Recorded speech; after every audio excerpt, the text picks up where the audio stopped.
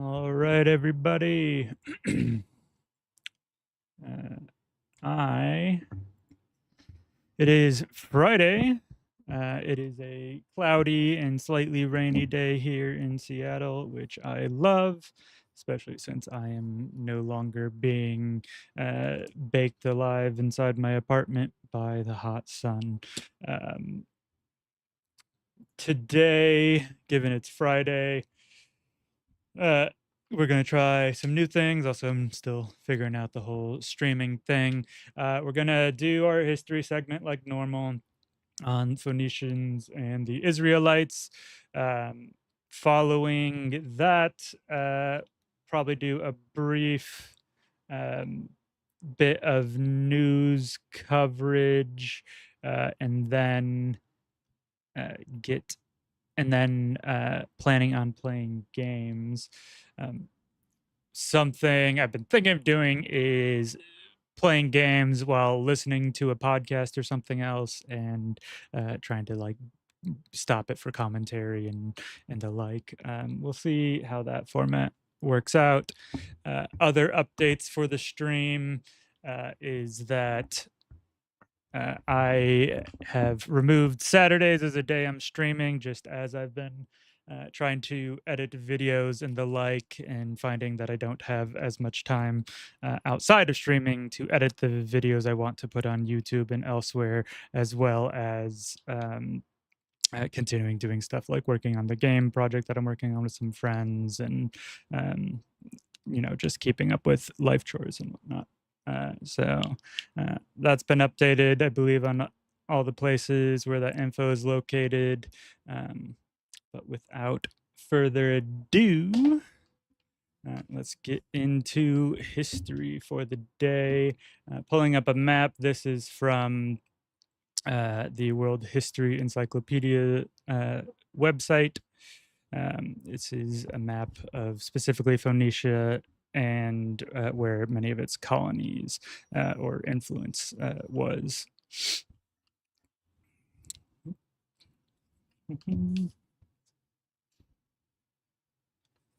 So, Phoenicians were a polytheistic, having multiple gods, seafaring people. They primarily started off in the on the east coast of the Mediterranean Sea. Tyre was their capital, I believe, and this would have been the core of their territories along the coast here.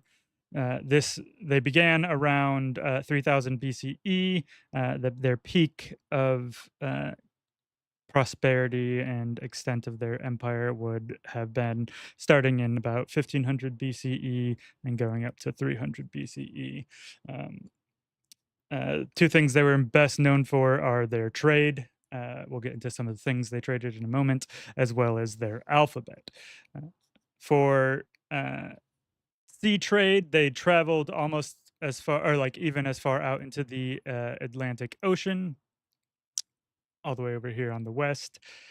And they founded the city of Carthage, which would later go on to become its own nation, and that would be a rival to Rome for a good while. They had fairly large ships. One of the structures that they built were harbors called I forget. I think Kothons that were great for allowing many ships to dock, and they could essentially field a much larger navy. They traded not only in lumber from various forests around the Mediterranean, but they also traded in purple dye, which they made from snails. Purple was fairly rare at the time. It still would be for many years after, and it even becomes to be associated with the color of royalty. But in exchange, they frequently would get other luxuries like figs, olives, and spices from elsewhere. Their system of writing consisted of 22 different characters, and this was one of the first alphabets that would have letters represent sounds that you make. The sounds then could be pushed together to actually make words, and this was pretty helpful when speaking with the various different cultures that they would encounter and trade with as they could explain the words, how they sound them out, and their meaning. That alphabet is then adopted by the Greeks and the Romans, who create the alphabet that we use today. So this is one of the earliest forms of the English alphabet, technically. Outside the Phoenicians, also in this area, are the Israelites. They were a monotheistic, primarily nomadic tribe that began in Mesopotamia. So that's more over here along these rivers. Um, and they use the or the sacred text of the Torah as their guiding principle. This is still true for Jewish people to this day. One of their first leaders was Abraham, who taught about the monotheism. And he gave them a divine command to leave Mesopotamia, and they moved towards Canaan. Canaan is this area here in the south, on the east coast of the Mediterranean. It includes Israel, Lebanon, and Palestinian territories of today. Uh, Due to unfortunate drought and famine, the Israelites had to move on into Egypt, where they were enslaved. This is where we get the story of, hello, Leah 2. This is where we get the story of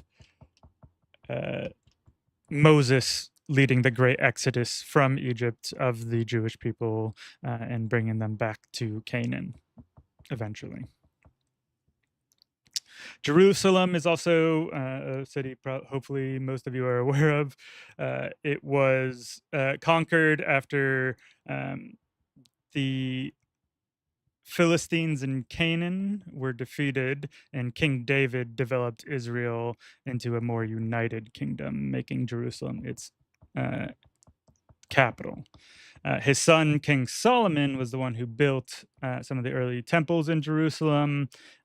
But when he died, the kingdom split into two: the kingdom of Israel in the north and the kingdom of Judah in the south.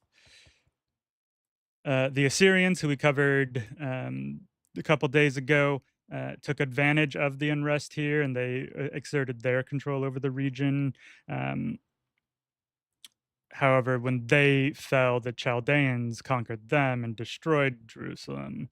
And the people of Jerusalem, so the Jewish people, were exiled again back to Babylon. Following this, the Persians eventually took over and allowed Israelites to return to Jerusalem. And that's kind of the story in the ancient era of the Israelites and the Jewish people. They, of course, worship, or their religion is called Judaism. This is characterized as a covenant between the Israelites and their God. It is a contract, an oath that they take. And Abraham, the first of their leaders, was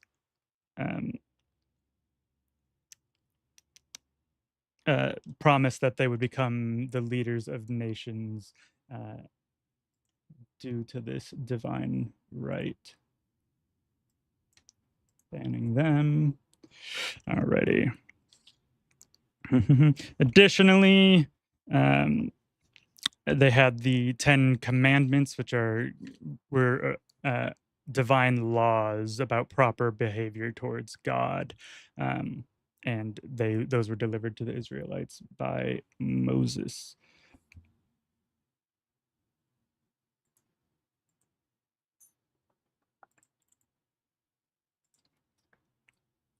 Also, in ancient times, Judaism had some prophets that were various religious teachers who spoke for God and advised the people. And that's the fairly quick chapter on Israelites and the Phoenician people.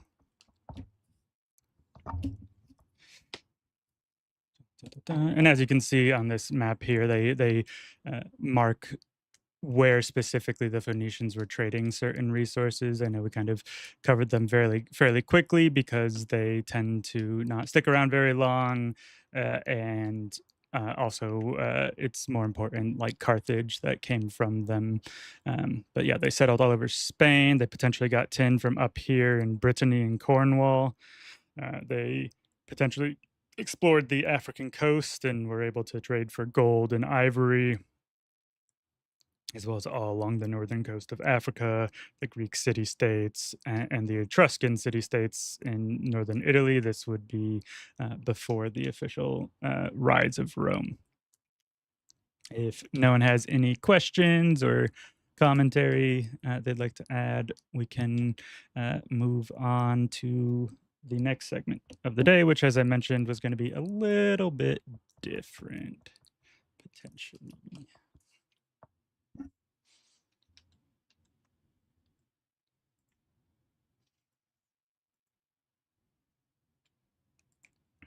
Alrighty.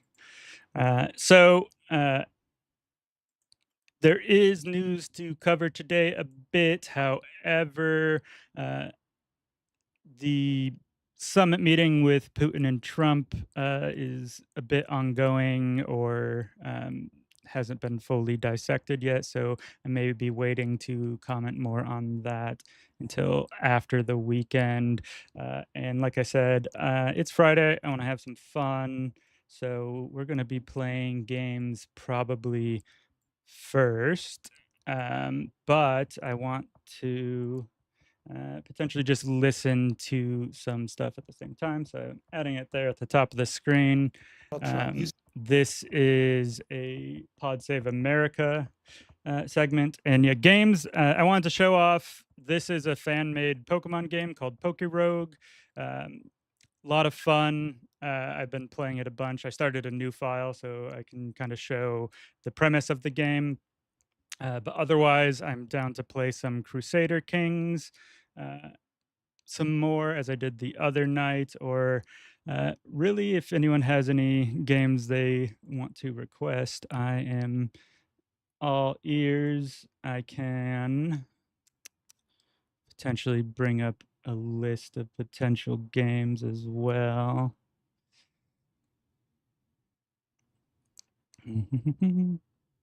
But I have games like Baldur's Gate. I play some Helldivers, other Paradox games. I play some Total War games.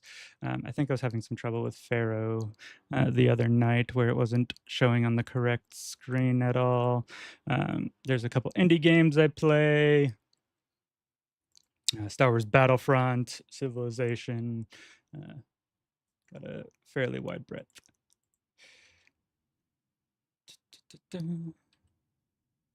Age of Wonders 4.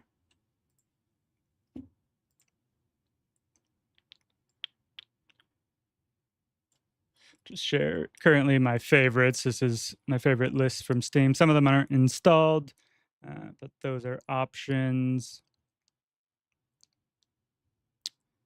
So yeah, leave that up for a little more view. But otherwise, yeah, in the meantime, we're going to be doing Pokerogue and listening to Pod Save America.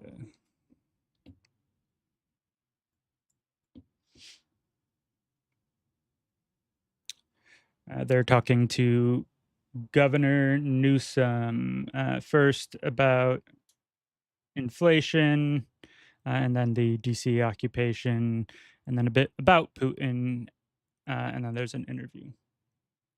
He's not going to sell their soul. So we will like be Harvard or Brown or Penn or Columbia. Boy. Shame on all of them. We're not. And we're going to fight. Alrighty, so Pokerogue, what makes it fairly interesting is, here, I'm going to pause this while I explain, is, so at the beginning of the game, you have a pool of Pokemon that you have caught that you can choose as starters, and you can see in the bottom right here, you have 10 points to make up a team with them. At the beginning of, when you start the game, you have all the starters unlocked from all the different regions.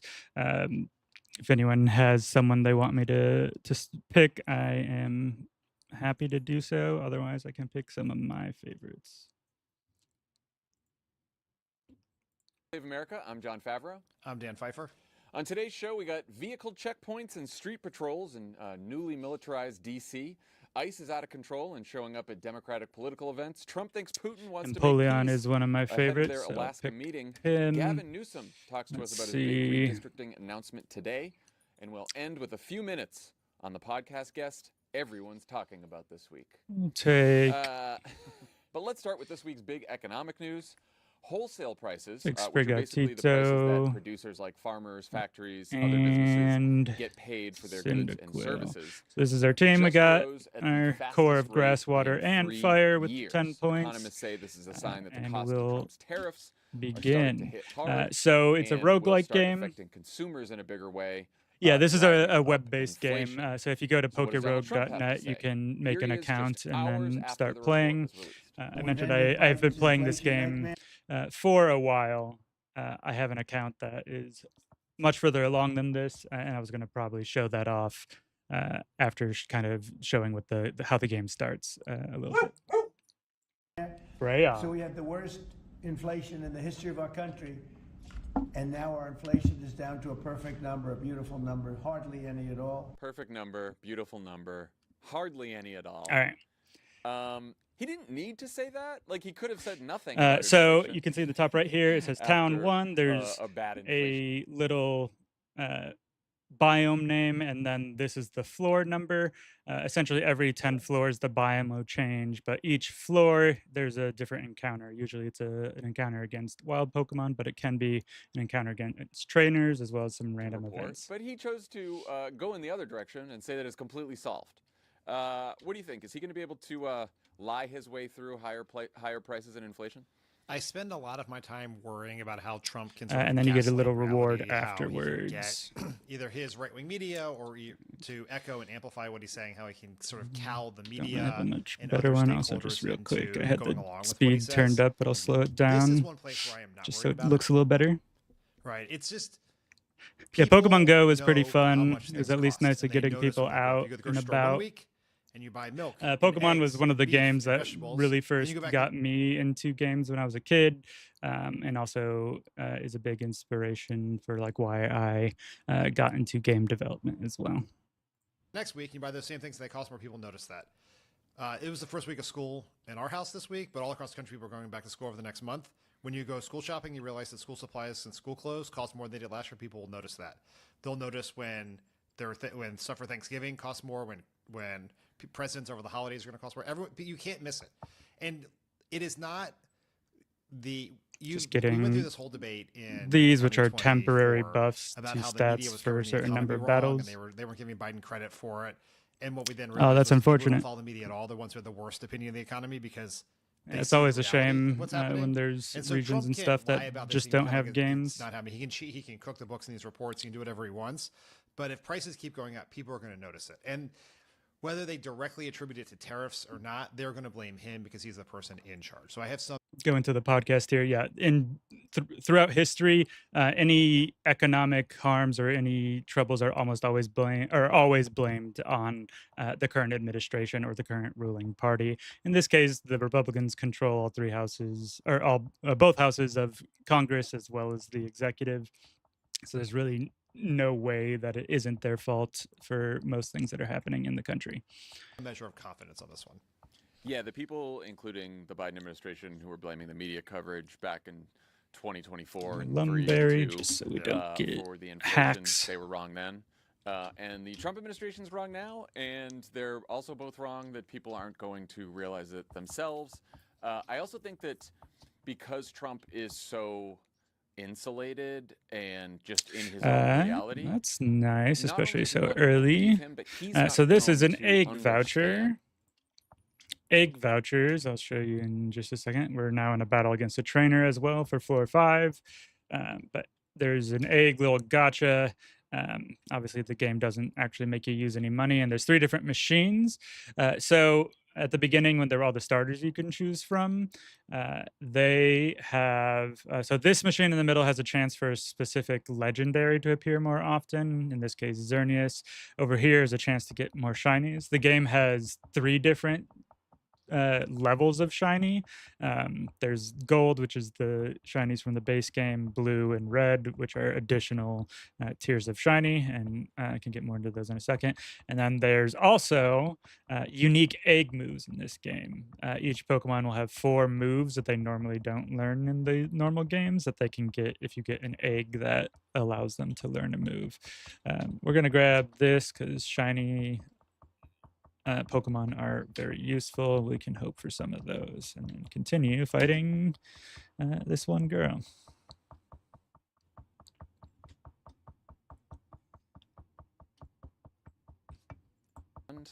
The level of frustration and anger out in the country about inflation, because no one is going to tell him about that. And anytime he hears any information about that, he's going to think it's fake. So that's just another, it's also another opportunity for Democrats to go out there and make a huge deal about this. Easy. Because, you're already starting to see in, I think Axios did a set of focus groups Grab a with great voters in ball Georgia, because we're going to need all to of catch whom more were, teammates, Biden voters who switched which over to brings Trump me in to actually kind 2024. of the next I've seen a few other thing focus about groups. this You start to game, hear from which is voters that who voted for Trump maybe for the first time. when you catch a that, Pokemon, costs haven't gone down. That was their main reason for voting for ta-da, Trump, and they're frustrated. you and get things its just keep getting stats. worse. And If you would catch another Pokemon and say, so these are they're IVs, the stats they're born with technically. So these are their base stats and all the different stat categories. If I were to catch another Sentret, but it has a special defense basic stat of 10, then anytime I would pick a Sentret as a starter from then on, it would have the highest of any of the base stats that I have caught. Same with like gender, ability, nature. Once I catch a version of a Pokemon with that ability or with that nature, it is now unlocked as a starter that I can use whenever I do a new run. This really, I feel like, makes the catch-em-all aspect of Pokemon feel more relevant, in that you're trying to catch a Pokemon multiple times and the like to get just like a higher quality one that is in your bank essentially. But now they are on the party because I caught them. Candy jar, get more levels when I use a rare candy. it doesn't necessarily mean that they are suddenly enamored with the Democrats. Democratic Party has some work to do. In fact, they are not.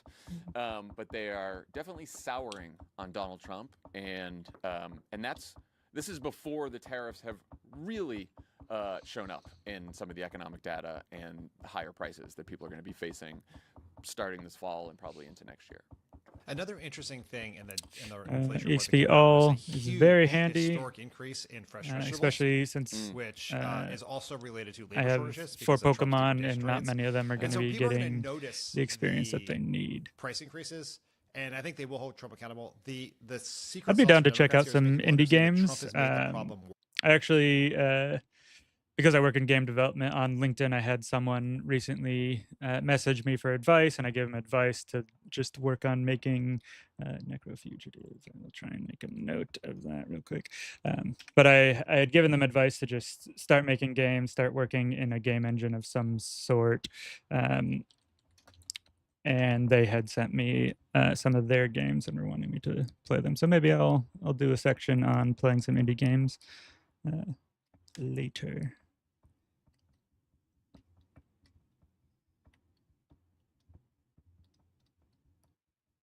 I am currently fighting my rival. Is the Necrofugitive game on Steam or elsewhere? Is it free?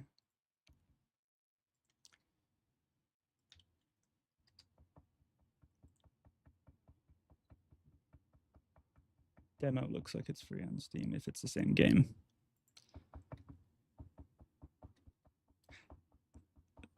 Thank you.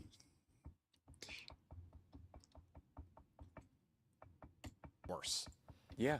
Right, through his tariffs. And the tariffs are going to keep getting worse and worse. They are kicking in now.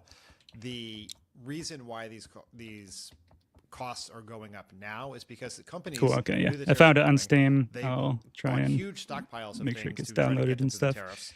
Those stockpiles are now expended, and now they are passing they have to buy it. Now they're actually paying the tariffs, and they're passing those costs on to other people. And we know this from the last time we had supply chain shortages right after the pandemic. This will be nice to Companies who are get not my affected by other tariffs will starter also leveled raise their up. prices because they see an opportunity to make more money in price gouge in this environment. So prices are going to go up everywhere, and it's because of Trump's policy decisions. I think that's the important point for us to get through to people. It's more Mad King shit. The guy comes into office and unilaterally, illegally, slaps a giant tax on American Could get consumers Thunder so he can Punch try to on cut off our Sentry. trade with Sentry's the rest not of the really world that strong. We'll just take because the he doesn't free understand economics. potion, not spend any And more of because our he wants money. to extort We're already a our little allies and other poor. countries into making fake promises to please Donald Trump that they're going to like invest in America, invest in a bunch of money in America that they'll never make good on, but they just needed to like get out of whatever negotiations Yeah. they were. Also, yeah, in with if you him. notice, so now he thinks floor he 10, that's the end controls of the rest of the world like a because set of they do 10. Canada and Mexico There was a do what little I like tell them boss to book do. on it. It had multiple So health he just wants bars more power. that you had to fight. He just wants But more control. Cyndaquil was and able to all handle of us it. are going to be paying as a consequence, and he could crash the economy, or at Oh, least nice. send us into a recession because we already weren't in a great place before the tariffs, and now he's just making it worse. Yeah, I mean, we could be headed towards stagflation, which is the worst of all scenarios. Playing Where with you the have high prices and low gamepad is growth, highly recommended. which I is might have sort of to what the economy's look for a modeling out wire. to I have a if these trends controller, but continue. I'm He using made the an same important wire point that I on the usually Canadian use diet, for which it I on just my wanna, thing. The art hone and in on stuff for a second. looks pretty Trump fantastic. has been always very good at figuring out why people are mad at Democrats Bring it on because he stream real watches right-wing quick. media and he Necrofugitive. sees what animates their audience. But watching right-wing media will never tell you why people are mad at It Republicans. almost looks Which is like how he missed reactions to the pandemic. It's why he's another it's why game he's I'm missing thinking of, reactions but I to can't forget. inflation I here. can't And it's remember why the he doesn't name. fully understand the consequences of his Epstein problems down the line. And he Stick also out. he understood around Liberation Day when the Cynical. market started crashing because he does care about the stock market and he watches the stock market. But now that the stock market has basically like, all right, these are the tariffs, and you know, we just want to make sure we get a rate cut, and maybe we can get a rate cut, and you know, we care about AI investment more than anything else. So he thinks the stock market's going well, and so he's going to be totally insulated from other economic news. And one way he's trying to hide the bad economic news is by hiding the bad economic numbers. Last week we talked about how he fired the head of the Bureau of Labor Statistics because Trump didn't like the jobs numbers. And this week he nominated E.J. Antony as the replacement. Who is this guy? Well, 37, got his PhD 5 years ago from Northern Illinois University on an unrelated topic. Works at the Right Wing Heritage Foundation, writes for The Daily Caller, Breitbart, The Federalist, goes on the War Room, which is why he was Keep Steve spending money Bannon's on suggestion potions. for the job. He's been criticized as utterly giving Sprigo unqualified Tito and candies. extremely partisan by Home even claws, conservative better than economists, tail whip. including Trump's first-term pick to head the Bureau of Labor Statistics. An Abra Trump guy, could be conservative, handy. I just don't want to headed up the split my Bureau of Labor experience much Statistics and was more. like, I liked Trump, but this guy, So too we'll much. just try and Antony has called the jobs numbers, beat it. quote, phony baloney. He's compared the Bureau of Labor Statistics to a random number generator, said that Trump should take The game I was thinking of chainsaw was to not the called agency, Blasphemous. and told I Fox think News I last thought I week, had after it he was on nominated, my that the government should library stop putting out somewhere. monthly jobs numbers Let's until the see. system The is game fixed. I was thinking Best of all, I know, it's hard to believe there's more. Antony just happened to be in the crowd outside the Capitol. yes, I on think it January was. 6th. This Don't one. worry. It's just called The White House Kingdom says Nothing He was Lasts. just there for unrelated meetings. It's a bit of a little I side-scrolling hadn't kind of like realized town there was builder also and an exploration economic game. roundtable happening at the Capitol on January 6th. Did you know that? I think you're being overly cynical here, John. Thank you for What I think trying. happened here is that it's clear that Mr. Antony has a deep reverence for America's government and democracy, and he simply just happened to be in Washington on January 6th to tour the Capitol. I'll take And more while he rare was candy. there, Just he try and also keep our just happened team to run up. into a See, large you're close group to of people, leveling up. many So of whom give this armed, to Cyndaquil. carrying gallows with the vice president's name on them, who all shared his political views and his views on the election, and he just thought he would stay. He found new friends. And honestly, He's kind of like and then when he was there, he was just observing. He's sort of like Rush down one of Tocqueville, them. if you will, right? He's just reporting on what's happening in America. I gotta say, when I first read this, I hadn't seen the picture. And when I read it, I was like, okay, maybe he really was in D.C. Double up on and them maybe he was, again. like, at the, Sprigatito's, like, of course, you know, asleep. across the street somewhere. And then I saw the picture. He's like in the fucking crowd. Yeah, of course. He's not. Sure, yeah, he was there for an unrelated meeting, I'm sure. Wake up. Also, Good have job. you seen him in his office? There's like these videos of him in his office, and the big picture behind him Not is too the Bismarck, bad for a trainer which is a fight. famous Nazi warship from World War II. I had not seen that. That's new information to me. And also, I'm sure he's just a naval ship. Okay, so these are eggs Yes, I'm sure hatching. when he is So we not unlocked standing in Voltorb, the periphery of a mob trying to murder Remoraid, the Republican vice Mantike, president, and he Toxel as is starters just we building can ships use in a bottle, now. maybe? He just loves You ships, can see and his also favorite ship the just abilities happens to they be a have, Nazi the ship from World War nature, II, their not all the base others. stats. So both Yeah, of he's these a two are maritime pretty good enthusiast. What base can you say? stat Who wise. among us doesn't have the Bismarck hung up in Less our so house these other two, somewhere? and all of them also All got right, one of what are their the egg chances we can moves. stop this asshole's So confirmation? And if not, those are all what pretty are the good. chances we can trust the government's economic data? Yes, I am a game Let's developer. start with the I have about 8 years of professional experience, plus about 4 years of experience in college, also working on games. I have a degree in computer science and game development, and a lot of the college I went to involved every semester or every year getting on a team with people and making games. But yes, after I graduated, there was a brief period where I worked on at a mobile studio. It's pretty obscure, so I don't know if you'd know it. It's called QApps. Mostly did like word puzzle games. But then I worked at Crystal Dynamics. I worked on the Marvel's Avengers game that came out back in 2020. And then I was working on the future of Tomb Raider. That's the only announcement that they have made about it. It's the next installation of a Tomb Raider game. I was working on that until I got laid off back in March. And since then, me and some friends who were also laid off around the same time have been working on an indie game that we're hoping to pitch to publishers in the next couple months. Nice, you're in computer science. Good field to get into, especially these days. Games is unfortunately a little harder to get into. Especially right now, as the industry's been experiencing layoffs for the past couple years now. However, these Republicans suck. They confirmed a pro-Russia kook as the head of U.S. intelligence. They confirmed a weekend cable anchor with a reported drinking problem and all sorts of other misconduct issues as the head of the Pentagon. And they confirmed a anti-vaccine enthusiast as the head of Health and Human Services. So I'm not going to place a large wager that this will be the moment in which they find courage to deny Donald Trump what Donald Trump wants. A super potion I is a can't wait for bit these fucking overkill. confirmation But hearings, take 'cause, it you know, instead of they're having gonna to spend ask him, money "Are on you gonna suspend the potions. monthly jobs reports?" He says, "Of course not. I think that I'm I'm gonna gonna try and home clause just so treat this maybe goes a little job faster. Wait, is integrity leafage concerns, physical or blah, blah, blah, blah, special? blah," and then he's just gonna do whatever he wants. Yeah, then they're going to confirm. least that good like, he voice told us isn't what he knew, that very strong somebody yet. Serious guy, and then he's Okay. going to suspend the reports or do whatever else. Now, the latter part of your question is how Yeah, worried yeah. should we be that he Smart. goes Go for next? something more You have reliable as a pointed out job. on multiple Games occasions are that you're a realist, fun and that- rewarding to make, but and you generally very wage competitive war, both and publicly very and privately against prone to anyone burnout. who is hyperbolic in their concerns about Trump, which has really gone well for you, I think, over the years. What? Just kidding. I'm just kidding. But I don't know why I generally, swapped out there. I had man, the here's attack the- buffs and the- stuff. what I- actually, the nice, truly. Not This the thing isn't optimist. Not the fire optimist. yet. No, it's not that you're the optimist. It's that you read the details. And Most then so whenever challenging everybody's of my cooking the books, you actually projects? look and It might have been Marvel's Avengers, if only because that project See. was fairly large in scope, and specifically the portion of it that I was working on didn't have that much support, which was the multiplayer aspect of it, and that part definitely needed some more time and dev manpower put behind it.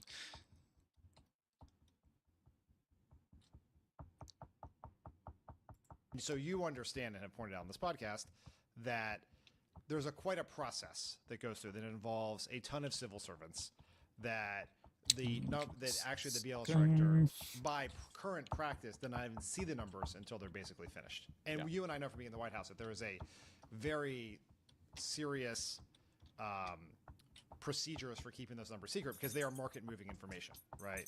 Like, no, we would, like, you and I would learn the numbers. It was definitely a little rushed. At 8:30 in the morning with the rest of the world in the when they But came yeah, out. I think Almost no one. more Only, so like the person's issues top had to economic people, do. get the numbers in advance, and no one else. So Crystal at the time they were using their in-house engine, so a game engine that was created by people who had worked there, and there was a lot of tech that needed to be created to make everything that was wanted for the multiplayer aspects of the game, as well as just to allow for multiplayer because they hadn't really made a multiplayer game before.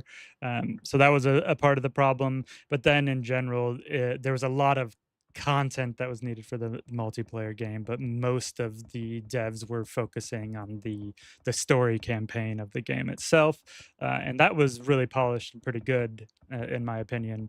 But then the multiplayer just felt unfinished by comparison.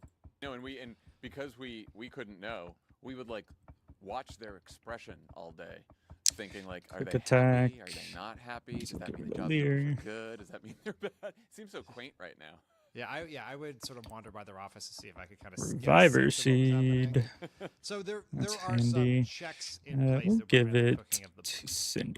Cyndaquil. However, I do not come once again. I'm not incredibly confident that something that if Trump doesn't want numbers, he's going to find a way to force something else. Like you can see them saying, "Oh, there was a bad data sample." Right, Yeah. we're not going to do it this month. You know, No. there are things like there Darn, I are was hoping. levers that we have not thought of that they can pull to try to either Swap. make the Ooh, report, no, a she bad has a lot of report go away, Pokemon. or change the numbers in some way, shape, or form. And they are coming up with the other thing is they're coming up with a new method to do it. The odds are This the thing new could method, have maybe not flash statistically fire. rigorous, but we'll get them the Does. That answer is they very want, right? unfortunate. Under the Glad we current avoided process, that. it's hard for them to cook the books. They're Quick coming up with a attack new just so we have process. speed. That could be very book cooking friendly, if you will. I mean, we have seen this Um, play out now across many agencies with Doge and other actions by the White House, which is hack comes in who's unqualified, who's just a Trump loyalist, and a bunch of, people with integrity who are civil servants and nonpartisan sound the alarm, So talk to many. reporters, resign. There's an uproar. They sue. It goes to the courts, and for a day or two, everyone's like, "Oh no, the BLS people, like a top BLS official who'd been there forever, has resigned because Yeah, Anthony dark is move for cooking the books, so this. they're worried that Flinch? he won't Yay. give them the job. He won't give the president the jobs numbers that they all calculated." And Yeah, they're gonna no, freak out game about it. And developers then, are frequently overworked and the underpaid, lawsuit will especially the work artists, its way through the courts, and we'll modelers, be on to the next animators. thing. And meanwhile, Trump will be just talking about whatever numbers he wants to talk about.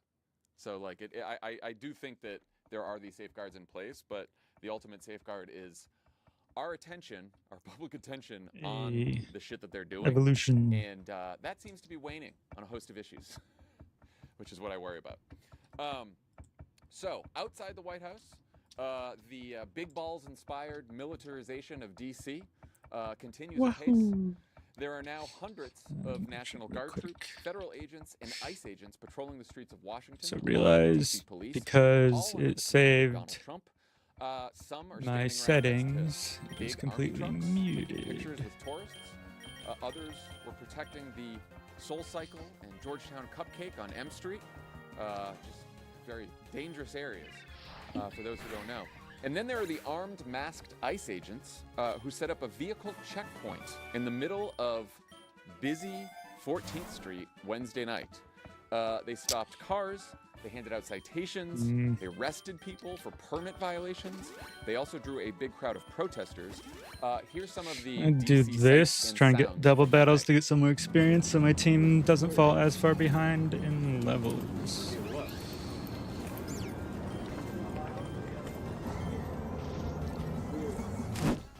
And faster, which is good. Tell your boys, like, yo, everyone. Oh, this clip that's been going around about the the deployment in Washington D.C. and them essentially harassing people who are basically on their front porches and stuff is ridiculous. Everybody's out. From FBI to Park Police. So do your thing. Let them know. Don't be smoking outside. Don't be drinking outside. Because Donald Trump is tired of it. Oh, Donald Trump is tired of people smoking outside. Who cares?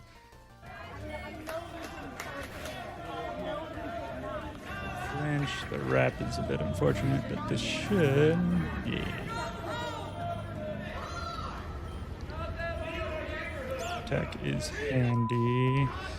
Or physical Just in case anyone still attacker. thinks So. this is all just about crime in D.C., here's Trump, deportation czar Tom Homan, and Republican Congressman James Comer talking about what they're really up to. Probably gonna die, what they but got might as planned. well stay in and get damage. Maybe a flinch. Not dead yet. Oh, no flinch. All good.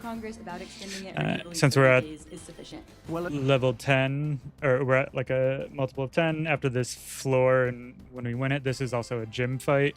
I will have all my Pokemon be healed, so it doesn't matter if one of them faints. If it's a national emergency, we can do it without Congress, but President Trump doesn't have a limitation. For weed in the U.S., it is legal in some states. It's legal in the state I'm in, Washington, but also legal like across the West Coast, a lot of places in the Midwest and the Northeast as well. But federally, it is not legal. On his authority to make this country safe again. There's no limitation on that. We're going to support doing this in other cities. If it Because I works beat out this in gym leader Washington, for the D.C., first time, I get why don't you another vote to allow ticket. President Trump to come into Chicago or New York City or Philadelphia and try to combat the criminal activity in their cities. So I think that this is an experiment that's probably needed in a lot of the Democrat-run cities in America. And So let's start with The whole narrative around crime right now in the U.S. is so messed up because so many people are living under misinformation from conservative news organizations like Fox News, that all cities are full of crime, overflowing with crime. You'll go there and you'll get murdered, when that's not the case, and crime has been falling in the U.S. basically since the 90s. Yeah, we both lived in D.C. for many, many years. You longer than me. You went to college there. What did you make of the scenes from D.C.? I mean, it's just so surreal because we know that crime is actually down in DC. Violent crime is down in DC. There's still too much crime for sure, but it is down significantly from where it was in 2023. We don't have a full picture of what's happening, but they seem to be the painful. Federal troops, the FBI agents, the ICE agents, whatever else, seem to be in the places where there's less crime, right? Where they are in the more well-to-do areas, the places where tourists are, and not all parts of the city, particularly the parts where lots of long-time DC residents live. It's like almost like they're avoiding the crime. It's performative, not actual. It's like the people they're trying to protect are big balls, right? People who were driving, were driving a carjack. If you had told people in the election that 7.5 months or whatever it is into Trump's term, there would be mass federal agents walking the streets of DC, harass people, telling them that Mr. Trump wants them evolution after we learn to move here. Like, we are so far beyond. Everyone's talking about big balls because he got beat up. Yeah, it's so hard to take seriously, especially since they're using it as an excuse to deploy an obscene number of troops and other law enforcement to the Capitol. Like, I was joking with you before about hyperbolic concerns. This is very real. You go through all the things. You listen to what Tom Homan had to say there, that they're manufacturing a crisis that is completely made up in order to deploy federal agents and then assert unlimited authority for the president to control the population through those forces that he deployed under false pretenses. That's what happened in LA. It's happening here. Now they want to expand it to everywhere else. And we were just at the time talking about the BLS numbers. What happens when they start rigging the crime numbers to make it seem like crime's gone up in certain places to justify setting these troops in? I mean, and they don't even need to. They're just asserting it, you know? And look, there's this debate about, is crime really down? Is it down from pandemic level highs? And so now it's still at a higher level than it used to be before the pandemic. And it's like, yeah, too much crime for sure. all in Rules on are so crime expensive. fighting strategies. I'm all in. Let me, Stop our there's a attack. whole. We talked about this earlier in the week. Like, there's this whole menu of options that the president, the DC Police Department, Congress, which cut $1 billion from the DC budget. They were going to quick restore attack just so I was all fed the and money didn't they take more cut from damage. DC in the Oh, wow. bill way back when. Yeah, They how's just that going? never got around to that, even though everyone was like, "Oh yeah, we'll fix that later." Didn't fix They've it. been very busy hiding from Epstein questions. grab so- another Right, yeah. Could candy. have used the money to put more cops on the street. Didn't do that. Instead, we have National Guard there, standing at Union Station next to this huge army truck. So just because I've looking played the game bored, before, I know taking at floor pictures with 25 is tourists, and another then, fight against my I mean, rival, for which people can who be don't pretty tough. know DC, don't live in DC, M Street in Georgetown and 14th Street, where the vehicle checkpoint was, are the most like high-trafficked, touristy areas of DC. Some of the most. Yeah, it is true that Trump does not have his big balls right now. And I kind of think it's a show of force. They want the libs who live in those areas to see what they're doing. They want people to get angry. They wanted those protesters to be there. And the vehicle checks, the checkpoint, what the hell was that for? That was to make people pissed off. That was to scare people. That was to show people we're in control and you're not, and we can do what we want, and we can even do more. And what are you going to do about it? And, you heard those protesters, and thank goodness they were all peaceful protests, but Right. how long does that last? My accuracy. Because, it's human nature. There was already the most violent protester we've seen so far was the man who threw the sandwich. Have you heard about the guy I who threw a did, Subway yes. sandwich? Okay, yeah, that did like no I damage. believe that was right on. Not even that was, steel right type around yet. in DuPont. That was like right near my old I apartment. guess I'm several But levels that above. Subway over there? I think That that Subway was the still open? I guess that's a great Yeah, question. I used to go there all the time. Anyway, it turns out he was a Justice Department employee who threw a Subway sub at the officers. They arrested him and charged him with a felony. And Pam Bondi, Yeah, this story is also a little ridiculous. There was someone who threw a Subway sandwich at an officer, and now they're being charged, and all the Republicans are freaking out about it. It's the most Attorney General. nothing burger of all times. Yeah. And now I guess the chief of Rid- police of it's DC absurd. as well tweeted about it. And she Times said, we we also live in. found out he was a Justice Department employee, and no tolerance for hurting law enforcement or threatening law enforcement here in the Justice Department, except for the guy who's a senior that rival advisor in the fight Justice wasn't too Department, bad. Who, at January 6th, I don't know if he saw E.J. Antony, the new Bureau of Labor Statistics guy there while he was there, but was screaming for people to kill cops. So. Oh, really? No Something tolerance like that in no tolerance Ukraine for, recently? For hurting police officers. What did you make of sort of the Oh. protest angle? Eggs How are that- terrifying. So Yeah, I mean, it's understandable. It's the right thing to do. Peaceful protest is important. We want to shine a light on this so people the understand. reviver seat. I feel like I'm what's getting happening. better luck on these drops than I it's do important in that it games stays where peaceful, not for the politics of supposed it, to but have because more luck. who knows how Trump and these officers another would fight use with a that frou-frou. as a way to justify violence and even more aggressive actions. It's very. The goal here is to make people feel Fake out powerless. is And one way to show unfortunate. that you're not powerless is doubly is to use your voice, unfortunate. right? To use your presence to To send a signal slop. that you are not afraid. And kudos to the people who are doing that. Good for them. Yeah, no, I totally agree. And Flinch is obviously, don't real throw bad. things at law enforcement Oh, or come on. federal agents. Not even sandwiches, especially Not even not a deadly weapon like a sandwiches. sandwich. Don't be burning cars, causing all. Don't give them an excuse, right? And but also, I mean, we noticed this in Los Angeles too.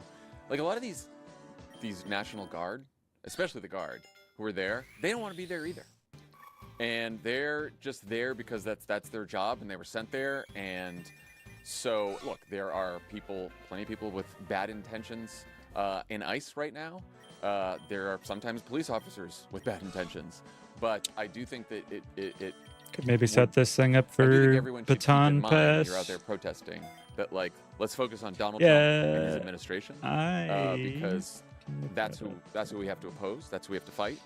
And it's scary that it's getting to this point, but authoritarian takeovers Victor like, and I talked to Yanukovych? I talked to Erica Chenoweth about this a couple months ago in that episode about the 3.5% rule and protests. And Just rush to you the get a point hospital. where you want the security After forces being hit by an of egg. the authoritarian government to eventually Interesting. defect. That is like one way authoritarian regimes fall. And so you want as many of these cops and Try to federal say it's a agents brick. and ICE agents and National Guard to at some point be like, when Donald Trump or Pete Hegseth or Pam Bondi tells them to fucking fire on a crowd or something like that, God forbid, you want them to be like, no, Yeah, I'm there's got to I'm be not a gonna do video of This that is crazy. somewhere. And so I'm not saying like you have to bend over backwards to be nice to them, but like just keep in mind who the real villains are here, which are the people in the White House who are giving these orders. So these items actually just increase the and, base stats of the so Pokemon, so that's pretty it certainly seems handy. like I think Trump my only would, real physical would need attacker 60 right now votes in the is Senate to maintain Florgato. control of the DC police indefinitely, because every 30 days now, I guess he has to reauthorize his control of the police force. He won't get that. We heard him talking about declaring a national emergency. We've already He seen him tried to deploy cover National for Guard his troops here shame. in LA over the objection of our governor. Obviously, he can do it in DC because the president controls the guard in DC. Is there anything stopping him from doing this in cities across the country and just saying, screw Congress, I don't need their authorization for DC, I'm just going to take the police force, do what I want, and I'm going to start sending in troops to Chicago and everywhere else? There's not that much to stop him. Right. There are very few limits there. The one thing is he is resource constrained. You can't do this everywhere all the time. It doesn't for him. They'll do a vote because they want to make Democrats vote against this, which I have no problem for them voting against. But in their mind, they think Trump in this press conference thing he did earlier today in the Oval Office, but we heard the sound from he's like, Democrats are against crime. Democrats want crime. We're trying to stop crime. My Democrat friends are calling me and thanking me for this. He gives zero shits about the people of DC. Maybe I he don't cares need the about speed in the next 5 his floors. staffers who live in DC, but then probably not even Probably that. won't need it. He just wants to send a message to the rest of the country that he's tough on crime. He wants to try to make this a political issue. Crime is, I would say, nowhere near the top of people's issue list when you look at polling. It is. True. Like, people are concerned about Yeah, I think most people's issue is the economy, which means price of groceries and price of housing, which is ridiculous pretty much everywhere in the U.S. Yeah, crime, and especially they're trying to criminalize essentially homeless and target the homeless this is crime just morally bankrupt, in my opinion. generally in their lives, but as a political issue, it's not what Trump wants it to be. Yet he's trying to raise the salience of it to make himself more powerful. The other thing about this, I think, is just really notable about Trump's intentions and some of the long term, or the potential consequences of this approach. Jolly is Substantively also a pretty is good nature because it's a in physical the attacker. and the Oval speed Office is media nice. availability, Trump was asked, isn't by one of the rare real reporters who was allowed to be in this ass kissing it fest really that he did with the press about, like, isn't this going to make us more vulnerable? They're taking away resources from their real jobs, including terrorism. And Trump says, no, the terrorism is there. Right? He thinks about this in terms of an internal threat to the country. And by internal threat to the country means an internal threat to him and his power.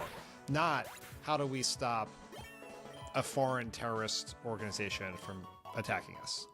Right? It is liberal protesters in cities who are trying to take us down. I mean, enemy from within. He said it all through the campaign. He's been saying it ever since.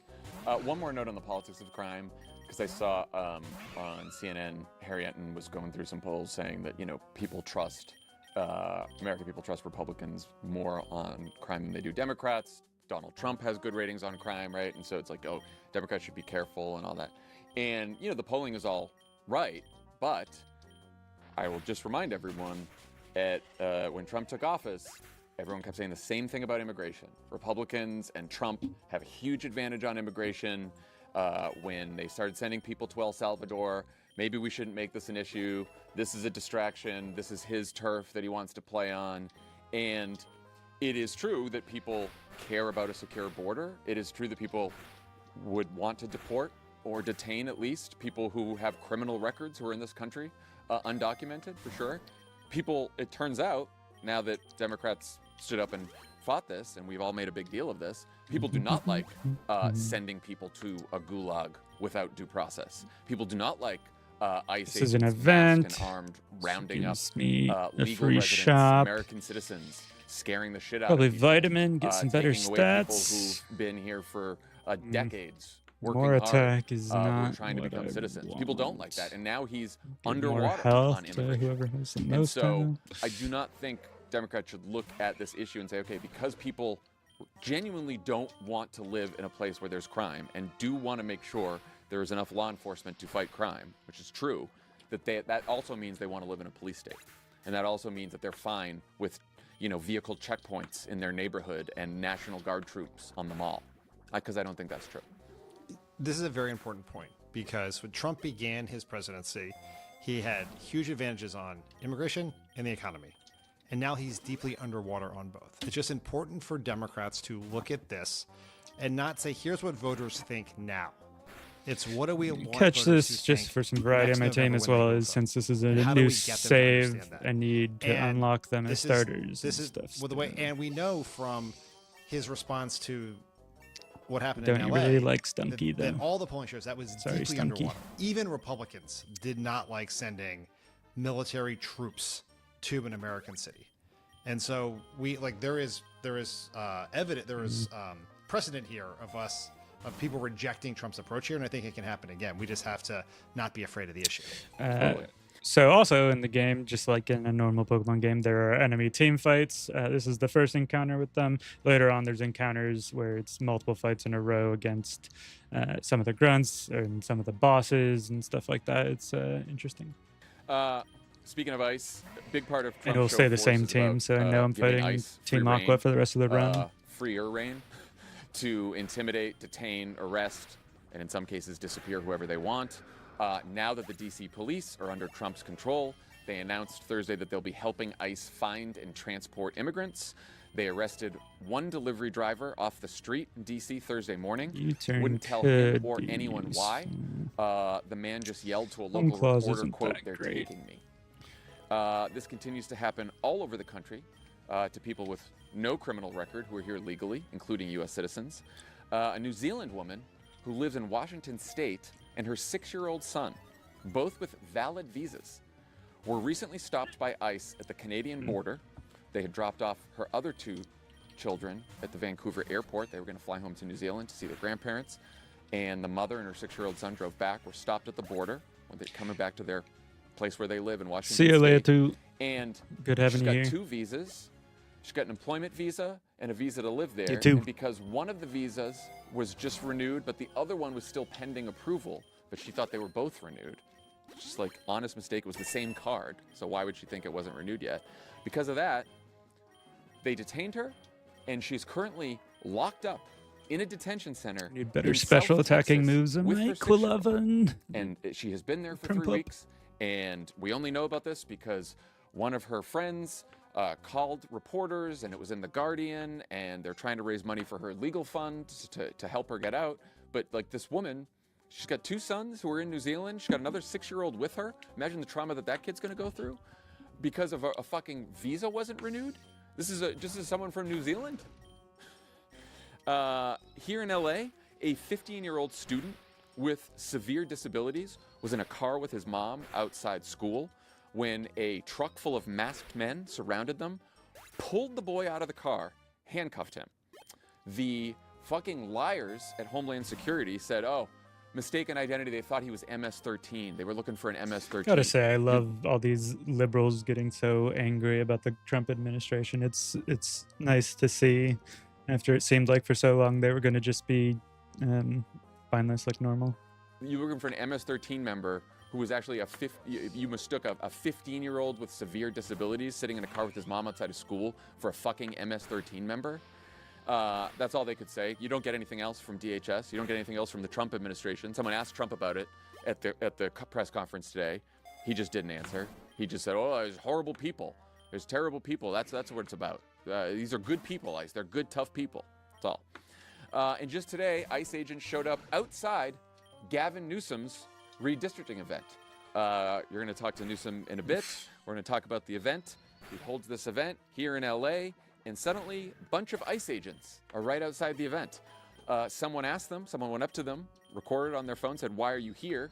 And one of the agents, federal agent, That hit from Plip, that might said, have been a "We're just kill. here making Los Angeles a safer place since we don't have politicians who will do that." Yeah, so they're just doing their jobs in ICE. They're not political, just Loadable. straight shooters. I don't know. I feel like it might be time for like Democratic leaders and anyone who doesn't want to live in a police state to get even louder about this and to become more focused on what ICE is doing. I don't know. What do you think? Any ideas here? It's feels like it just keeps happening and we're just like, okay. Here's the thing that haunts me about this is that I think we have an iceberg problem here. That we are only seeing the tip of what's happening. 'Cause it just happens to be that some of these most horrible cases are people like the family in New Zealand who have friends who can get word to the Guardian. Yes. Or people happen to witness what happens and they had their phone and recorded it. How many people who don't have a voice, Bad who as a don't have boss friends, who know fight Guardian goes. reporters, are getting disappeared, who Especially are if in it just custody explodes right now, itself. who when they get released, even if they ever Well, thanks for unfortunately get clearing up released, my terrible don't stats. even know how they would make their story known to the world. Yes. Right? Like we're seeing a fraction of what's happening. And this is the fight. Right? This is the moment, right? I was listening to your conversation with Pete Buttigieg Might try this and past catch Sunday, the- and you asked him No. Maybe the Rhyhorn. quoting Rachel Maddow, like that we are now living in an authoritarian state. And you can, as Might Pete just sort of kill did, it, you though. can argue we're this close, we're not that close. Like we can argue where we are on the scale. But we are Yeah. much fucking closer than we ever thought we would possibly be. Yeah. And if you can't yell and scream about this, if you cannot make this a cause that you care about and are passionate about it, and you're a person in politics, and I am not sure why you're in politics. I understand all the polling. We just talked about tariffs and the economy and inflation, all of that. Don't But, like this, Scrafty. but I also think voters want to see us fight for something real. And Could have you caught have him to stand just up to for have him people. unlocked, And but shining a light on this has worked. It has driven Trump's numbers down. It has taken his greatest political strength, which is immigration, and made it into a liability. He is underwater on immigration. And when you make it about deportations, he's even more underwater. When you ask specific questions, people do not like what's happening, including some Republicans. And specifically the voters that we need who are gettable for us. And so it's not just, I'm not asking anyone to go on some sort of political suicide mission because of some Sorkin-esque way in which we're going to win this. It's the right thing to do, but it also can be good politics if we do it right. I totally agree. And I wish I had better answers because it's like, yes, we should organize, we should protest. I do give a lot of Democratic politicians credit who were maybe a little nervous about taking on this issue at first. They've come around. Obviously, Chris Van Hollen went to El Salvador. Like people are standing up on this, but it's a really tough information environment, media environment. It's hard to get the message through. It's hard to get people to pay attention. And I just think we need to figure out new creative ways to get people to pay attention to this because it's like the National Guard, Why you be the walking, DC Bubba? takeover, all that kind of stuff. Like to me, ICE is the most dangerous development here. The sort of Let's see, what do we need? the transformation of ICE, which was always, ICE was never a great organization in the first Trump term. But now it is, I've been calling it secret police. And look, it's not much different. I don't think it's an exaggeration. I don't think it's just something I'm saying. It's like they wear masks. They have guns. They jump out of trucks now at fucking Home Depots to start just grabbing anyone they can. And yes, are they picking up criminals? Are they picking up dangerous people who shouldn't be in Another this country? special attack Are they at picking the up very undocumented least. people who, even if they should be in this country, they came here illegally? And so, yes, of course. But they're also just rounding up, detaining, and deporting people Officer, who please don't absolutely beat me. do not deserve to be treated like this. No one deserves to be treated as inhumane as a lot of the people that they're rounding up are being treated right now. We don't even have time to talk We about get a burn. like an alligator Alcatraz. There's now reports out of there No. that the conditions are just fucking horrible, Pivot through the horrific ferret. conditions. People have been stuck there. They haven't been. That's the other thing too. Is it's not. Everyone's like, oh well, they're deported. Go back to your country. It's like people aren't getting sent back to their country. That's even that Great. would be better than this, right? Helps that I People are have getting this. just stuck in these fucking squalor, in these detention centers that like they're not getting the food they need, and they're just there and they're stuck there. And it's so unbelievably fucked up. It is a stain on this country. We're gonna look back on it like Japanese internment, like all of this other. I mean, it's so bad. It's so bad. And if you're a Democratic politician and you have a platform, or anyone who has a platform, you should speak out about it. All right, 2 quick things before we go to break. Crooked's got some great news to share. The subscription content that we're always talking about, that we don't shut up about, is now available on Substack. Oh, look, I guess they don't trust me with this. Dan, feel free to riff about the importance of Substack. Okay, go ahead, Dan. Because you and I spend my time waiting for permission to riff. It's fine. Sitting here I'll still silently, catch it. biting my tongue, waiting for whatever faceless person writes that copy to say, Dan, you may riff now. Not bad. Look, you could do this. You could do this better than I would, but the short version, Okay, my want short the riff would map. be, in pop this up modern a media age, little. we have to be everywhere. We have to be on all the platforms. And Substack is a growing platform for politics. It is going to become, I think, very 70 grams. influential in the 2028 election. You already have Pete Buttigieg, Chris Murphy, Jake Auchincloss, a whole bunch of politicians getting on there now. More and more media personalities, more progressive media is happening there. So Crooked needs to be there. Go subscribe. And when you do subscribe, no, you will don't. unlock ad-free episodes Toxic of all your me. favorite Crooked shows like this one, plus Love It or Leave It, plus Pod Save the World, plus Offline, plus exclusive content like Polar Coaster with Dan. Dan's got a whole secret show that you guys don't even know about. It's behind I the can't paywall. afford to So just heal subscribe. either. You can go on Substack. Take you can get this the message box there. and bank Dan's on been crits. Substack. He knows what's up. And then you can also get Polar Coaster and learn all about what's the The latest dark with the polls. type, yeah. So And also, you can get a show Inside 2025, where there's a new episode out right now. And in honor of us joining Substack and our whole pitch about digital media, the two of us and Elijah did a whole episode about the future of digital media and where we are now and what's working and what's not, and right-wing media, how it grows, how we can defeat it, how we can counter right-wing media, all the good stuff. It was a great episode. It was pretty fun. I won't say anything because I was thinking of drill run, not horn drill. No riffing. Yeah, you already did your riffing, so Yeah. sit tight with your riffing. Anyway, go to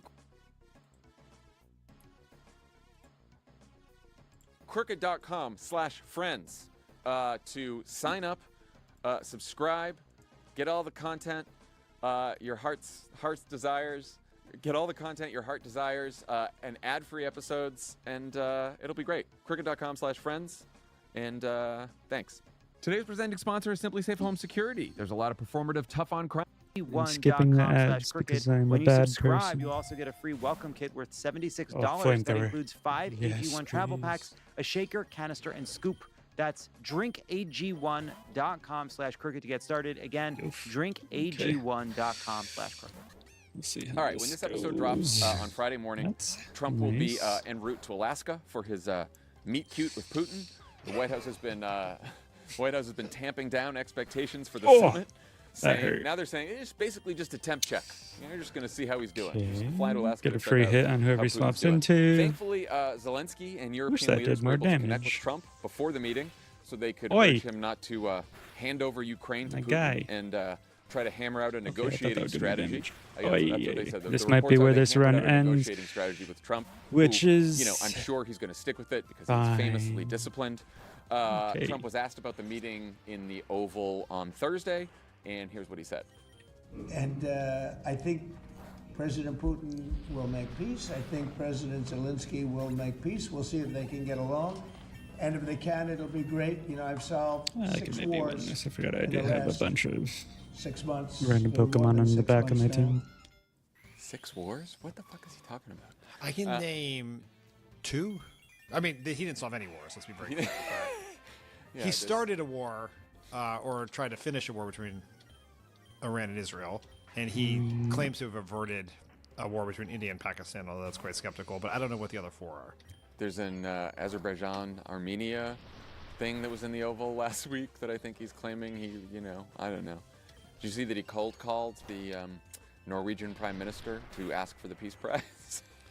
You just don't want a president who's that thirsty. So anyway, I mean, do you He's think going to get the prize, John. Do you It's think he's on happening. his way to the prize if he gets the? Is he going to? Does Vladimir Putin want peace? Is Trump right? Does he want? Do you think Vladimir Putin wants Take peace? He seems like a dig, peaceful just guy, so right? I have a stab. He wants a piece of Ukraine. It seems like that's what he wants. I mean, I don't know what. Yeah, you should boo me. Honestly, we should just edit that out. I'm sorry. We just went through this very deep, serious, heartfelt discussion about immigration, and I had to make. Look, that's what we needed. I had to be a jokester like Marco Rubio. I was going to say, yeah, don't give it away. Don't give it away. He obviously doesn't want peace. It is in his interest to keep this going, or at least he's not leaving without something that he can go back to the Russian people and say, it was all worth it for this. That I followed through on my post-Soviet expansionist goals. What I worry about in this meeting is that Trump's a fucking idiot and Putin is That not. might be it. No, And Trump good. is easily swayed by Putin. Darn. I know it is like resistance fan fiction, but he did. Everything he last time they had met in so far has been person, or faster than one of the more anything of recent times they met mine, in person, which is a shame. endorsed the FSB over his own intelligence agencies when That it came to is unfortunate. the Russian involvement There in we the election. go. Like he's probably gonna. The main deliverable will probably be some sort of statement about how John Brennan related and to- James Clapper. Yes. Actually, yeah. Yeah. Will be the Russia investigation. Yeah. Yeah, no, I worry about that. Look, the best outcome. I don't know if quick attack will be for, enough. Okay. The world would be if For Putin MVP. pisses Trump off somehow. Like, we've seen now for the first time ever in the last couple months, like a few flashes of anger from Trump about Putin because he says he talks to him on the phone. He says the one thing, and then he gets out the phone, and then he just bombs Might another try and Ukrainian catch city. this. And Trump got a little angry about that. So you Probably replace this if gun tank. Putin says something to piss Trump off, you can see Trump leave at the meeting and be like, all right, now I'm going to be tough and whatever. But Putin's probably not that dumb. And so, Putin knows how to flatter him. Oi. Putin's going to tell him what he wants to hear. He's probably going to try to tell him in a pretty private way. I'm sure there's going to be a couple of them and interpreters and Well, that's fine, God 'cause knows I'm who planning on else getting who rid of are it gonna know. anyway. And I don't know. I'm not expecting much from it.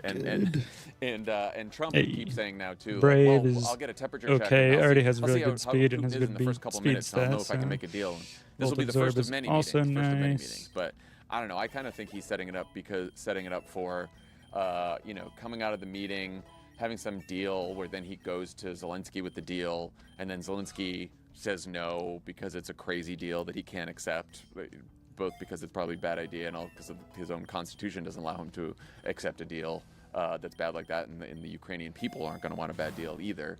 And then Trump can say, well, Putin tried, rival fight but coming up, so I'll take the Zelensky buff. said no, and he's just getting greedy, so I'm washing my hands of this whole thing.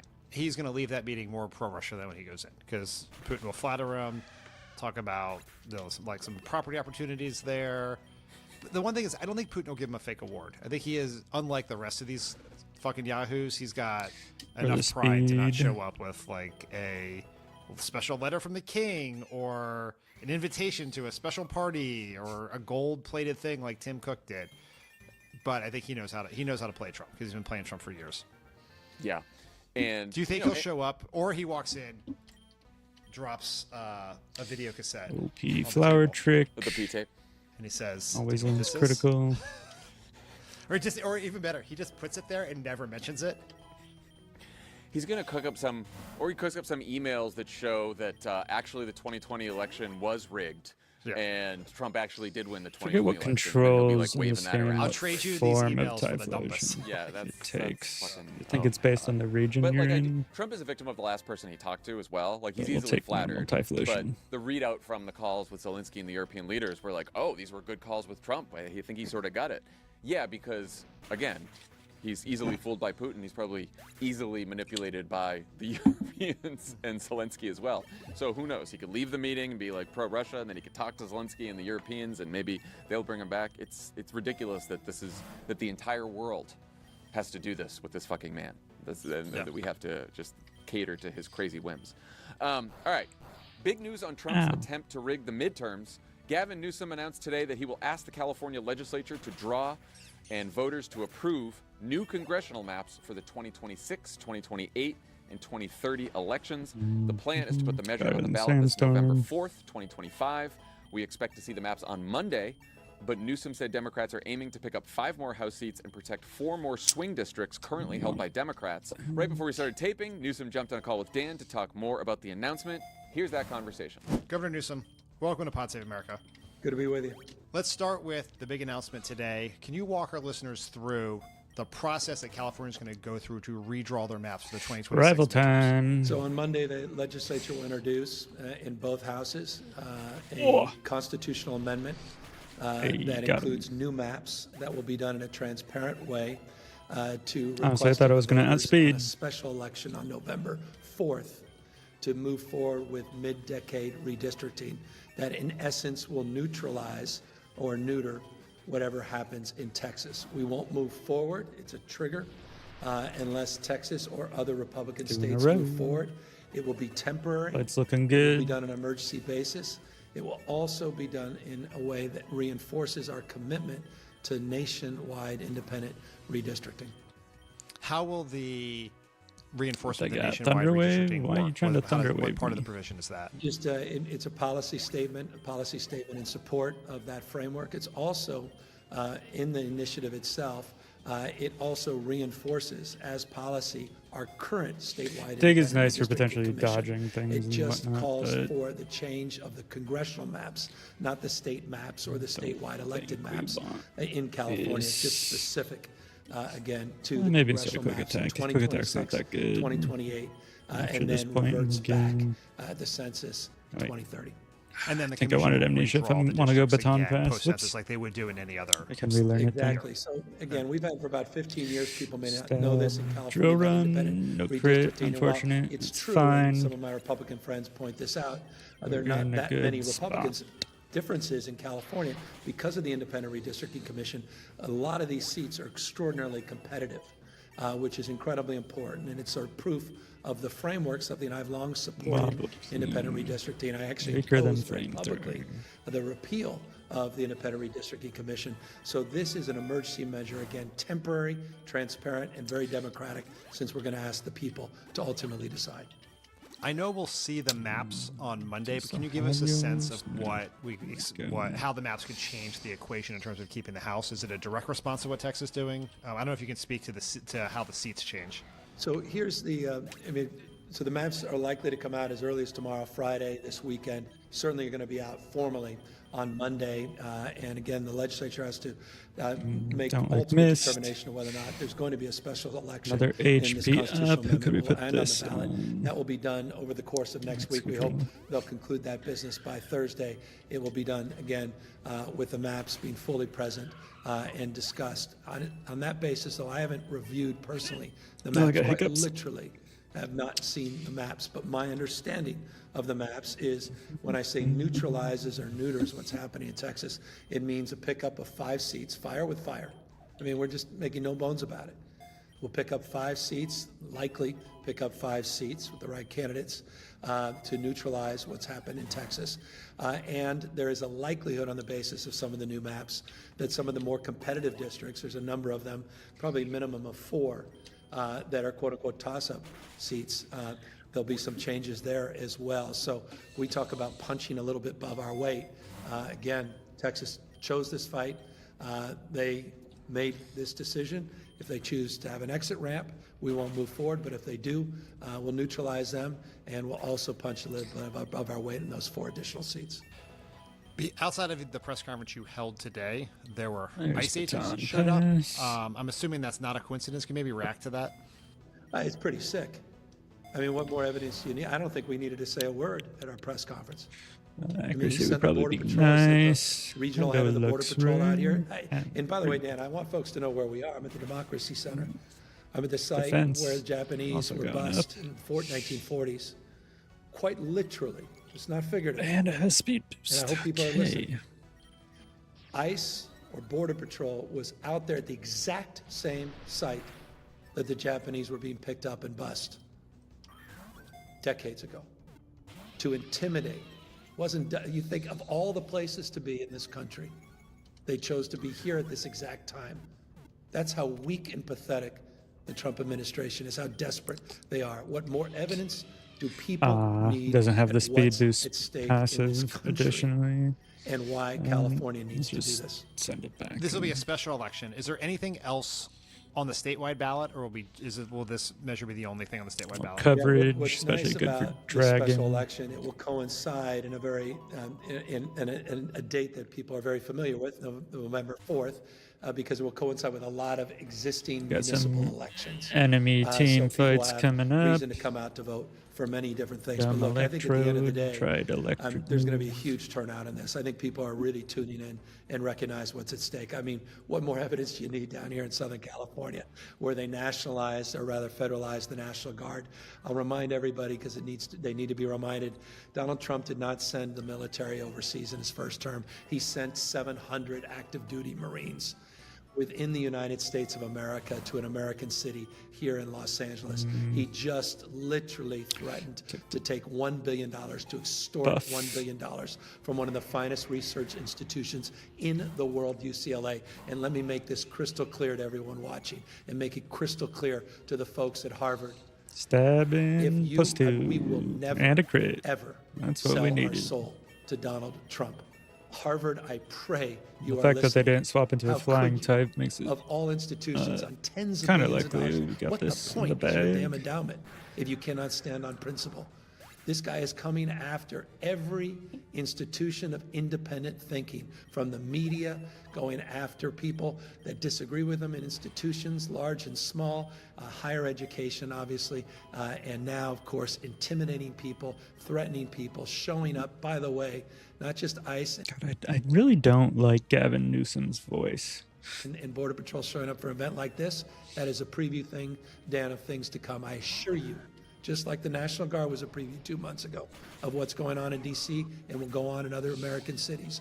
You will see the same kind of activity intimidating people around November 4th here in the state of California, and around Election Day next year, and in 2028. That's what Donald Trump will do. He will send out ICE, he will send out Border Patrol to intimidate and chill free expression, free speech, and the right to access the polling booths. Mark my word. Are there things that you can do as governor to prevent that, or provide protection or security or safety or comfort to people as they vote? Well, we're doing our best here. They were kicked out of the plaza here because they were on private property. But look, they can assert their rights. We do not legally get in the way of federal Whose law property? enforcement activities that are. This is the thing. He never is willing to actually push against the rights of private corporations and citizens and like. He's completely bought and sold. This is why I don't fucking trust him. Are funded by the federal government, despite well-established policies, our sanctuary policy that is not inconsistent with many other jurisdictions all across this country. By the way, same sanctuary Double policies that battle. Rudy Giuliani They used only to got three. celebrate as mayor of New York City, just reminding people for what it's worth in that respect. So look, we'll do what we can, but there's limits ultimately on that. But there cannot be limits in mindset. People have to understand that what is occurring here is a preview. That's very unfortunate. Let's talk a little about the politics of this initiative. As you it's a low, I don't theoretically have low a good turnout election. I answer think there for could be high fighting. turnout for low turnout elections. People engaged, but there's a poll out today from Politico, which I will stipulate does not test the actual measure that you're hopefully put on the ballot, but does show some resistance. That's good. Hopefully the dive isn't going to hit my typhlosion. Redrawing the districts.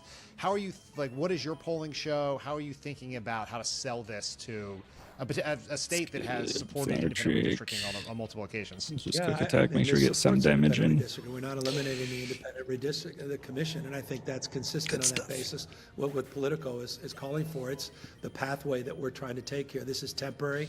We keep the independent redistricting commission. We reinforce and affirm our desire. Sorry, to knock see off it your happen good, but nationwide. I have remind covet. everyone listening, Democratic Party has overwhelmingly supported national independent redistricting. The Republican Party does not believe in it. They want to continue the gerrymandering. They want to continue to pick their voters. They want to continue to rig elections. This is not isolated to Texas. This is coming to Indiana, potentially Missouri.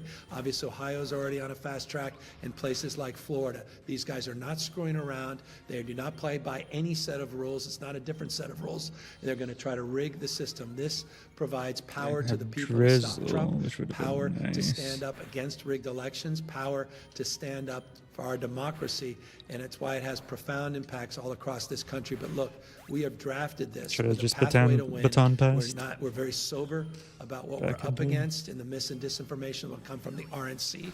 We expect them to put tens of millions of dollars into this. We expect others to come out against it, and so we're not naive about that. Eyes wide open, and we need people that are listening to support our cause, and we need folks low dollar to make contributions. Yeah, if you're in to show California, up. at the very least, canvassing or getting out the word, talking to your family, making sure that they know about the upcoming vote for redistricting, and trying to get that through is something everyone can do. This is about all 50 states, not just 58 counties in California. How could our listeners who either in California or around the country who want to help, is there a place they can go yet, or is that still to come?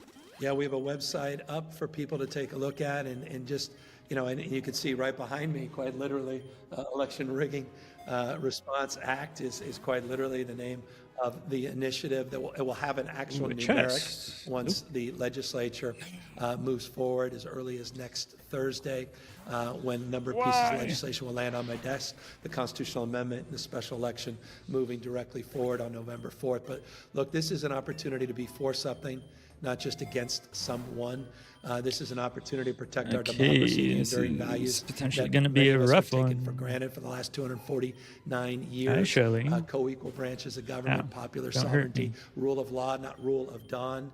And it's an opportunity to participate. You have the power, your voice, choice, show up, contribute, and participate. This is a big damn deal, because if the most un-Trump state in America can't do this, we're in real peril as a nation. And our democracy, I really believe, may not recover if he rigs the midterms and gives him complete unfettered power with no oversight into 2028. Honestly, kind of surprised they outsped there. Not, like, you're directly responding to Texas, which is, under their current version of the maps, trying to pick up 5 seats. But Ohio's moving forward, Indiana's moving forward, Missouri's moving forward, Ron DeSantis is making noise. I don't know Miascarada's Have you talked to your fellow blue state governors about whether they can do similar things, whether it's New York or Illinois or Maryland? Do you know where that stands? Yeah, we've got to move. I mean, I really applaud. I admire what JB did in hosting the Texas delegation. Obviously, Kathy Hochul as well. I really appreciate what they're saying on this topic. And it's been wonderful. And of course, we're so proud of what Texas delegation did, because they put a lot of wind in the sails of what we're doing. They raised so much awareness. Yeah, By more the way, Dan, down for the Texas delegates than We've seen Gavin it Newsom. numerically with polls we did just a few weeks ago, and people not even understanding what redistricting is or what it isn't, and now how overwhelming it is, universal almost, how people now understand what's at stake. But now it's time to put a stake in the ground. It's not just about rhetoric. It's about moving that rhetoric to a different reality. And it's about doing whatever we can, not just in those 2 states, but in other states all across this country. I know Maryland's talking potentially about something in January. I know that Kathy in New York has something not totally dissimilar to what we have in California. There's a version of that in Michigan. But look, at the end of the day, there is no do-over here, man. There's no do-over. If we fall short, if we see this guy roll up and go to all those other states, just like J.D. Vance rolled up into Indiana just a week ago, I mean, we could lose this thing. It's not an exaggeration.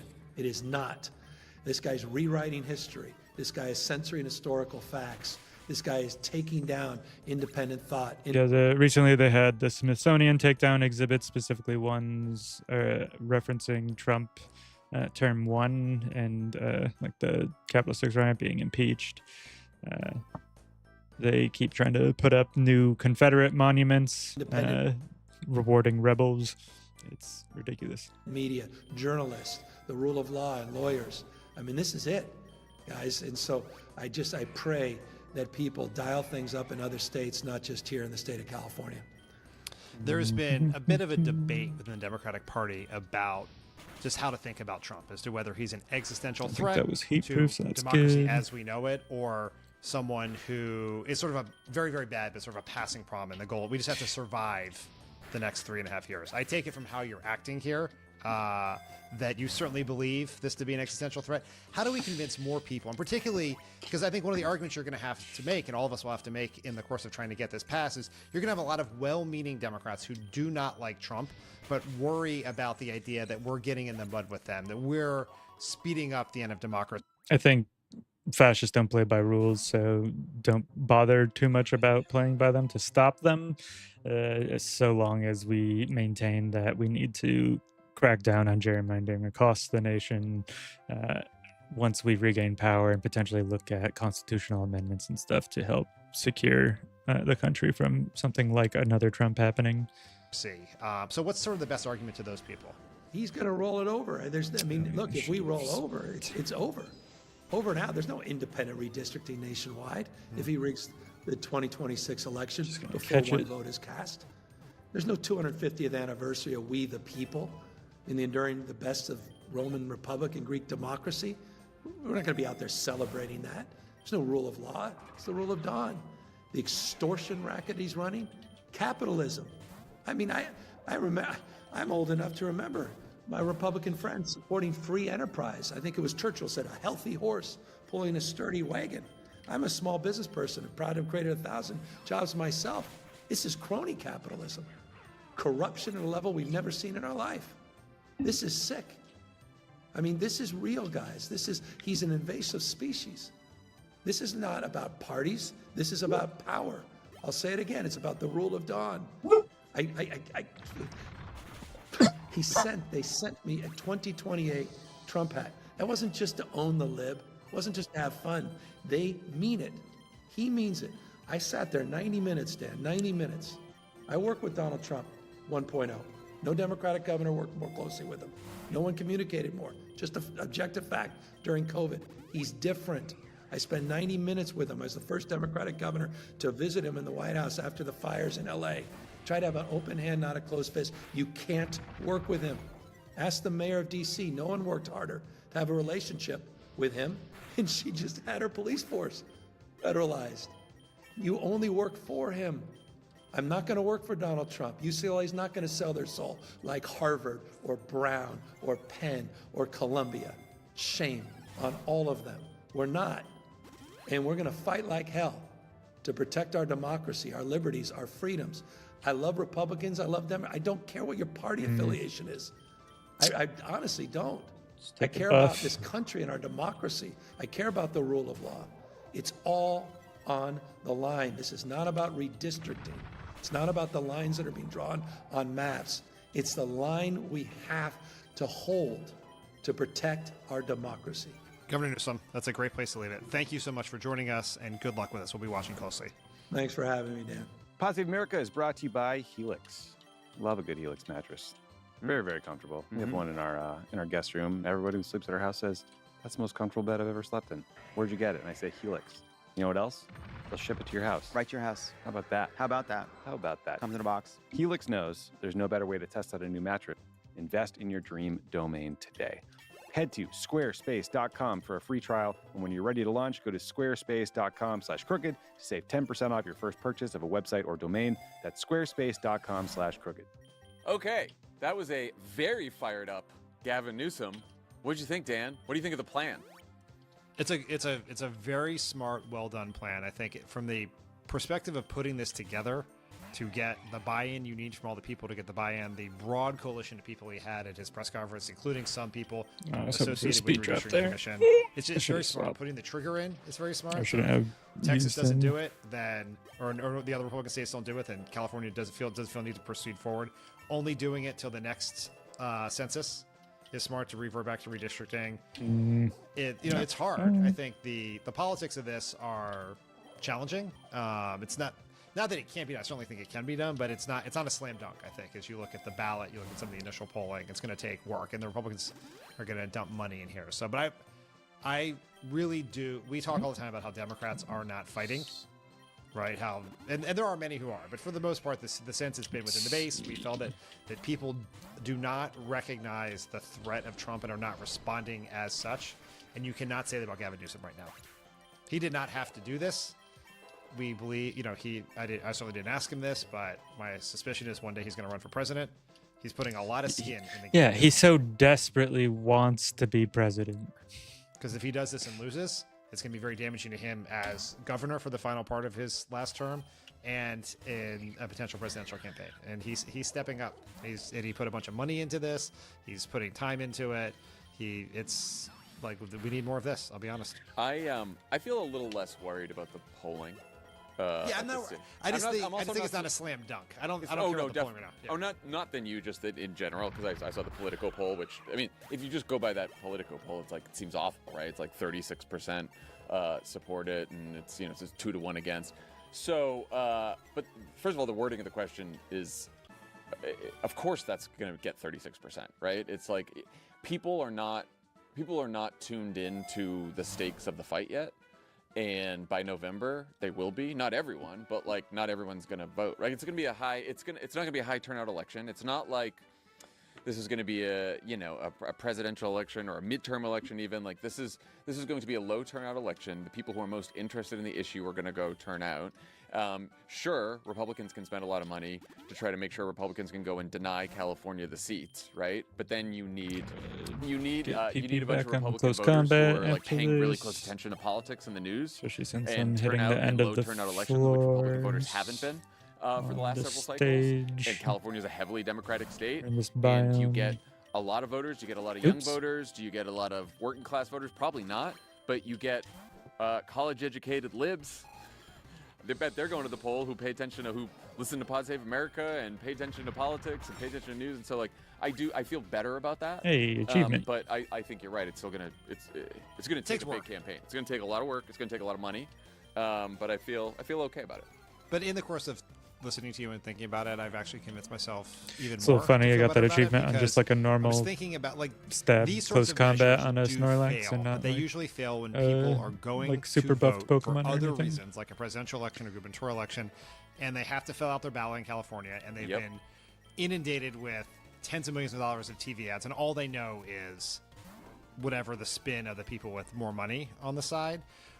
Where this probably performs more like than a typical ballot initiative is the abortion constitutional amendments in places like Ohio and elsewhere, where the only reason you're turning out is this. He beat like half of his team. And that is obviously the largest Shame, population. he's also the one center with in, Revival Blessing. California, but yeah, else Bird. in I the should have state, expected for the most Bird. part, people are turning out for this. It wouldn't have been out yet. For this to vote for it, than to turn out to vote against it, is my guess. Yeah, and I think the challenge with state flinch, and local please. ballot initiatives Don't is flinch we live in a again, nationalized please. media environment. Oh my god! And so someone's not going to know It's the gonna local go real poorly. debate that's going on Never unless mind. you like We're see a good. billboard or get a mailer.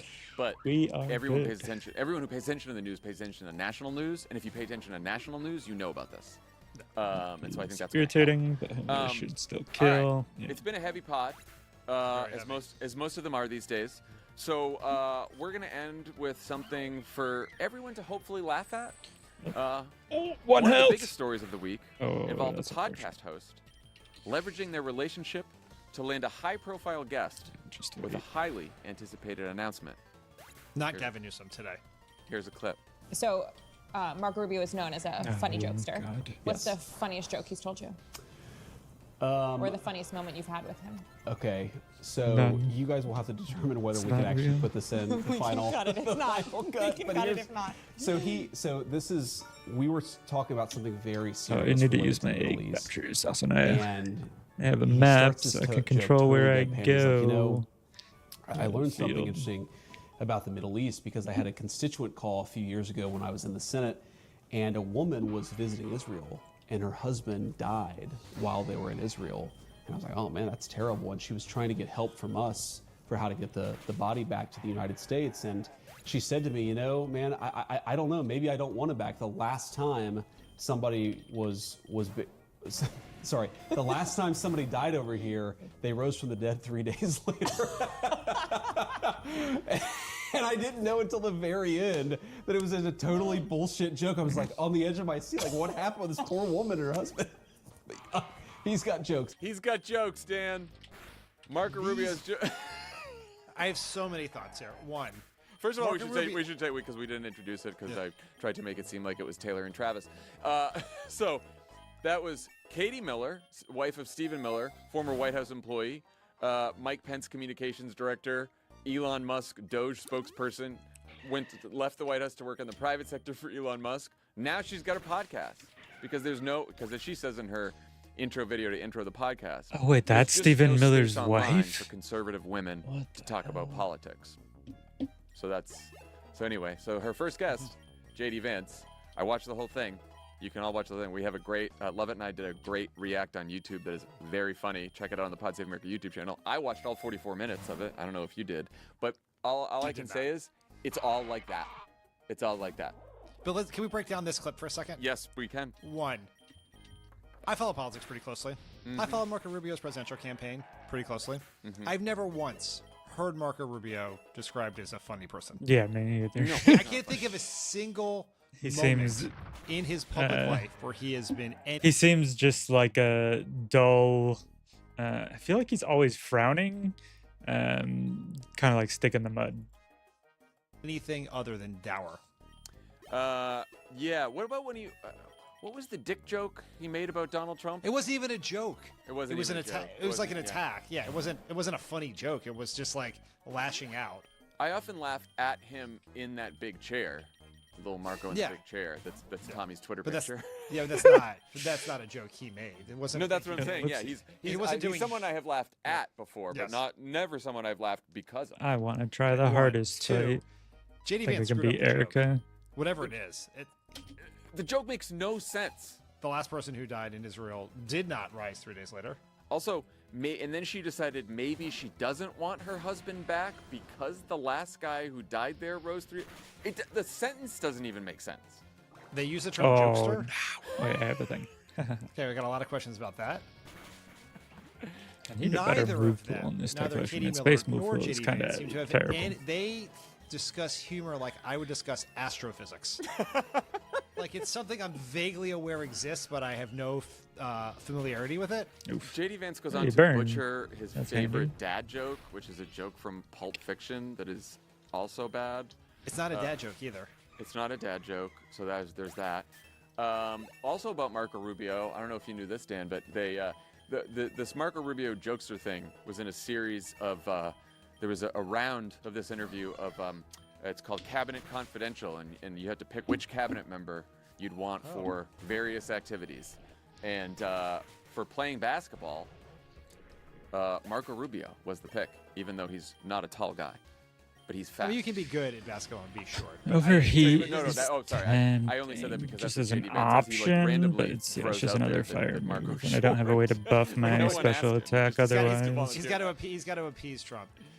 JD Vance is someone who clearly has never had real friends. You're dead. It's just like he just lacks that. He's like a facsimile of a human, and a poor one at that. Just like he just doesn't. I think he had a group of dorky friends. That's my. No, I don't even think that because. Yeah, I don't think JD Vance has ever had a friend. Men, women, anyone, just like he just doesn't seem to be able to relate to other people. Yeah. Like I think he played Magic the Gathering, which is something he said he was going into by himself. Yeah, and we're not allowed to make fun of that here. Yes, some Magic the Gathering fans. I mean, look, I'm not going. If that's what he wants to do with his free time, it's probably the most human thing he's ever done. You know, I don't leave me.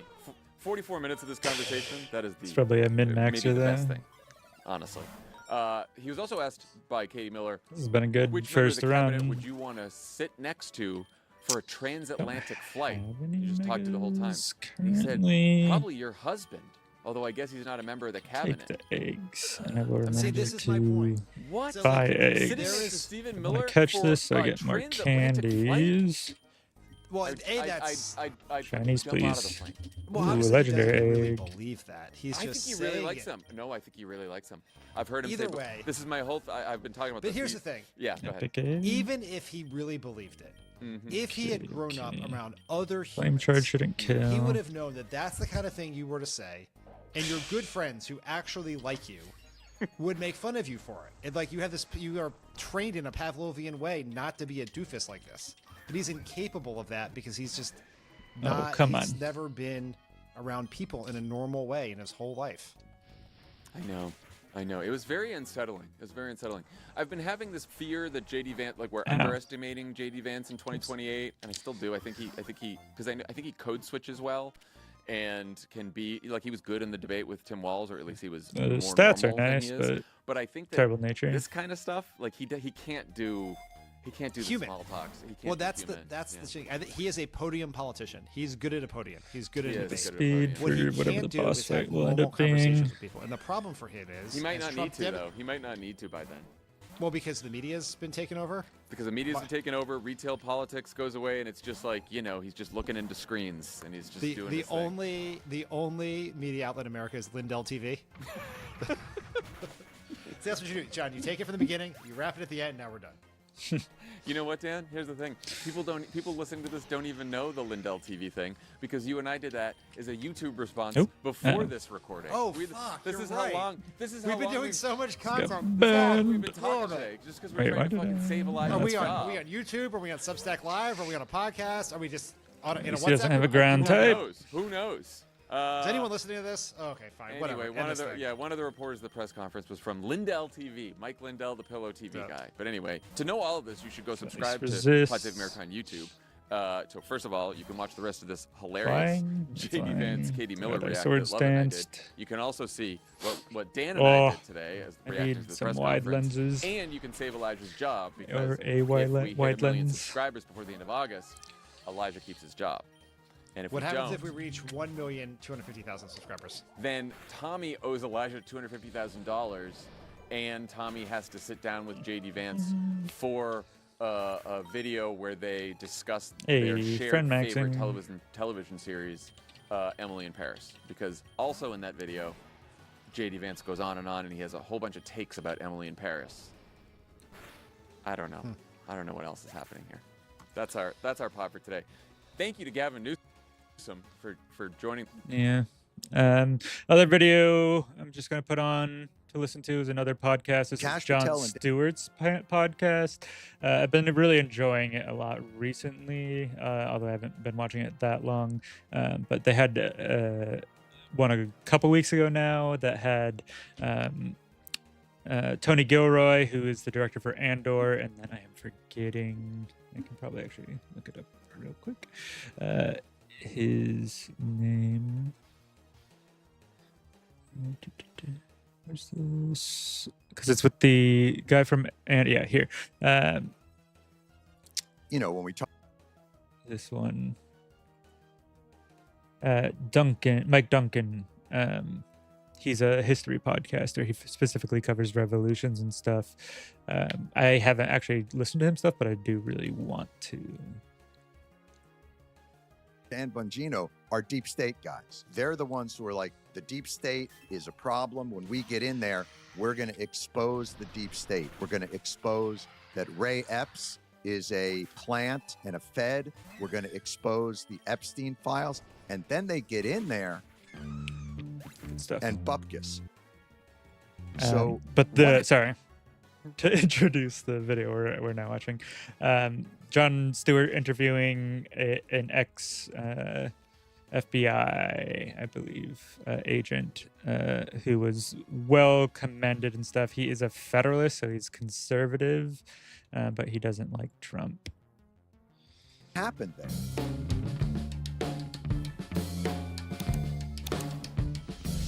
Hey, everybody.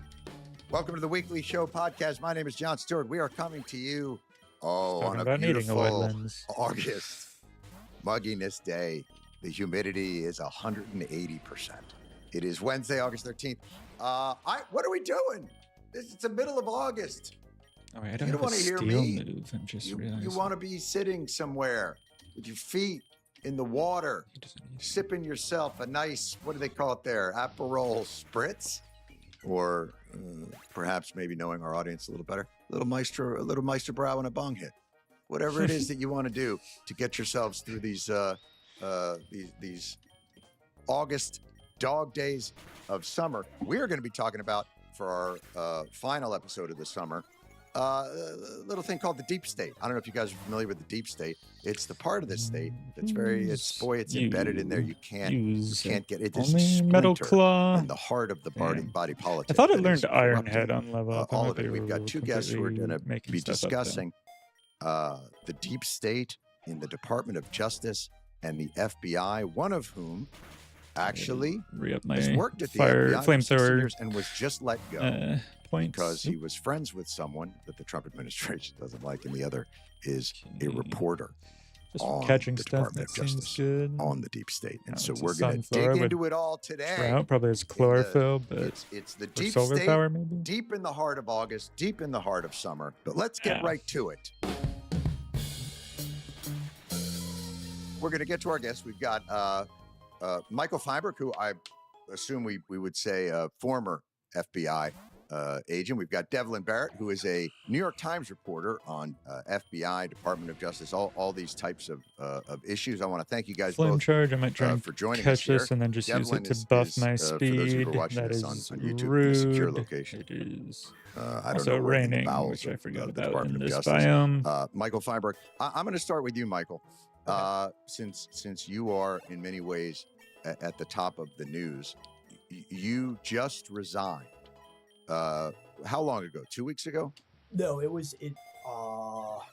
I sent the letter of resignation on June 1st, I believe. June 1st. It was either 2 May months 31st or June 1st, Okay. whichever was the Sunday of that weekend. So you I should probably bring resigned it. from the FBI rather than, and I'll let you tell the story, rather than Excadrill have to for testify here because of about the rain under weakening. oath about your relationship We with got a a friend rival of fight yours coming up. who used She's to gonna work start at the with FBI. Charizard. So. Yeah, so it's a little bit more complicated than that. 'Cause I would hope so. I have zero problem whatsoever testifying about anything in my life, whether it's social relationships, personal life, professional work, whatever. I've nothing to hide or be ashamed of. But Dan Bongino, the come current on. individual occupying the office of the So FBI's close. deputy director, found out somehow, Oh, she I'm went too still far. not exactly She missed. quite sure of the mechanics, She that I was missed. friends with Pete Strzok. Pete Strzok is a former FBI agent who is famously on Trump's shit list, Yes, along with his, I guess, former girlfriend of his, Lisa Page. Is that correct? yes. And, somehow Dan Bongino discovered this, and it was made very clear to me through a series of phone calls with my special agent in charge, who was in direct communication with Bongino, that my career was essentially over. I was in for a number of promotions to the senior executive service. How long had you been with the FBI, Michael, if you don't mind me asking? 16 years. So you've been there 16 years, and in those 16 years, I'm assuming Definitely want to you heal had a up lot of before the rival commendations. fight. You had worked your way up through the process there. Yeah, I was what we refer to as a senior leader. I was the number 2 in charge of one of our field offices. I've received the FBI's highest investigative commendation, the Director's Award, for a major Chinese couple extra counterintelligence levels. case. Now, this was with Huawei. Is that Yes. the case? Correct. Come on, Yeah, so I Rockside, don't was fail sort me of now. the, Oh, I forgot. He has overall terrestrializing. architect of that investigation. At least that had And recoil. I've received a number of commendations from the Director of National Intelligence and other FBI awards. My career was going very well, and I was sort of on a glide path to a senior executive position. And when Dan Bongino discovered that I was friends with Pete, I was told those promotions are never going to happen. All right. That I should prepare to actually be demoted, which usually means a relocation. And my wife was in her 7th month of a high-risk pregnancy. And also that I was going to, at the very least, be polygraphed about the nature of my relationship with Pete. And given all that, given what was going on in my personal life, as heartbreaking as it was, to quote the Stones, I decided to walk before they made me run. Right. Just resigned. How many FBI agents do you think quote the Stones? on their Probably way out the door? have levitate. Probably not that many, I'm guessing. Although Crossfire Hurricane, Oh, the investigation dead, which probably. started this all does come from a Jumpin' Jack Flash line. Yeah. It all goes back to the Stones. Devlin Barrett, I'm going to ask you to jump in here. So Michael basically relaying a story swap. of They do an not. exemplary Still FBI kills. agent, one who has been commended at What the do they highest have? levels They have something that's of low service. health. He is on his And one path, other on a Pokemon? track, moving up. This is the kind of I think. institutional knowledge and skill that Pokemon any seems like a organization safe bet, especially with would Rain need Boost. to function at the highest level, who has been Yeah. suddenly demoted based on, and I hate to throw this back to it, but some sort of middle school, you're friends with a kid that we don't like, so now we're going to remove you from law enforcement. Devlin, how I've kind of mentioned this before, but I feel like a lot of conservatives, especially in like the Fox News cast, but also in the administration, because obviously so many of them are from Fox News, but they all act like high schoolers, like cliques in school, like middle school or high school. It's fucking pathetic. insane, not to pejoratize the question. How insane is this? Oh yes, this is low health. This is a problem that exists now that has not existed in the FBI in the entire post-Watergate era. Like what you're seeing, Mike's case is an important example, but there are lots of other important examples where senior or low-level FBI agents get letters saying, under the president's constitutional authority, you're out. These letters are from Kash Patel, who is the head of the FBI, or Dan Bongino, who is the deputy. Because in Michael's case, it was Dan Bongino, and the other, are these usually from Kash Patel? I've seen both versions. I've seen some from Kash, and I've seen some from Bongino. These fly in the face of civil service laws. These fly in Pretty the good face of how group the of rules have things. always Nothing worked at the Bureau. too It is crazy, so no cute. like shinies It is or so anything. cute to me that you would say, "Hey, this is Well, against civil service Right. laws." But here's why it matters, right? Like, Yeah. all due respect to Mike, too like, bad it's of a not rival really fight. about Mike's career. It's Golden about all the Punch. other agents at the Ex-controller Bureau of me who also, see what happens to Mike goodness. and now have to worry. Wait, if I catch a case that like pisses somebody at headquarters off, am I like, I'm not just in trouble, I'm done. And to be clear, Yeah, it's wild because I think for a lot of these people, most of the cases they get are like out of their control. So it's just a little unfair and cruel. like Mike didn't catch such a case.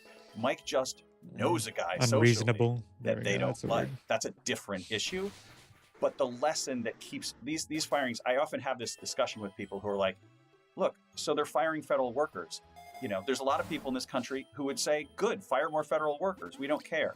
But here's the thing about firing federal. Also, I mean, so you should care about firing federal workers. It's people having jobs and contributing to the economy because they are getting paid and can buy stuff and afford houses and etc. is a good thing. Or could the government be slightly more efficient? Sure, probably. But like, it could also be doing more for us. It could be providing more resources for infrastructure like rail systems, better highway maintenance. I mean, there's someone has to do something about the airline industry, but I'm getting a bit distracted.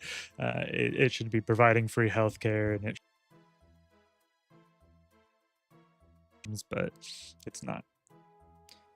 Workers, whatever you think the size of the federal government should be, whatever you think the size of the FBI should be, it's important for these institutions to have some walls around them so they can do their jobs and do difficult things Still don't well. have any Difficult megas, but I things might like take it, see investigate if I corruption, get difficult one. things like investigate spies. And if what you're doing in these firings is you are sending a message to the workforce, not Mike, the people who are still there, that if you cross the people who are running the show, if you cross them, your career is dead. Well, I think it's also a question of, look, any organization has, when a new administration comes in, there's going to be a different set of metrics that are going to go for promotions or for demotions. There's going to be a different culture that's been instituted. I think the question here is that these people aren't being fired for incompetence. They're not being fired for bloat. Let's say it's, organizational bloat. They are being fired vindictively based on through no fault of their own, that they worked on cases that the present administration speed drop thinks they shouldn't have worked on. I wish that was a little higher chance. Yeah. I mean, they're firing people for a lot of different reasons, There's but a lot that is of one of the fighting primary reasons coverage. they are firing people. Rude. Michael, are you still in touch with, when Devlin talks about, this isn't so much about the people who've been fired, although I think, for the people that are fired, X-Fidril would just they'd handle probably this feel that fight way. better. But are you in touch with people who say, yeah, this changes the way we do or can do our jobs? Oh, absolutely. It's been Forest or cave. really We've been doing a lot of interesting grass in a very fights into a sorrowful cave. way for me to go through this process, because I'm in this odd situation where in the week or two after I left, I lost 90% of Thank my you, close friends. Tundra Led. I'm talking about people But who yeah, are no, highly recommend Pokerogue. I know there weren't that many people in chat when I started the run, but I explained how the game works and stuff, how it's a roguelike version of Pokemon that you can play in a browser. Every Pokemon you catch gets added as a starter. You can choose at the start of a run, and there's a lot of like unique unlocks and stuff. I can, whenever I lose this run, I can always go over that again. Might do another run. I mentioned earlier also that I've been playing this game on my own, but I had started a new account for stream just so I could show the game from the beginning. But I could hop onto the account that I'm much further in and show some of the unlocks and stuff you can get for Pokemon, because you can build some crazy Pokemon or crazy teams.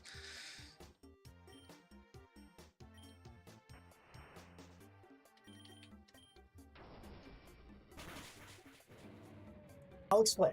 Like, people who are at my wedding, people who are at my bachelor party, people with whom I've vacationed, celebrated the holidays with, they're afraid to be associated with me now.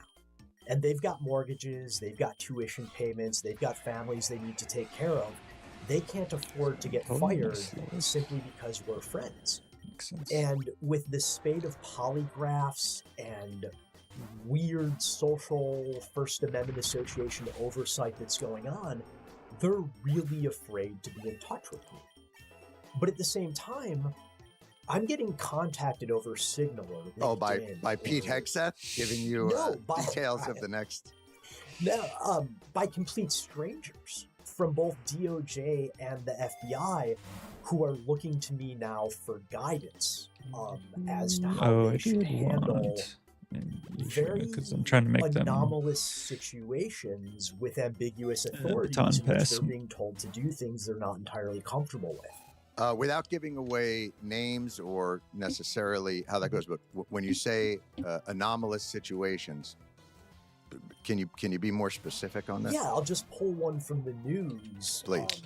In the past few days, like, it is not normal for FBI special agents to be doing street patrols in the District of Columbia.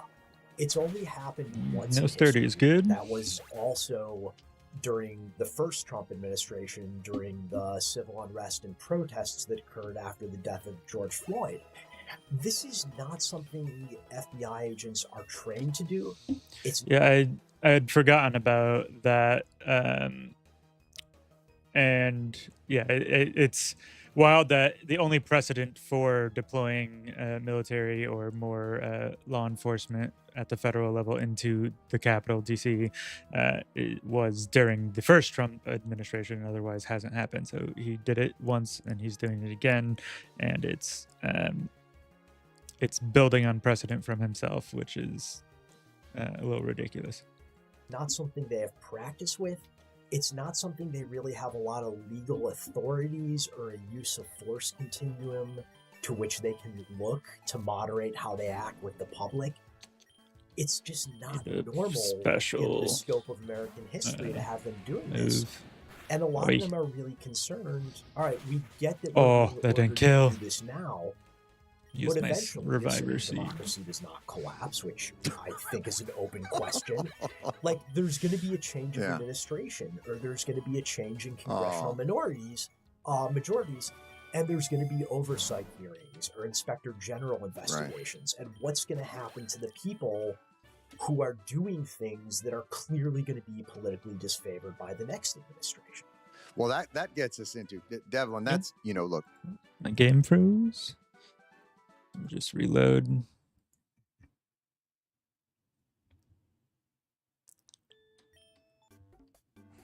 Yeah, cool. All right, it's just taken up on the next floor. We've talked a little bit about, a new administration comes in, they fire people that worked on cases that they disfavored, and it puts a chilling effect on there. Are we now, Devlin, entering a cycle, a sort of Maoist cycle of purges and retribution on the change of every administration? Or is this so particular to this one administration who's, let's face facts, the fuel at the nuclear core of this administration is vengeance and vindictiveness. Right. This is a lot about retribution. And this is a lot about going after the institutions that Trump blames for the cases against him. I think one of the ways to understand what's happening right now is this is actually a very human story, which is I don't know a single person who's ever had their home searched by detectives, catch it agents, just so whatever. I have it as a starter. No matter what the evidence Even shows, though I don't really like a single person Shekel. who's gone through that experience and does not come out of it deeply, deeply, deeply bitter against the people who did that. And what you're seeing is, I think, a very human retribution campaign against all of the people that he's mad at or even thinks he's mad at. I think that's the nicest way I've ever heard that put in terms of excusing. But I would suggest that Trump, his original, before anybody had ever searched his house, was a locker up guy. Psychic on the steel type, not the fighting type. Speeches in 2015. He He wanted to jail political opponents. He wanted to be the strong man. He always seems to have admired. He used to talk about Viktor Orban and Erdogan and Putin. Is this really a question of a guy who's been, emotionally scarred by I find to really be a successful strongman type, you also have to be at least competent. And unfortunately, the Trump administration and Trump himself are very much not competent, at least in governance. Enforcement overreach? Because it doesn't feel that way. Hey, everybody. I know most of you are probably just fast forwarding through the pod to get to these ad reads because they are delightful and you love them. And today's episode is brought to you by Ground News. If you didn't fast... We're skipping the ads One, because, I again, joke with I am a sources all the terrible time. person. It is not 2025. It is 2016 Part 9. We are still trapped on the hamster wheel of 2016 politics, and I don't know when we're getting off it. So that's one. I take the point, but I will say most of the people I cover and talk to, and I'd be very curious what Mike thinks of this, most of the people I talk to and cover say that this administration is profoundly different in how it approaches and manages the Justice Department than the first Trump administration. What is going on now is deeply, deeply different and more damaging than what happened in the first one. And that's not to say the first one was all like sunshine and flowers, but this is different, and this is much more alarming to a lot of the career agents and prosecutors who've been through both. Michael, you were there for both of those. What's your thought? Yeah, so I think the main difference is that during the first Trump administration, you still had institutionalists being appointed to cabinet level positions. Jeff Sessions had been a U.S. attorney. William Barr had been an attorney general beforehand. They were certainly more aggressive on the right-wing side of things, and they were larger believers in the unitary executive. I'm not actually an electric type. But they still had a respect for the norms, largely of the Justice Department. And say what you will about the Federalist Society, when Leonard Leo was picking I have little good to say about the Federalist Society. Been through certain schools, held certain jobs, gone through. They trod a certain path that made them familiar with the organs of the U.S. government, and they had a knowledge of the history of those particular buildings and cabinet departments. Now, you've got a criminal defense team. Yeah, Emile Beauvais and Todd Blanche were AUSAs. That's not really a high-ranking position at DOJ. It's sort of the line level. Brock. Right. Well, they were more personal lawyers for Yeah, they Donald were his Trump. criminal defense team. I mean, same with Pam. I don't think Pam Bondi ever held a federal Probably is government sturdy, position. but I don't think it These can are one-shot people who me. have no reverence for the norms and traditions Did not have sturdy. of the Robert F. Kennedy building. But let's talk about that. So let's do a defense of norms and traditions. I will happily do that, yeah. Because in my mind, I hear this a lot about these guys are violating norms and traditions. That's not, by I wish I had definition, Iron Hood. a bad Still thing. works. And we can talk about the Metal FBI. Look, another there is boost? a strong history within the FBI. Obviously, J. Edgar Hoover most famously weaponized it, not necessarily for a particular might have executive, sturdy. but for Does. J. Edgar Hoover. So he And used fish for it, another medical buff. They Oi! just released the Still should be MLK faster files than where it was me, very clear especially with the that. FBI attempted to drive him to to suicide. madness and suicide based on that. It's not as though even the reports about the Russia investigation Another into sturdy, Trump probably. or Comey's investigation Yeah. into Hillary Clinton's emails are rife with Well, good run all kinds on of the instances Excadrill. of Started the overreach. fight pretty well. So the question isn't necessarily that the norms and traditions are so pristine. It's that this is abjectly corrupt and personal. Wouldn't that be the case? I would take slight issue, please, with your characterization. I think no, somebody's got to. Yeah, just I think the narrative you just provided, is 100% true, basically up until 1974, 75, and 76, and then in the aftermath of Watergate, the FBI and the intelligence Double Dreepy, double subject to a number of Alolan congressional Geodude on most the egg famously the Church hatches. Committee, Volt but also the Pike and Peckle, Rockefeller commissions. Bane, And out Stone of that, Axe, you get a new statutory framework, and you get a Jolly new and Adamant tradition as of nature's. independence of the Justice Is Department from the White Alolan House, Golem which I really think does physical hold. or special?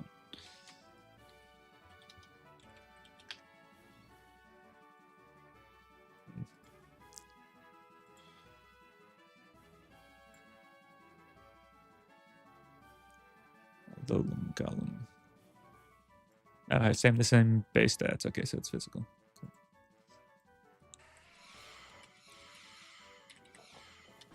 Neat.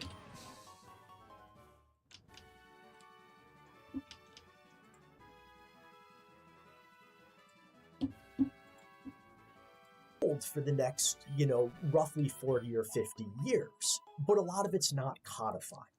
The notion that presidents don't take a personal role in prosecutorial decisions or sentencing memorandums or things of those nature. Rude. It's really held, but it's entirely by a respect for the norms that happened after Watergate and Fine, I'm a probably going to catch it. recognition by largely responsible presidents and officials, regardless of their politics, that Watergate was a bad thing. It's not something we want to repeat. And that's just gone. Devlin, talk about that framework. Yeah, because I want to talk about that framework that was established and whether or not it was followed through. So here's how I would characterize it, and I would actually kind of disagree with both of you a little bit in this sense. What the heck? Since 2016, there has been this long-running political debate about the rule of law, right? We have to uphold the rule of law. We have to protect the rule of law.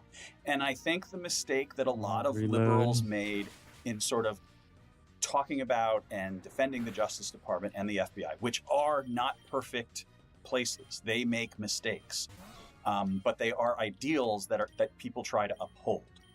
And in talking about the rule of law, the argument was always made: the rule of law is above politics. My God. The rule of law protects the political system. I'm getting and rolled I'll be honest, this as someone fight. who has been covering this world for since the late 90s, I just never have believed that to be true. The political system is above and protects the rule of law. And I think what you are actually seeing and what we've been experiencing through this whole arc, whenever you want to start the I clock, should have a revival is that blessing. What am I doing? the rule of law system, these institutions, tried to assert That dominance is over the unfortunate. political system, and the political system Killed said their no, own we will lantern not at the allow very that. least. But And so what you have now is you have a Congress that is not going to save the FBI. You have a Congress that is not going to save the Justice Department. Go back to this, Devlin. So you say that the justice system tried to assert dominance over the political system. In what sense? So look at I don't mean they deliberately set out to do that. What I'm saying is, if you look at what Comey did, not to harp on an old thing, but if you look at what Comey did in 2016, Comey had an outsized influence on that election. And I think the sort of behavioral lesson that everyone took from that. Now, to go back to give context to that, I think what you're referring to is jumping. Too fast. There's the Hillary Clinton email investigation. There's the thought that Russia has. I mean, this is sort of, if we go back and unravel the whole original sin of this story arc, at least, unfortunate. It kind of begins with the meetings at Trump Tower, where supposedly Russian influencers, agents said, or we have information on Hillary Clinton, or will get information, or they were asked by the Trump administration to get information. And this has kicked off. I think it's further than I got in my first run the first time I played, though. So Trump has a server in the basement where he's connected to banks, which turns out not to be true. The Steele dossier, which turns out to be filled with I shouldn't have falsehoods. Where did I? But ultimately, went to the cave. Where did I go after the cave? I'm wondering. I should have tried to avoid getting in water again, knowing that I was fighting Team Aqua.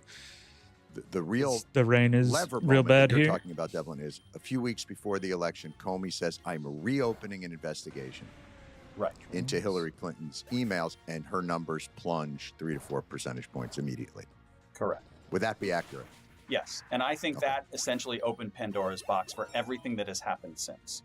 That's my whole theory of the case. But wait, Michael, in terms of being at the FBI in that moment, as Devlin is talking about, how surprised aware there's more is the than rank and file about this email investigation? Or The Russian, more than 100 levels. What is the conversation around all these issues that's going on in the FBI at 2015, 2016? So it's a little difficult for me to generalize because I also had I came to headquarters too many as water a weaknesses supervisor in the counterintelligence division in the end of 2015 when a lot of this stuff was going on.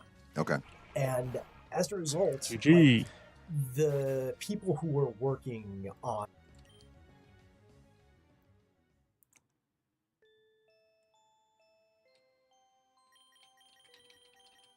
Okay, we're on a new run. Let's see. So yeah, now we don't just have only starters available to us. We have all these Pokemon that we hatched and caught during that run. Actually, speaking of, do I have any more egg things? I do. I want shinies. The reason I want shinies is because the drops you get between fights are based on your luck level, and if you have a shiny Pokemon on your team, your luck level is increased.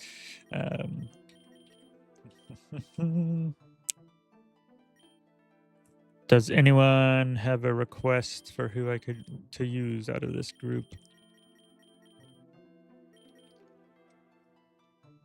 Also, I'm gonna run to the restroom and grab a snack.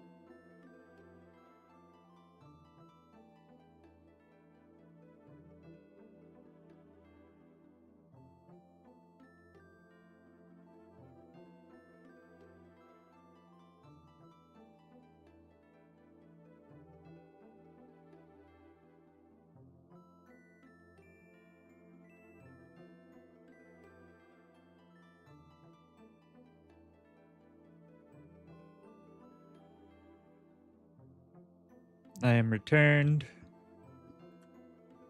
Let's see. Okay. So, for starting Pokemon, unless someone has something they want, the one here in the box, that means they have Pokerus, which would give better stat growths, making it so your Pokemon are a little stronger, a little faster. So I don't like monkeys, but I'll take it. It has nasty plot, but another thing, when you are in this screen, you have you can see in the very, very top left up here, there's a number of eggs that you have. So we should have a decent number on people who are just using Piplup. You get it based on the friendship level as well as just catching them or hatching eggs that have them. Shinies will give you a bunch, and it lets you you can unlock a passive, which is an additional ability that they have. You can reduce their cost, so this is when you're building a team, or you could buy an egg to try and hatch more of them, maybe if you're trying to hunt shinies or the like.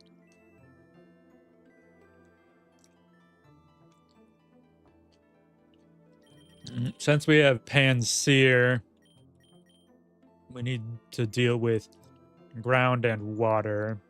So a grass type would probably be smart.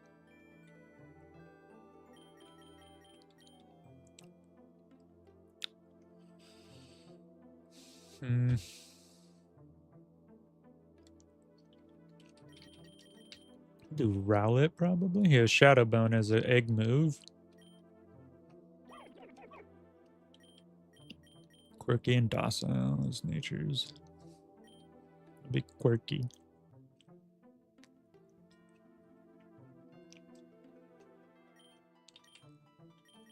Let's see. So that should cover both ground and water. We might want a ground type of our own because we need electric coverage, at least for the early game. Then we're either ghost or fighting. Probably ghost since we have the Shadow Bone. So we probably want something for dark coverage.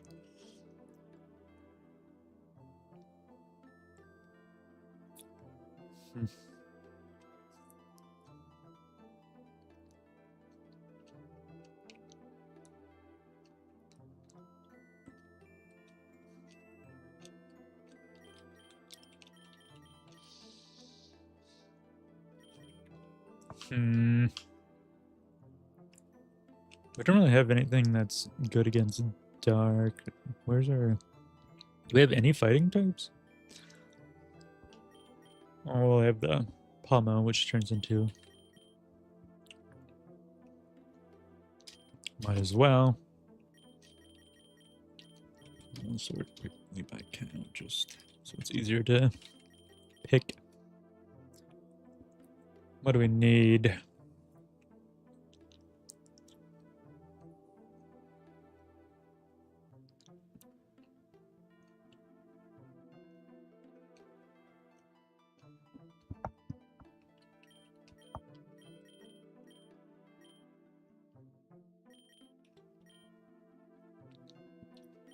Don't need another electric. Don't really care for Spritzy. This would be another flying type early game.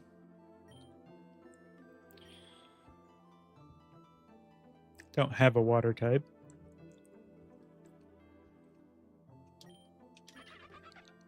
Yeah, we'll give this a shot.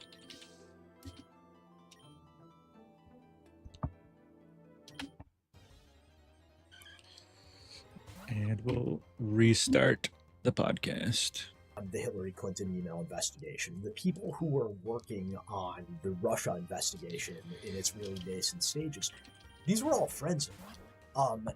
These are the people I socialized with, the people I carpooled with, the people with whom, I got beers after work or coffee during the workday. Give us a sense of how big this system is. It's huge. So, I mean, by virtue of these sort of social connections, more encounters for more experience inklings of what was going on. Might as well keep getting But experience on Pommy despite though. what the public perception is, it's not like the entire FBI or even all of headquarters was aware of every step in these cases. They were pretty locked. I find that a little concerning that our FBI, like whoever's in control of the FBI, isn't necessarily aware of what everyone is doing all the time, which is a little crazy to me. Yeah. Like I said, I had inklings because I knew people, but they weren't giving me details on a day-to-day basis, remotely, of anything that was going on.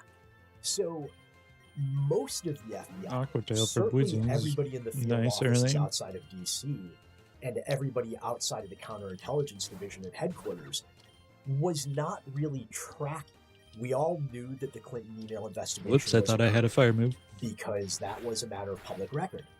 The Russia investigation, people forget, was pretty locked down until after the election, or at least until after the Intel Community Assessment about Russian interference came out. These investigations are what we would call restricted, which means I can't even go into FBI systems and look things up if I'm not a member of the case team. They did a really good job of locking down the details of the Clinton email investigation, because everybody knew it was going on because the Justice Department had announced so. It was a public referral that originally led to the opening.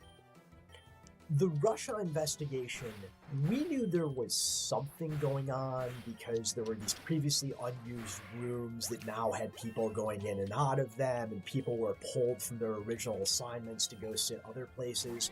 So we knew there was something in the air, but we had no idea what it was. The fact that there was an investigation into members of the Trump campaign and potential connectivity to the Russian intelligence services was not something the general workforce knew at all. All right, so Devlin, what are the rules in place? So this is all taking place, that certain members of the FBI are off on the Hillary Clinton investigation. Certain members of the FBI are simultaneously investigating connections between the Trump campaign and Russia. You just said you don't really buy the idea that politics and law enforcement are these two separate entities, but that law enforcement kind of inserted itself into this political scene, and this is the blowback from that. Is that what's happening in that moment? Yeah, I mean, look, I think the public sort of election turmoil, let's say, that the FBI created or participated in 2016 was really about Clinton email, right? Because most of the details, most of our understanding of the Russia investigation prior to the election wasn't known to the public at that time. We could see little bits and pieces, but I think in some ways the public was even more in the dark than Mike was in terms of like what this Russia investigation was about until well after the election. And I think, like I said, no institution is perfect.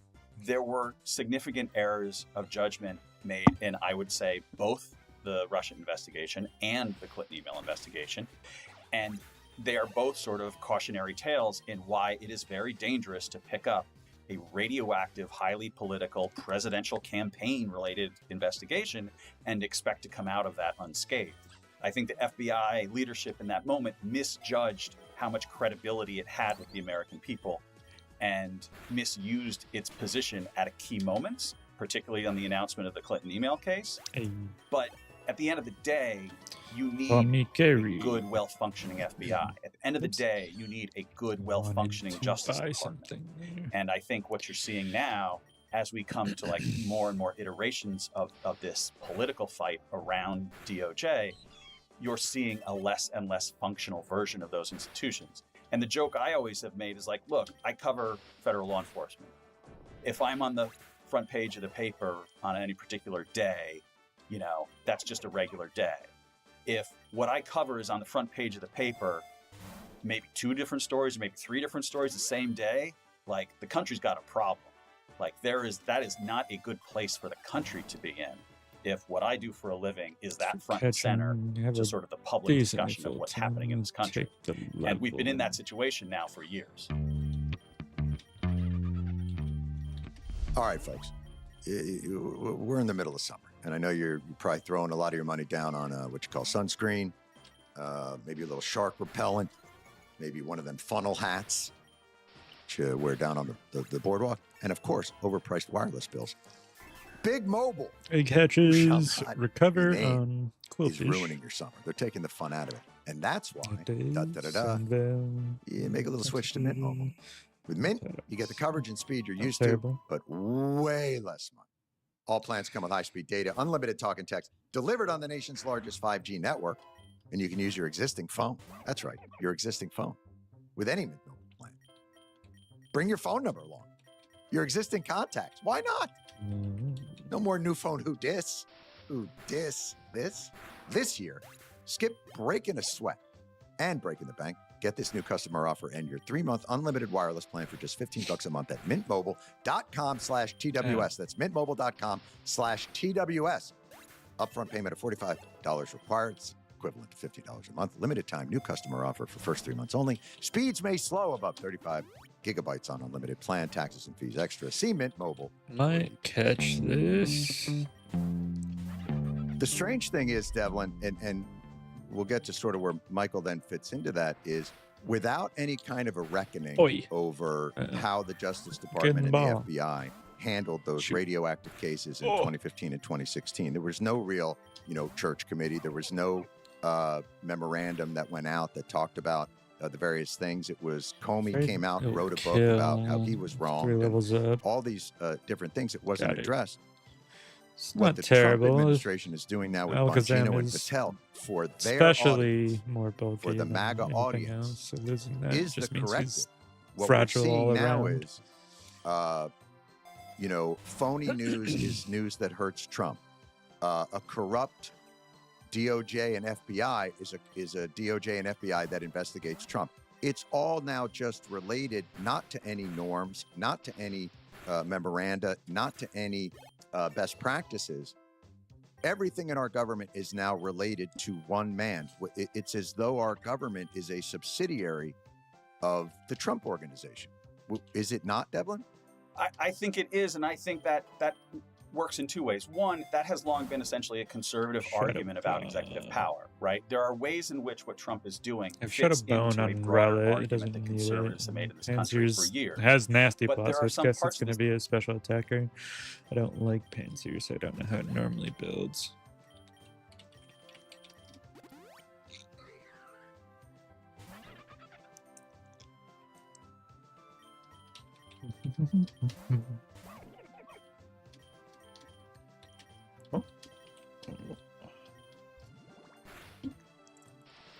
that are unique to Trump's desire for total control and Trump's desire for revenge and retribution. And, I was saying when the DC takeover when the federal takeover of the DC police force happened, one of the things I said to a colleague is like, look, in many days he tries to be the mayor of the United States. He is a incorrigible micromanager in that sense.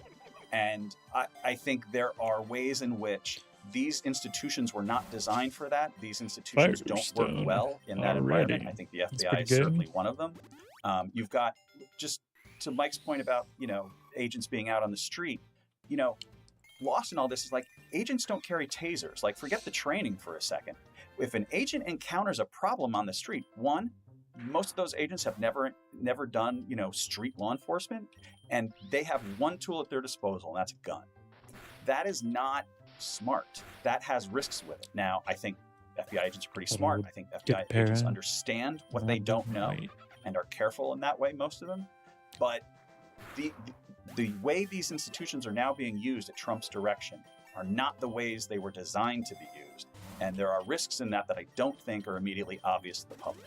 Is that, Michael, is that the worry for you with those? Like, for instance, you're a guy you've worked on all these cases, espionage cases with China. You speak Mandarin. And by the way, let's be clear with the audience. Michael is not a dyed-in-the-wool, bleeding-heart liberal that's been removed for his things. You were a member of the Federalist Society at Northwestern. Consider yourself conservative, a constitutional conservative, which is, I think at this point, a relatively unique creature. But is that your concern, that he's Definitely basically unique. using really specialized tools as hammers? I have a lot of concerns. That is certainly one of them. Devlin is very correct. The FBI, I mentioned this earlier, but I realize I should probably explain what I mean by it, because a lot of people in the audience have never worked in law enforcement. If you are a patrol officer for a state or local police department, you have what's called the use of force continuum. If the person you're talking to punches you, you can maybe use a chemical agent. If they continue to fight you, you could escalate to a baton or a taser. Like, those may not be the exact examples, but it's like, there are steps you can take. Rules of engagement. Exactly. The FBI, because traditionally we're only dealing with our subjects when we're doing an arrest or a court-ordered search or an interview, we don't have that. We have a set of rules for what to do if our life is threatened. But, like, we don't carry tasers. It's pretty rare to carry a baton or a chemical agent. You have a Glock. And if there is an imminent threat to your life or a civilian's life, you're authorized to use it. But we're not trained for dealing with protests in the streets or crowds of people getting unruly. Well, even in chain of command, Michael, I'm just curious, just now we're just talking, logistically. So let's say 500 FBI agents are deployed onto the streets of Washington, D.C. in support of maybe National Guard, which has also been deployed, or maybe Metropolitan Police, which are, I think, normally deployed. What is the chain of command? Is your, I guess, authority still Kash Patel? It's weird, and when we very suddenly were ordered into the streets in 2020, that was a question a lot of us were asking. What is our statutory authority for doing this? What are the legal violations we're investigating? I don't think so. We were just sort of told, and never in writing, that the Attorney General of the United States has authorized you to do this. And we were deeply uncomfortable with that.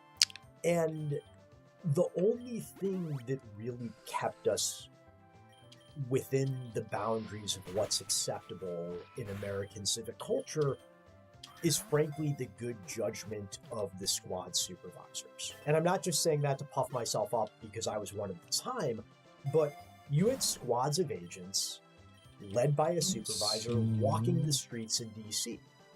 And those supervisors were making judgment calls in every tricky situation about how to handle it. And in general, I think they acquitted themselves very well. But even that's not enough for this administration, because there was one group of squads that got surrounded by protesters who were yelling and shouting at them, and they decided to take a knee to de-escalate the situation. Sure, I remember. Now, we can debate about whether that was the right course of action. There is certainly a wide variety of opinion within the FBI itself. But all of those agents, as of a few weeks ago when I left the FBI, they were being punished for something that occurred 5 years ago. Wait, they were being punished for this is ridiculous. Every agent. Ruining every part of American government, just as much as they can. It's who took a knee in 2020, in 2025, was removed from their position of leadership. Whoa! What are the? So right now within the FBI, if you're an FBI agent, up until now, what are the offenses that you could have committed that would get you removed? So it's being friends with an agent who worked on or is an enemy supposedly of the president. Is it anybody who worked on these Russia investigations? It's simpler than that. It's simpler than that. Okay. What is really Synchronize. happening is they are trying to turn over as many leaders and line personnel as humanly possible so they can replace them with people who are inculcated in their own values.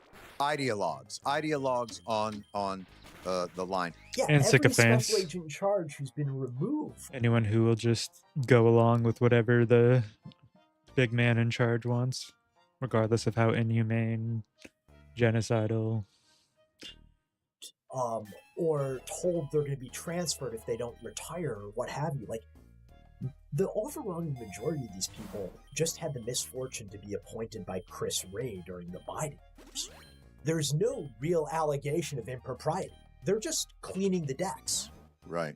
Well, that's what I was going to say. There may be plenty of people who agree wholeheartedly with Donald Trump who were working on the Russia investigation because that was their job, not because they were ideologically opposed to him. Yeah, we never got to pick the investigations on which we worked. Like, we were assigned. So what is that, Michael? Let me ask you, what does that do to the nation's law enforcement, institutional knowledge, and readiness if the first order of hiring is purely that you are ideologically in line, that you pledge your fealty to Donald Trump? How can they fill out an organization of competent people who also do that? No, the integrity of the organization is totally destroyed. If your number one priority is ideological rigor or political loyalty, by definition, there are going to be certain cases you choose to pursue and certain cases you choose not to pursue. Better than tackle, I I guess. don't think it's a coincidence that we've seen the gutting of the DOJ and FBI's public corruption program, both domestically and internationally under the I Foreign needed Corrupt a Practices res. Act since this administration came in power. Talk about specifically when you talk about the gutting of corruption agencies, because that's something, look, the Supreme Court has issued decisions that it's almost impossible to get, I would think, corruption convictions anymore because there has to be explicit quid pro quo. And in terms of executive privilege, there is almost total immunity. So even forget about what they're doing with the ideological function within the FBI. What about just the legal framework around getting corruption cases going and convicting?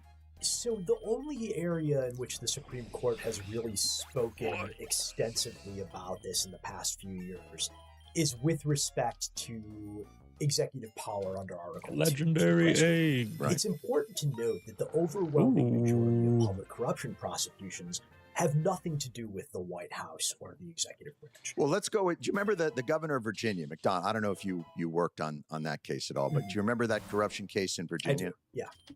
So he was convicted of, getting a gold watch and all these other things for favors. There was a Supreme Court case that basically said, well, we don't find, I guess, explicit quid pro quo, so that's fine. Doesn't that change the bar of corruption for what FBI agents would investigate? It does and it doesn't. In most public corruption cases, there's not a lot of gray area. The quid pro quo is pretty explicit. There was a decision involving, I think it was Rod Blagojevich, that there used to be something called the Honest Services Statute. It was a real malleable law, which basically said if you're depriving the people of honest services, you can go to jail for public corruption. And this is sort of famously when Rod Blagojevich attempted to auction off, essentially, Barack Obama's Senate seat. Yeah. That ruling had a lot of effect on how easy public corruption prosecutions were. Might be wiped on the second rival fight. Law to leverage, precisely because it was so big. And there's a very colorable argument that it was too vague, and the court was right to narrow it down a little bit. Right. I generally think we want our laws to have as much specificity as possible, because I don't want as an Right, I FBI got it, agent, Bob. I'm not an elected official. There is no real democratic accountability for me with the Is that electorate. kills? So I want very specific laws that take away my discretion, just as a member of a functioning democracy. The quid pro quo thing, I would say in the overwhelming majority of public corruption cases, you do have that quid pro quo happening to such a degree that it's not going to be an issue. Mm-hmm. So I'm much less concerned. You don't think this then will have a chilling effect on the ability to bring public corruption? Forget about the politicized nature of it, but even, when the president says we're going to make it legal to bribe foreign governments for, corporate entities. That's a different thing. Right. The quid pro quo decision, I'm less I have to mute largely because emergency the quid pro stuff's going quos by. are happening explicitly in most cases. And secondly, if you're engaged in public corruption, you're also engaged in a whole host of other illegal activity, usually laundering proceeds or committing wire fraud or what have you. Live next to that you both a could still be hospital and a indicted. fire station. There's more than one way to skin a cat. There are ancillary crimes that go along with some sort of, because you have to hide the profits of your corruption. Exactly. So I'm not super concerned with the quid pro quo decision. I am immensely concerned with the executive immunity decisions, partly because, it makes it impossible to ever go after a president for pretty much any conduct whatsoever. Right. But I also think it's totally at odds with U.S. history and founding ideals. Mm-hmm. Definitely. One DOJ person said to me years ago, Trump is going to do a lot of cases that are good for Trump and bad for the country. That's just how this is going to play out. And if you look at the immunity decision, for example, one of the things I think is amazing about the immunity decision that the Supreme Court handed up is that under the terms of that decision, the Mueller investigation would basically never happen now. There'd be no way to have any information. The premise of it wouldn't fly, and the factual gathering of the information would also not fly. Right. And so there's almost no way to sort of imagine a Wish Mueller I investigation had my in this Abra up environment. actually, because they can deal And with the fungus honestly, and get some I don't think experience. that's an accident. But no one else on I my team think is really good that at is the handling grass types. a significant number of conservatives on the Wanted Supreme Court evolution. expressing their dismay and distrust of how the DOJ has done this in recent years. Hey, what do you got there? Business? You realize your business needed to hire someone? And you needed them yesterday? Well, how are you going to find it? How are you going to find amazing candidates fast? What are you going to walk outside? Ask people directly? Just use Indeed. Stop struggling to get your job post seen on other job sites. Indeed's sponsored jobs help you stand out. Sarah John. Podcast. Indeed.com/weekly. Look, I am a conservative. I studied constitutional law literally under one of the founders of the Federalist Society, Steve Calabrese. But the unitary executive theory, that's pretty far afield from what any of the founders ever intended the president to be. Like, the whole point was to place restrictions on the operation of government, not to create an expansive executive power. This gets us to maybe the fundamental contradiction at the heart of the MAGA movement, which is it is a movement that absolutely cloaks itself in constitutional rhetoric and almost fetishizes, how many of the guys, I got the Constitution here, they wrap their buses in "We the People." But it is, if anything, it's better with it's anti-federalist. It's more Articles of Confederation. It doesn't appear to be in any way have any fealty to constitutional principles of free speech, checks and balances, any of those things. Good start to the fight at the very least. If your devotion to the Constitution is largely manifested through "We the People" tattoo and your affinity for the Gadsden flag, your understanding of Federalist principles is probably not as deep as you think it is. You're saying they may not, in fact, be tread on? Is that what I'm hearing? As somebody, I really do consider myself a philosophical and constitutional conservative. Right. But that requires a lot of toxic. thought and a lot of penetrating discussions about what words mean. And like, were the founders looking at Locke and Mill? I or mixed up the Burke, stats or for what have you, when they were supersonic coming up and with these confuse, right? systems? It's not Probably should have just simply kept poison saying, fanging I anyway. don't like what you're doing, therefore it's unconstitutional. Like, you have to actually engage with these ideas on a regular basis in a way that even makes you question your own beliefs, or the project has no intellectual integrity. And when I was coming of intellectual age in college and law school, the conservative movement, I think, was very into that. Your audience would probably disagree with a lot of the conclusions we came to, but there was an honest rigor of thought that is totally lacking in that. Well, because I think what they've done is they've sort of ceded any kind of that rigor to the emotional kind of impulse of one individual that they believe stands above kind of all of it. And they've even, I think, infused him with a sort of religious fervor. But Devlin, you've got these organizations, the DOJ, the FBI. I mean, we're talking about law enforcement. Trump's influence writ large has been enormous. But if he rewrites the purpose and principle of all those organizations, have we lost the one thing that maybe made America exceptional, which is the stability of these institutions? Are we now in a kind of retribution cycle? Because if I'm the Democrats, I'm watching Donald Trump and going, oh my God, he's just exposed a whole host of levers of power that we never exercised, that now we will. The Democrats, no, maybe, but yeah, historically, Democrats are incapable of actually using government effectively, and for actual change and actual progress and actual help. I think that's right, and there's a couple ways of thinking about that. One is the Kash Patel selection as the FBI director. I think it's safe to say that whenever a Democrat comes into power, Kash Patel will no longer be the FBI director. And you will have lost one of the sort of, institutional sandbars that protected that institution from political changes. Now, some people will say, certainly some people in the Bureau will say, it's a good thing if Democrats replace Kash Patel when that situation comes to pass. But the other way to think about this problem, and again, I am a Justice Department reporter. I do not cover politics, but politics has swamped the Justice Department, clearly. And politics, to me, it seems pretty clear that politics is less and less about what people believe, and it's more and more about who people hate. And so in that model, places like the Justice Department and places like the FBI, which investigate politicians, are going to be under greater and greater pressure.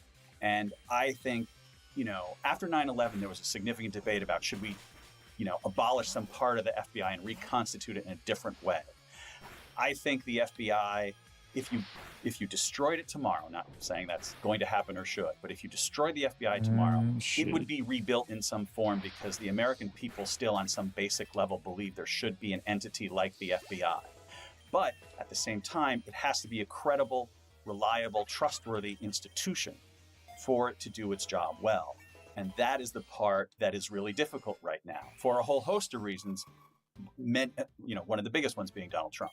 I mean, I would say, so this gets us back to sort of the characterization of those institutions as the deep state.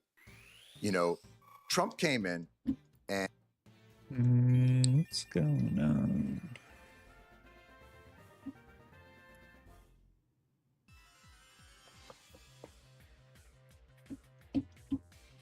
And he basically characterized any of these sort of organizations within the government that may not have expressed loyalty to him as the deep state. So now it's in the minds. Look, there's always been a distrust, I think, through civil libertarians or through different political groups of law enforcement, of DOJ, of FBI. After 9/11, the Patriot Act supercharged certain kind of digital espionage and all kinds of other things that people, I think, were very, and rightfully so, uncomfortable with how it was going to be exercised. But this concept of deep state is a really powerful one, and can be utilized by anybody who has some concerns about how government is going to use its authority. And Michael, I'll ask you, because look, Kash Patel and Dan Bongino are deep state guys. They're the ones who are like, the deep state is a problem. When we get in there, we're going to expose the deep state. We're going to expose that Ray Epps is a plant and a Fed. We're going to expose the Epstein files. And then they get in there. Floatsul. And Bupkis. So what happened there? So there's a real irony here in that the deep state never existed.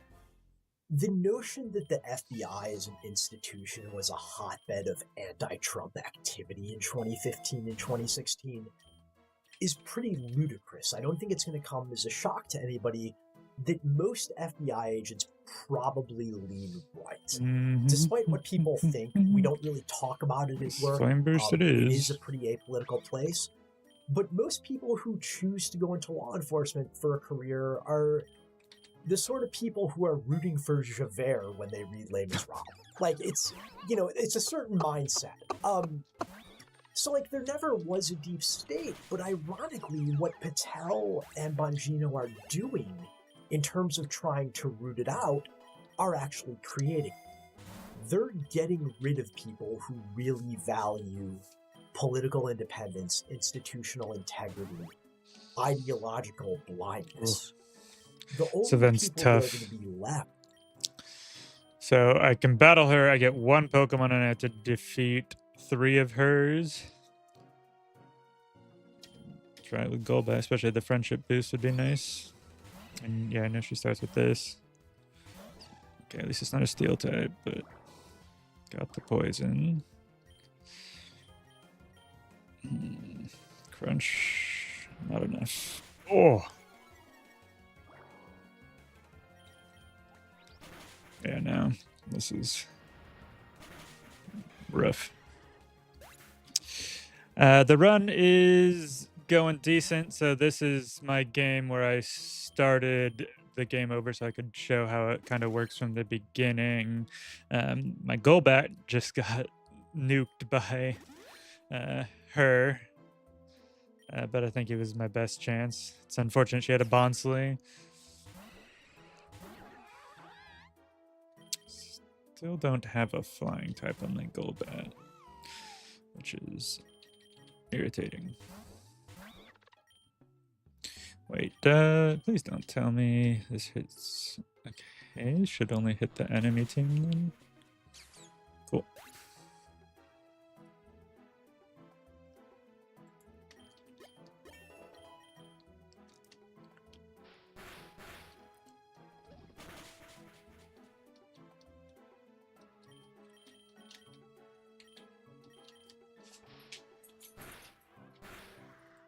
By the time they're done, Not very good. years by now, are people at the executive levels who are willing to bend their principles for the party in power. How cynical was this, Michael? Like, all the stuff about Ray Epps being a Fed and January 6th being a government op that was, a bunch of Feds urging on Antifa to Didn't storm expect the the one Capitol shot and there. get it done, or that the deep state was protecting the Epstein list because of that. How much did they believe that? How cynical was that? I don't need that. And what is the process? Why is this Epstein thing suddenly now? Oh, yeah, no. I mean, if anything looks like deep state, it's the president's personal lawyer going to interview Ghislaine Maxwell. Off the record without it being recorded. Yeah. Right. And then a week later, her being transferred to a minimum security prison where sex offenders are not allowed to be transferred. I do want to be using Dartrix There's just a for couple the things to unpack there. First of all, in Golden terms of the Punch. cynicism, there's probably a lot of people throughout the country who really do believe that January 6th was some sort of inside job. I think it's a ludicrous belief, but I don't doubt that there are massive numbers of people who sincerely hold that belief. But were Patel and Bongino I need amongst this them? to be. The notion that anybody that's the who correct one. was involved in the Stop the Steal rally, any of the organizers, they know that's horseshit. Right. I mean, are you really telling me that, like, the PhD holders at the Claremont Institute Yeah, this should have been or just better. various professors across the country, including some at Ivy League universities, or, like, they know they're peddling bullshit to the masses. Right. Like, so there is an immense amount of cynicism at the top levels, and a lot of gullible people at the lower levels who are being taken advantage of. And I don't know how a country survives that. Finally, Devlin, at least how a does, flying type when you stab talk move. about, how many times have I read Ray Epps? If you look at Ray Epps, the whole thing unravels from January 6th. That was all an inside job by the feds, or when we get in there day one, you're going to see all the names on the Epstein client list, and you're going to see, well, now we know Trump is on the list, or allegedly on the list, and Ghislaine Maxwell, after talking to the president's personal lawyer. Yeah, the Ghislaine thing is so fucked up. Trump's lawyer goes, talks to her, and then she gets moved to a minimum security prison. And also, it's is like, transferred to a minimum security prison, and I'm assuming getting surf and turf. that the prison isn't supposed to allow sex offenders in it. Like, it's supposed Was to be a this prison all that cynical bullshit? they're not supposed to be sent to.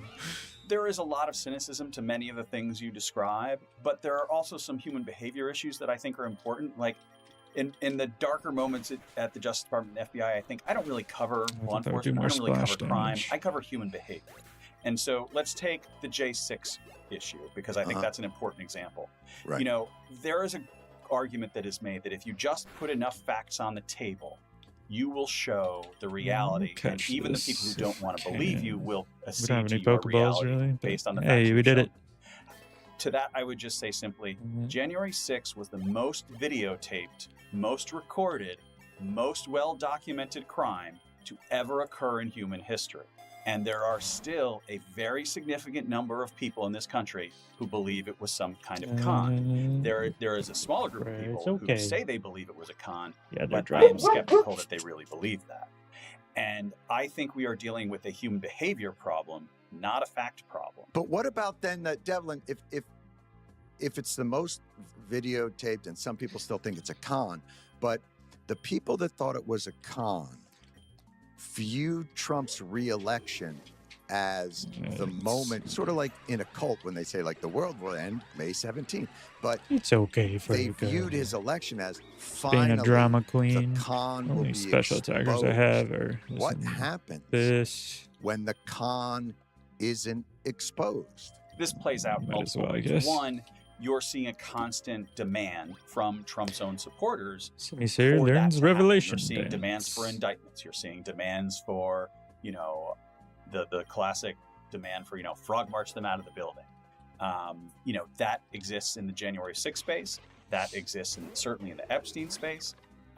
And one of the things that happens, I think, with this war on the deep state, this professed destroy your cousin deep state, is nice. One of the features of it as a human behavior function is you're constantly Brother, promising the future retribution. And I think one of the challenges that the Epstein thing in particular shows is that there's a real potential price to be paid for never delivering that, even when you are in charge. There is a challenge to having someone like Kash Patel in charge of the FBI, which makes arrests, when you don't arrest the people who rooted for Kash Patel. When Kash Patel does not make a lot of those arrests, there is a potential political price to pay for that. And I think we are just sort of starting to test the limits of that. And I think it's going to be a very interesting, one of the ways to measure this, right, is when the Epstein stuff was in a really bad place, put the administration in a really bad place a few weeks ago. There was a very quick amping up of the talk about retribution for the Russia investigation. Right. Obama, Clapper, they were all going down. Yes, and you have seen an increase. If you think about levels on a soundboard, you saw them try to turn down the levels on Epstein and try to turn up the levels on the Russia retribution stuff. And I think that is part of a general process, as part of a general behavior of a lot of folks do I even have who any think good this is their natures? season of retribution. But at the end of the day, if Speed, you're going to arrest people, maybe. you're going to indict people. I talk to people who are in the crosshairs of that all the time. And one of the things they say, and I think, I take them at their word, is look, at the end of the day, I still have some faith in the criminal justice system. That in theory, could you investigate me? In theory, could you indict me for something? Sure, but I think no judge and jury would buy that. Maybe they're wrong. I want to be clear, like, there's a world in which that's not true. All right. So, Mike, you're there when you're at the FBI and you're seeing online Ray Epps is a Fed, and that's why January 6th. What is the recourse within the FBI to disprove that? Is there any kind of energy to disprove it? Does everyone just have to hold their powder? This actually raises a larger issue with whether the FBI, as it's historically been constituted, is able, in our current political moment and in the age of mass media, to maintain the trust of the American. Traditionally, the FBI, with a few exceptions, Comey's press conference on Clinton being one of them, but even I'll defend even aspects of that.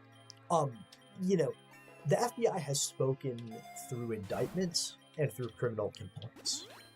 We have not generally, I apologize, I still say we.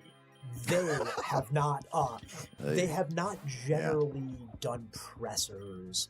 They have not met off the record or one-on-one very frequently with journalists.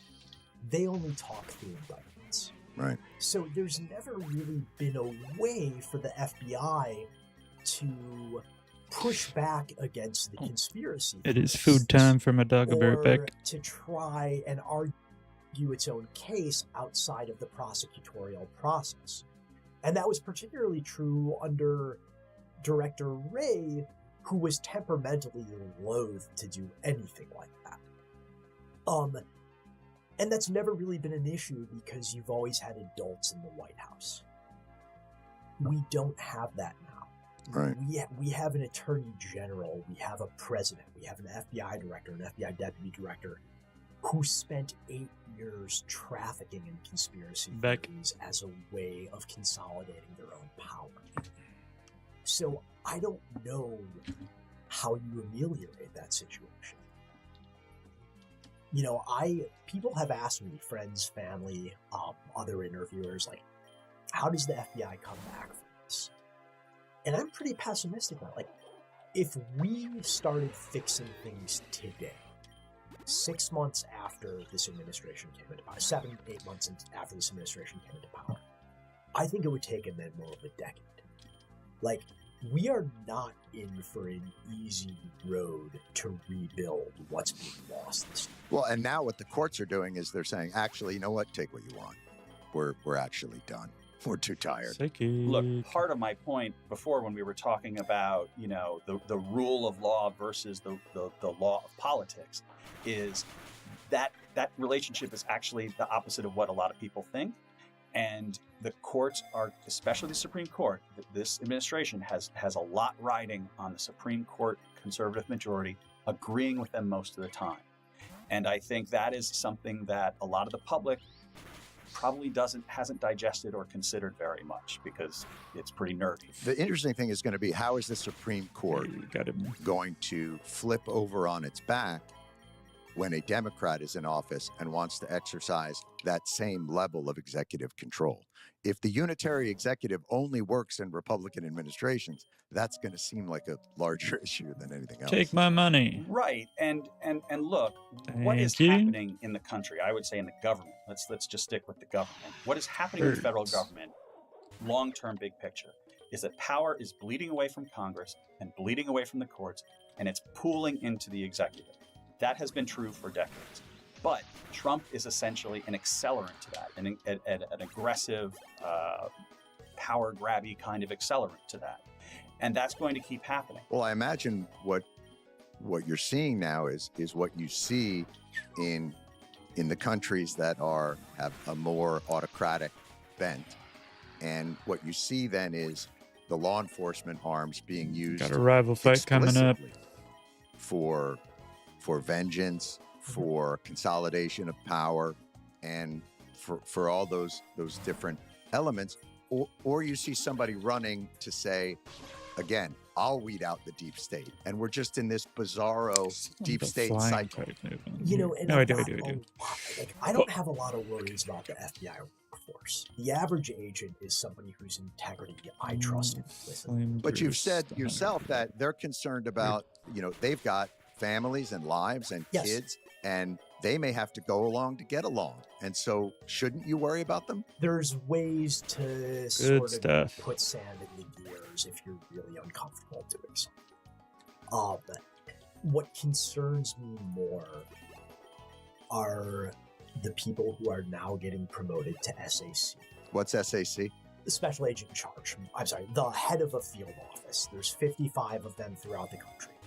The people who are being made division heads, they're explicitly being told, and I've heard this from some of them, that like, you are not going to criticize the director, you are not going to criticize the deputy director, and you are not going to push back against administration priorities.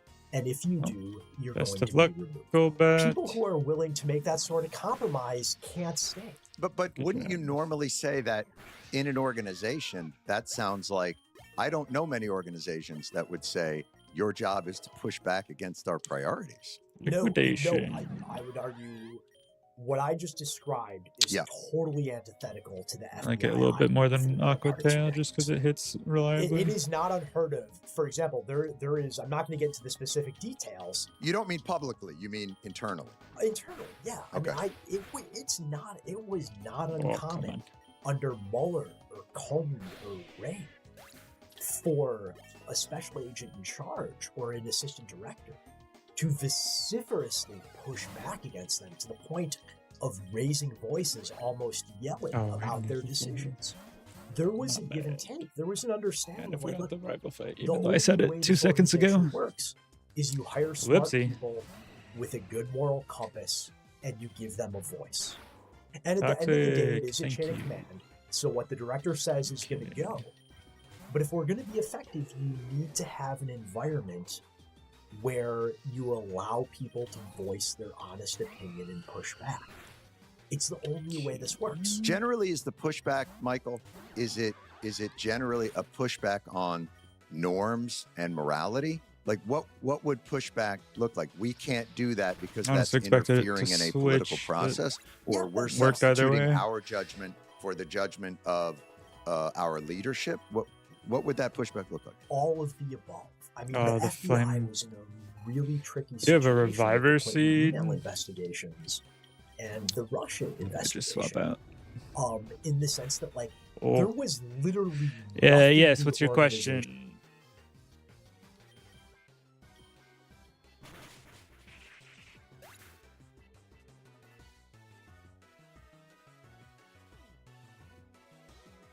Everybody understands that reopen the economy is just code for kick people off unemployment, right?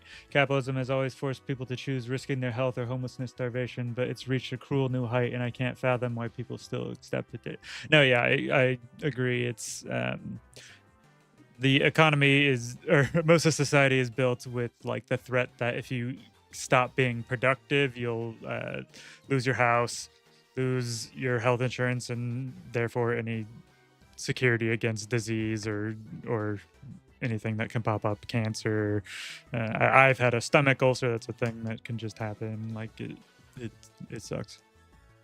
Yeah, this video is mostly on the intelligence stuff.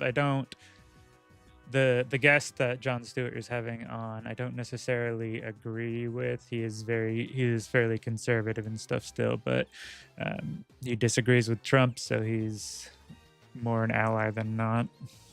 Could do that was not in some form or fashion going to put a thumb, however slight, on the scale. That's not intentionally. Just like we were investigating both candidates. Would the alternative have been not to investigate them at all, or to have them? Which you can't do either. So, right.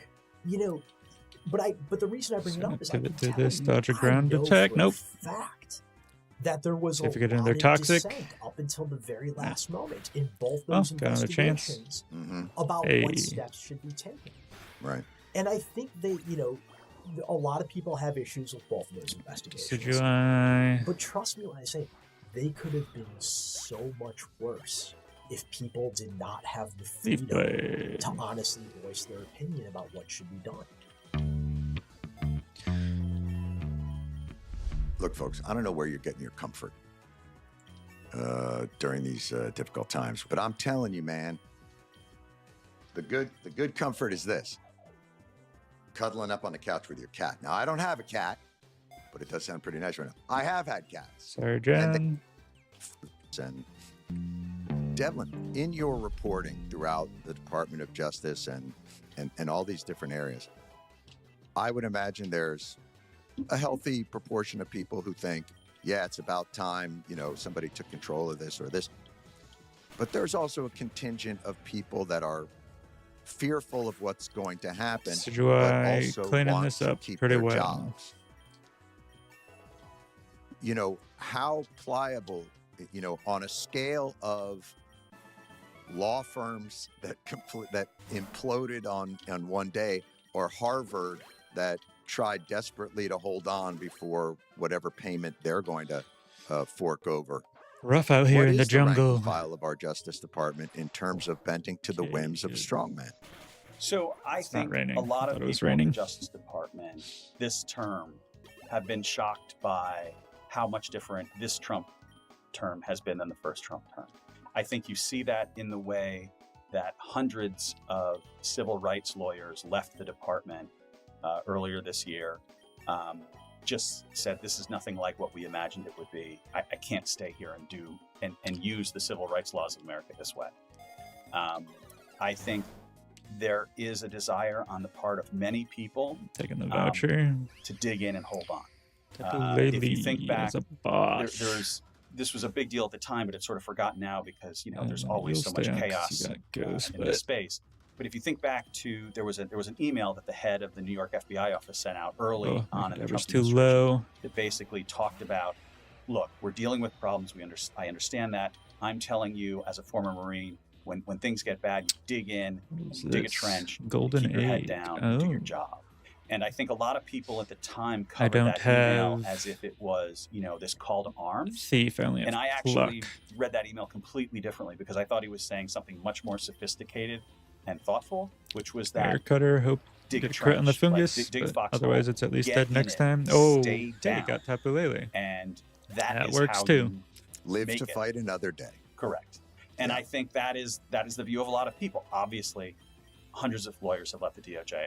Obviously, people like Mike are getting fired for reasons that don't pass the smell test. Right. But there are still many more people, I can tell you because I talked to a fair number of them, who are like, they will have to give me that letter. They will have to make me go. And I don't want to misrepresent the scale of the problem. I don't have that much of a sense of how large the DOJ FBI is. I imagine it's massive. And are we talking about like a few people around the margins and there's generally this large ball of knowledge that stays, or what?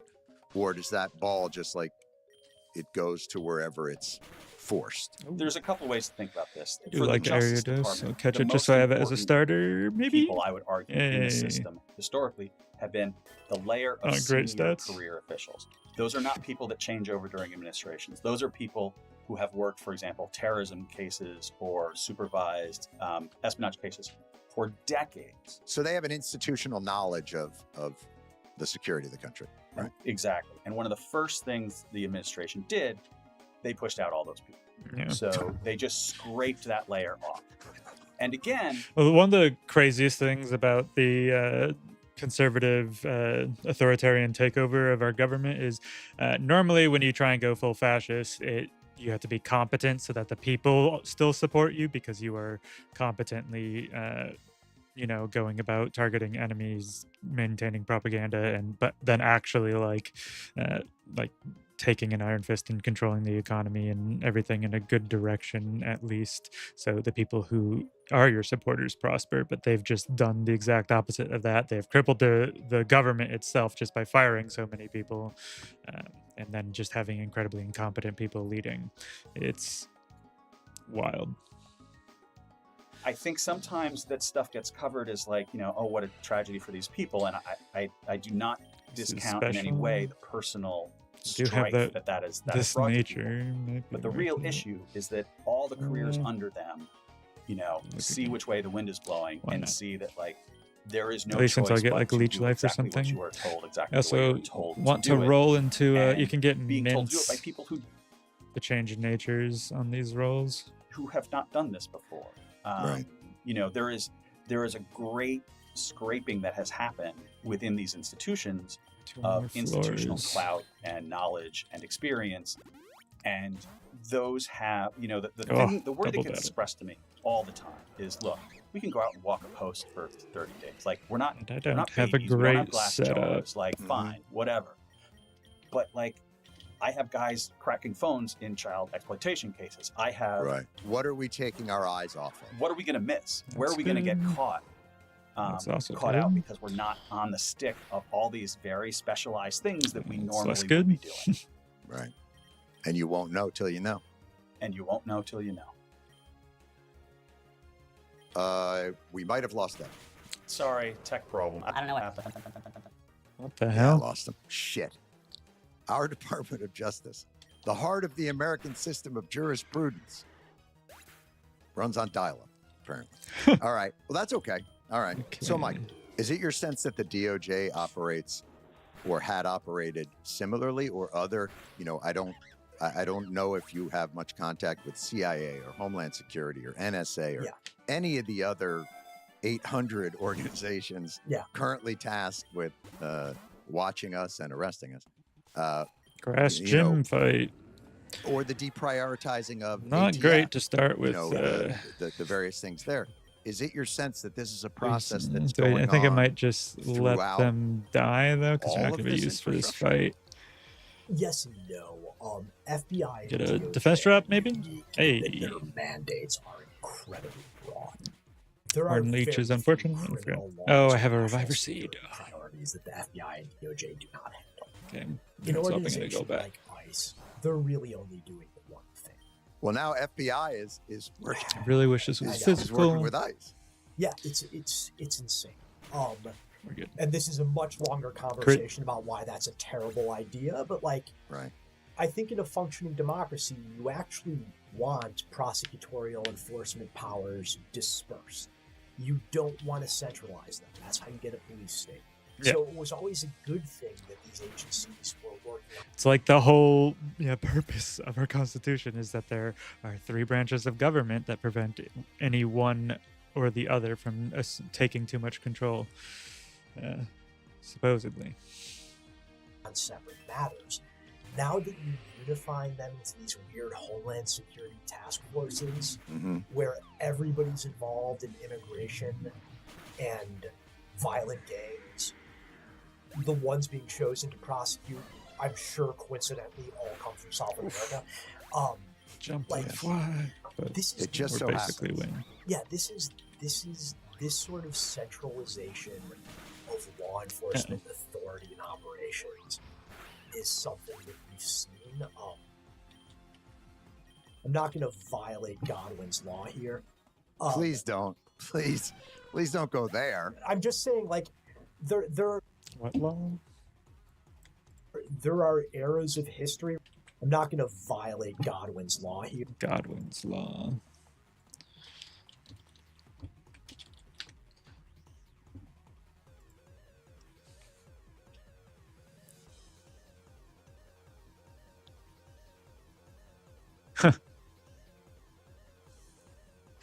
It's the idea that an online discussion, as it continues or exists for a duration of time, it gets closer and closer to being compared to Nazis. I don't know the exact origins of it, though, and I'm not that interested in it, so back to the video. Here. Please don't. Please don't go there. I'm just saying, there are eras of history where this has happened and countries where this has happened, and they're generally not things we want to emulate. Right. Have you, through, and obviously you're not just an agent, but also it seems a historian of a lot of this. Have you seen those moments where countries move? Which is why I do kind of respect this guy's opinion, because I do think it's very important that you have a good knowledge of history in order to understand politics and the general state of the world. Move into more authoritative states, and these things get, look, we still do at present time have elections.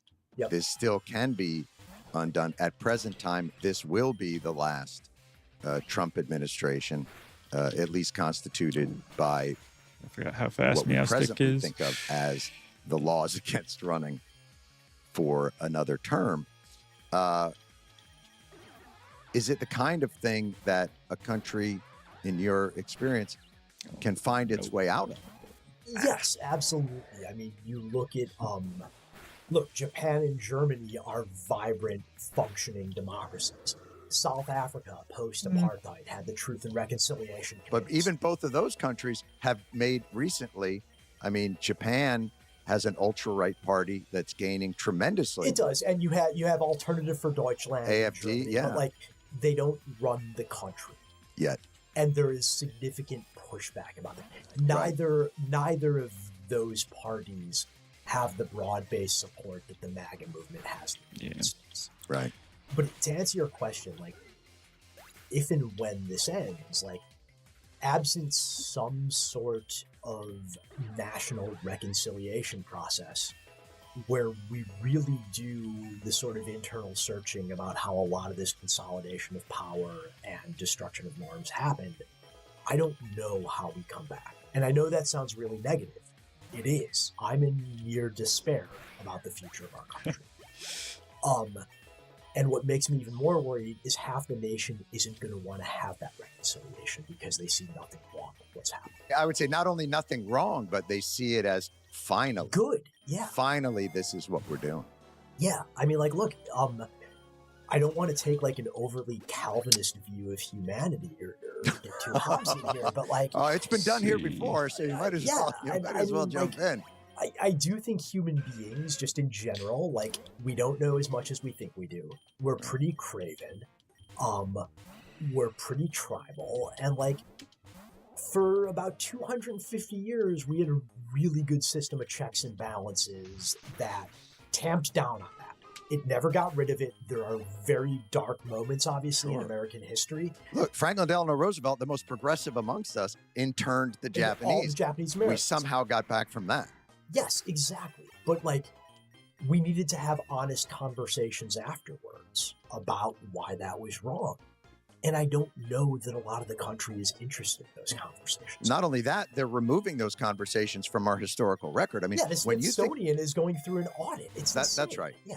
But and also they seem very particular concerned with how the country is presented through its racial history. Next couple segregation and slavery being, hey, we shouldn't teach that because that's not patriotic, or that's not, we are starting to go through different processes, not just with law enforcement, but with the historical records of who we even are. Yeah, and look, even the notion it's got a meow stick for the sin of slavery. Even Thomas Jefferson, who most of the MAGA movement tends to famously said, "I tremble for my nation when I reflect that God is just," specifically in reference to slavery.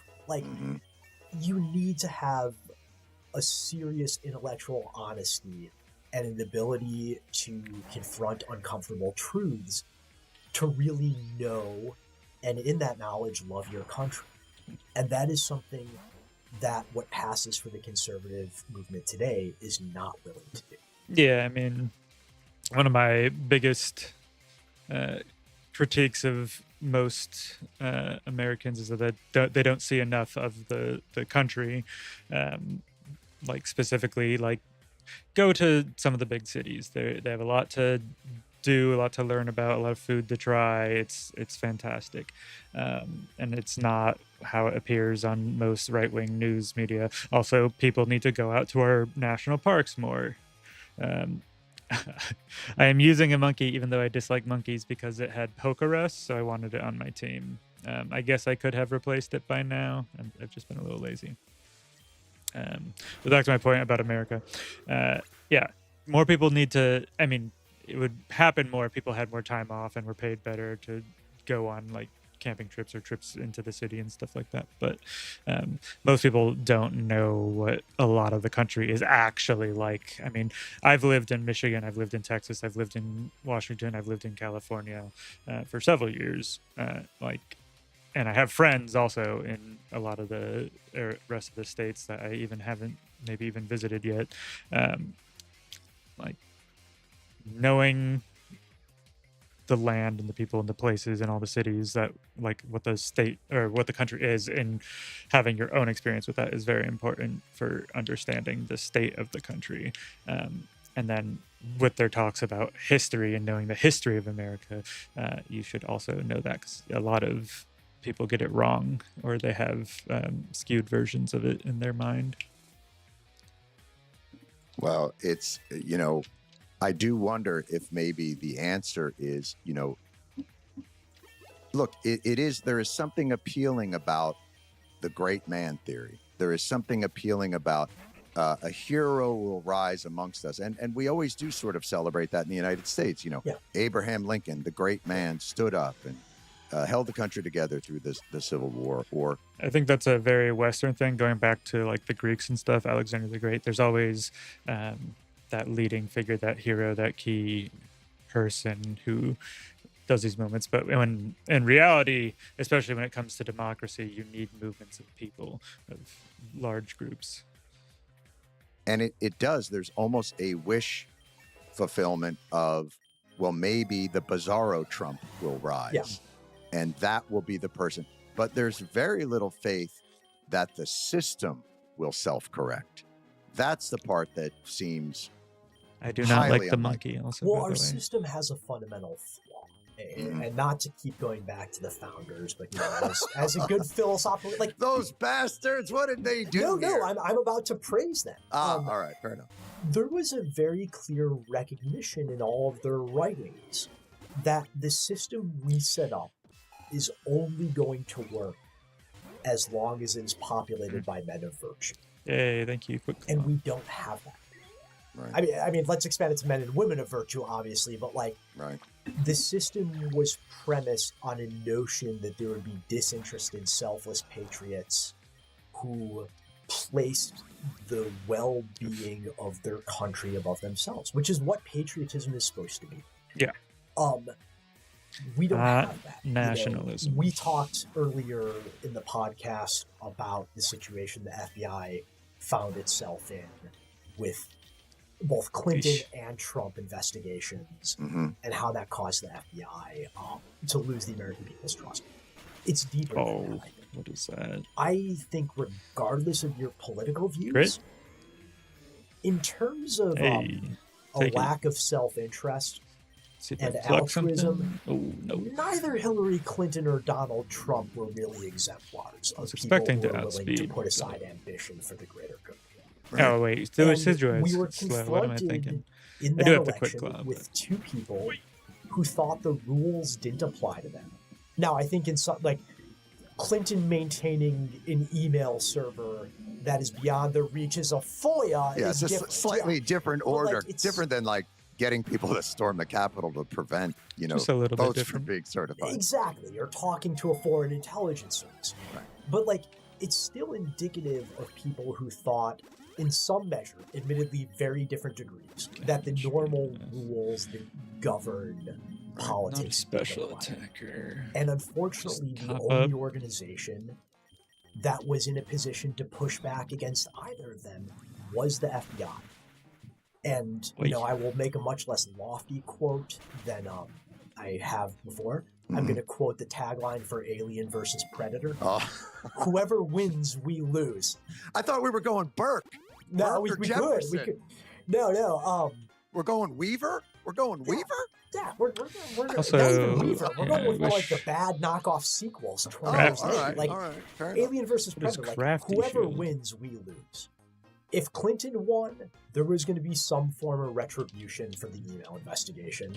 Trump won, there were forms of retribution for the Russia investigation. Like, Status moves. there was Interesting. no way the FBI was going to come out of 2016 and its aftermath intact. The only thing I'm amazed about is that 9 years later, it's still happening. Right. And then it's still going. Well, we so appreciate you taking the time to speak with us. I also want to congratulate you. I know that you just had a little baby boy, and that, and certainly in this time, you stepping away for a bit. What I should have done is forget about the podcast, just let you nap for an hour, and that way you'd be ready to go. I'm sure in a couple of years that will be an option.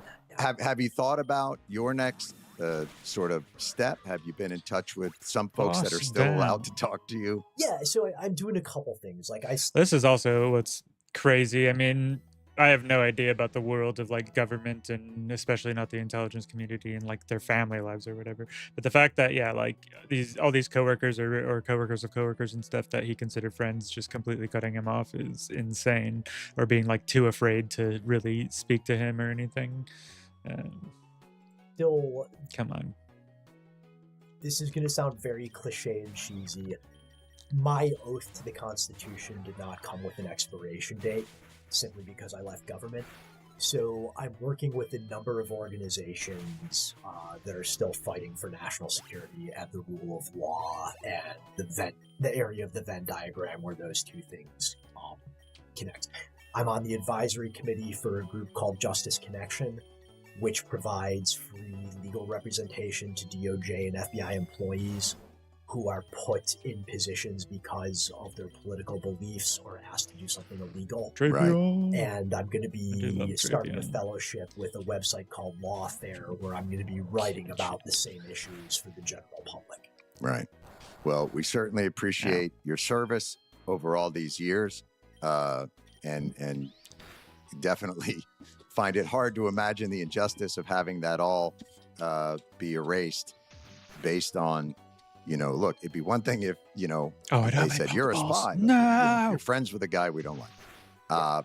But we really appreciate being here. Michael Feinberg, former FBI agent, been there for many, many years and let go for the most ridiculous of reasons. And Devlin Barrett, who we had on from the New York Times, who reports on these things, was at the DOJ and had his connection.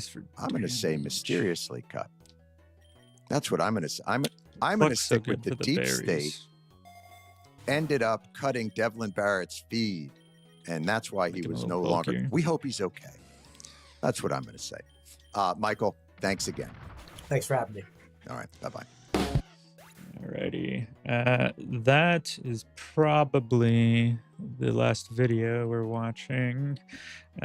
There's still a little bit towards the end, but I might look and see if there's other things to watch. Or after this run, I might just swap to Crusader Kings and cut the news for the rest of the day.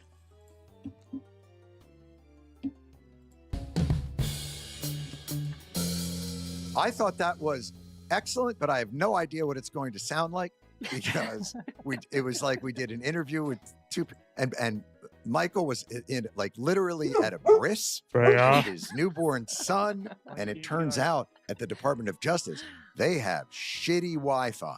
There was so much shit going on there. I don't even know. I have no idea what that is going to sound like. No one's doing it like us. This is my Super Bowl. Lauren, this is and by the way, for the people at home, like, they've got 3 hours. Like, they've got Nicole, Rob, Lauren, like, they've got 3 hours to make this thing sound like something coherent. Superstar team. It really is. It is a superstar team. I feel so badly for Michael. Like, talk about a like warrior philosopher dude, like quoting Weber, and Burke, and on the line, and removed because he still is friendly with a guy they don't like. I love how he thought he was the first person to wax poetic about John Locke on this podcast. Like, sir, you have no idea. Yeah, join the club. You do not know what you're dealing with, my friend. But he's one of the few guys who had quoted, I guess it was Weber, but then also, where did he pull up? Was it something from Star Wars, or was that me? I don't even remember anymore. Oh, yeah, Alien versus Predator. Oh. Alien versus Predator. Rolling Stone. Rolling Stones, Alien versus Predator. Pop culture. My baby. bad. That is a dude, if he had been in your dorm in college, you'd have just been like, I want us to sit here forever. A deep thinker. He pulls out his pocket constitution. I don't know what's going to happen when the gummy wears I off. could get Shell Bell. That would be Right nice. now, you're my favorite person in form. All good Still stuff. not physical, but- Brittany, before we go off for summer, is there anything anybody wants to know before we're gone there? Always there is. All right. What do they got? John, what lessons should Chuck Schumer learn from Joe Biden's decision not to step aside earlier? That's exactly right. Schumer has to learn that you got to stay in there no matter what until one Not day you even look up and the close. angels are either dragging you towards the light or towards the darkness. And that is the Towards only the way. fire. That from now on, you can only be removed from the Senate or our government by the great claw arm in the sky that dips. It's what his nipples are for. It comes down. They grab them both on the nipple, What the pull hell? him out of the machine. Hey, Cosmog. and- You might not be far off. We're about to get an octagon uh, at the White House. You never know. I actually don't know the Hey, stats man, for July 4th, Sogaleo and it's Lunala. not. America can't celebrate its glorious history without two people beating Got the shit Sacred out of Fires each in other in it, the that's Rose Garden. It is going to be Chuck Schumer. I mean, there was recently, I think, a senator, might have been Dick Durbin, who was like, I've made the decision not to run anymore, like 82. And everybody was like, wow, that's incredible. Like a guy stepping away in his mid 80s. Amazing. It's prime. Why leave so early, young man? The selflessness. You know, it's like when you read about like an NFL player being like, I've decided to retire at 25. Like, just fucking crazy. What else they got? Do you watch Fox News? Do you have a favorite show?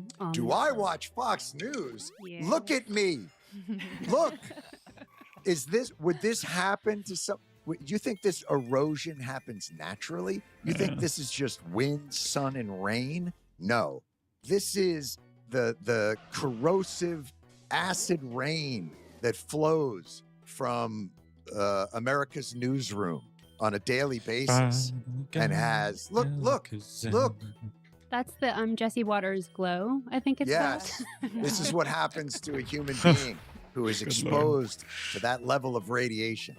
John's skincare routine is the 5. One word for my skin, given the amount of Fox News I watch as well. All right, you guys gonna have a good rest of the summer? You gonna Yeah, enjoy I hope yourselves? so.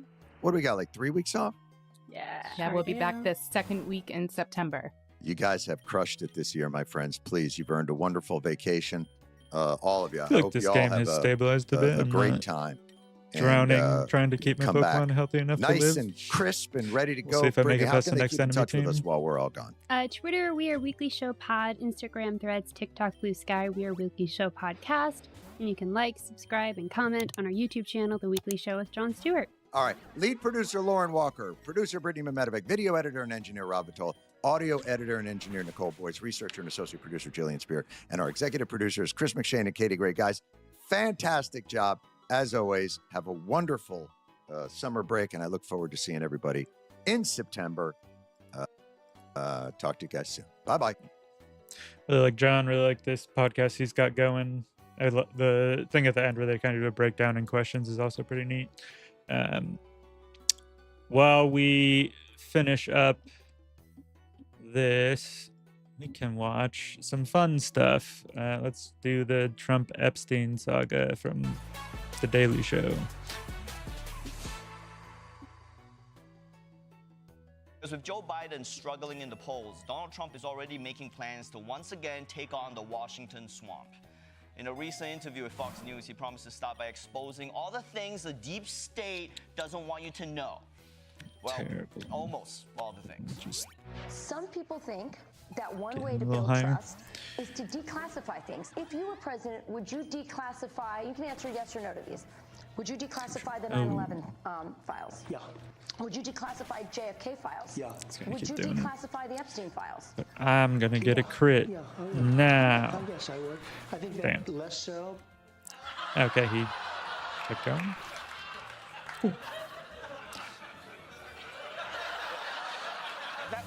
That was a bit suspicious, right?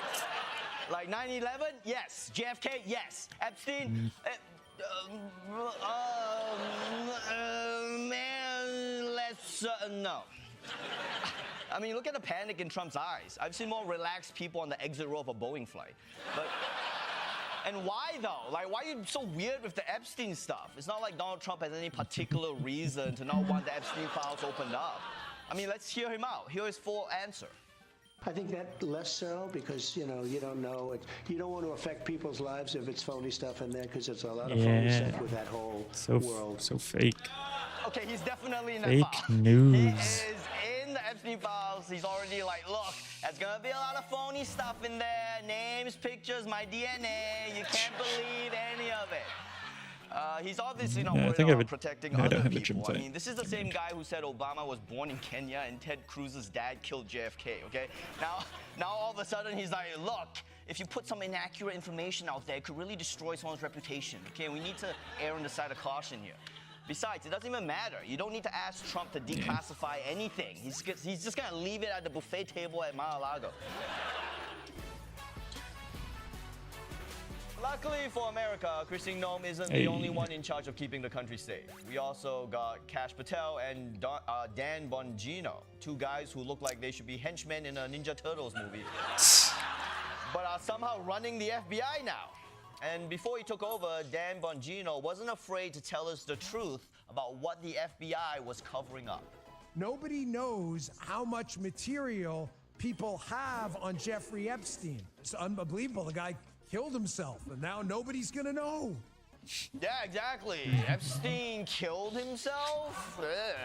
Bongino knows the truth, and now he and Kash Patel get to see all the files. So on Sunday, they sat down for an interview to tell us what really happened. Because we know Epstein didn't just kill himself. He killed himself.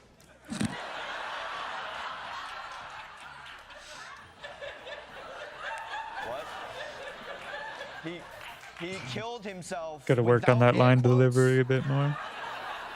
That is the craziest thing I've ever heard, all right? I was a single issue voter on this. Why did you change your mind? As a public defender, as a prosecutor who's been in that prison system, who's been in the Metropolitan Detention Center, who's been in segregated housing, you know a suicide when you see one, and that's what that was. Again, you want me to get, I've seen the whole file. He killed himself. Gotta go fill up my water real quick. I've never seen someone so sad that the deep state didn't kill someone. And also, hey, you can't talk so much shit about how the deep state did this and make it your entire personality, and then now you're in it and you're like just shrugging it off like, oh yeah, I guess they were right the first time they investigated this. Hey, if you fail that hard, you gotta let Hillary Clinton kill you, right? By the way, can we just point out how crazy 2025 is? Most people can't afford to eat eggs anymore. Meanwhile, these two billionaires are attacking each other from different social media platforms that they each own. Maybe we should eat the rich. But Trump...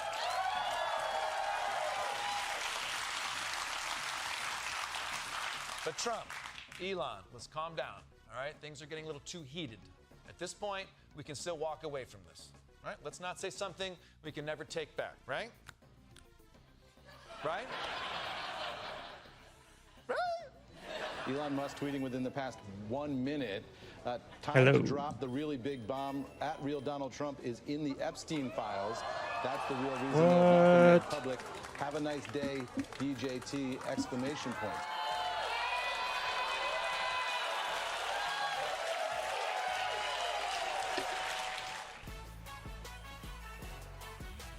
All right. That's what we were talking about. Which, now, to be fair to Trump, It is ridiculous. I mean, you can't just make wild accusations like that just because Trump and Epstein hung out once or twice, or Trump was in the flight logs, or Epstein called Trump his closest friend, or they went to parties and whispered, I can only assume biblical passages in each other's ear. I'm telling you, Epstein, 2 Corinthians, you got to check it out. It's fucking awesome. It's not a crime to be in each other's hearts. And what indication has Trump ever given that there may be things within those Epstein files that may be concerning to him? Probably. Would you declassify the 9/11 files? Yeah. Would you declassify JFK files? Yeah. Would you, I did a lot of it. Would you declassify the Epstein files? Yeah, I would. All right. I guess I would. I think that less so because, you don't know. It's also crazy that Trump sued CBS for like that interview with Kamala where they edited it allegedly to favor her, whatever that means. But Fox News had cut this bit of the, I guess maybe not. You don't want to affect people and stuff, but no one's trying to sue them. A lot of phony stuff in there. You can put anything in a file, say anything about anybody. By the way, just for the record, asking a 17-year-old masseuse if she's planning on staying in the United States, that's a legitimate question. And the rest of the video is AI. If there's a video. My favorite moment was when the head of the FBI, Kash Patel, found out Elon accused Trump of being on the Epstein list live while podcasting. Does he know that Donald Trump is in the Epstein files? Or does he have access to the Epstein files? I don't know how he would, but I'm just staying out of the Trump-Elon thing. That's way outside my lane. What are they doing? I know my lane, and that ain't it. Jesus Christ. Not your lane? Aren't you literally in charge of the Epstein files? I know my lane. I'm just the guy in charge of law enforcement domestically. Conspiracies, crimes, cover-ups, Home Depot parking, overcrowding, The last bipartisan issue in America. What happened to Jeffrey Epstein? We've all been waiting for years for more details to come out about his crimes and his mysterious death. And now that Trump's in office and he said he'll release that information, we can finally get some answers. The DOJ says its case closed on Jeffrey Epstein's alleged client list and his death. After months of promising the public release of the Jeffrey Epstein client list, the Justice Department and the FBI now saying the client list doesn't exist. The DOJ says it will not be releasing any more material from the case files. What, that's it? You're just not gonna release any more information? I've never been ghosted by a conspiracy before. I mean, this is crazy. I could have sworn that someone said there was an Epstein client list. Who was that? The DOJ may be releasing the list of Jeffrey Epstein's clients? Will that really happen? It's sitting on my desk Fox right now News. to review. Oh yeah, the Attorney General of the United States said the client list was on her desk. Let me guess, your desk also hung itself?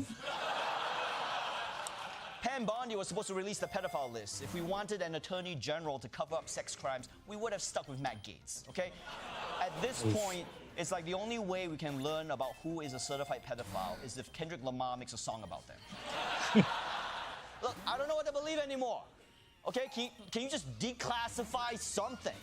The Justice Department also releasing more than 10 hours of purported footage, which they say supports the medical examiner's finding Epstein died by suicide while in custody in 2019. The video allegedly shows the view from across Epstein's cell door in a Manhattan prison, indicating no one entered the area the night he died. Is that background music to that? Finally, some transparency from this administration. Conclusive evidence that leaves no room for debate. The release of that surveillance video has fueled some conspiracies itself. There appears to be a missing minute at midnight. It's very interesting that at the 11:58 mark and 58 second, the video jumps to 12 o'clock and it's missing a full 61 seconds. What is going on here? Why would they edit out 61 seconds? Was Epstein listening to a Beatles song and the government couldn't get the rights to it? And if that wasn't suspicious enough, when Trump was asked about it in his cabinet meeting today, he was over it. Forgot about the fire Still extinguisher. talking about Jeffrey Epstein. At least it's This guy's dead. been talked about for years. Are people still talking Like a about heel? this guy? This Hey. That is unbelievable. Yeah, why are you guys obsessed with the suspicious death of my best friend in a federal prison when I was president right before he was going to be on trial for sex trafficking? Speed up is scary. Can we get a quick claw? No, we cannot.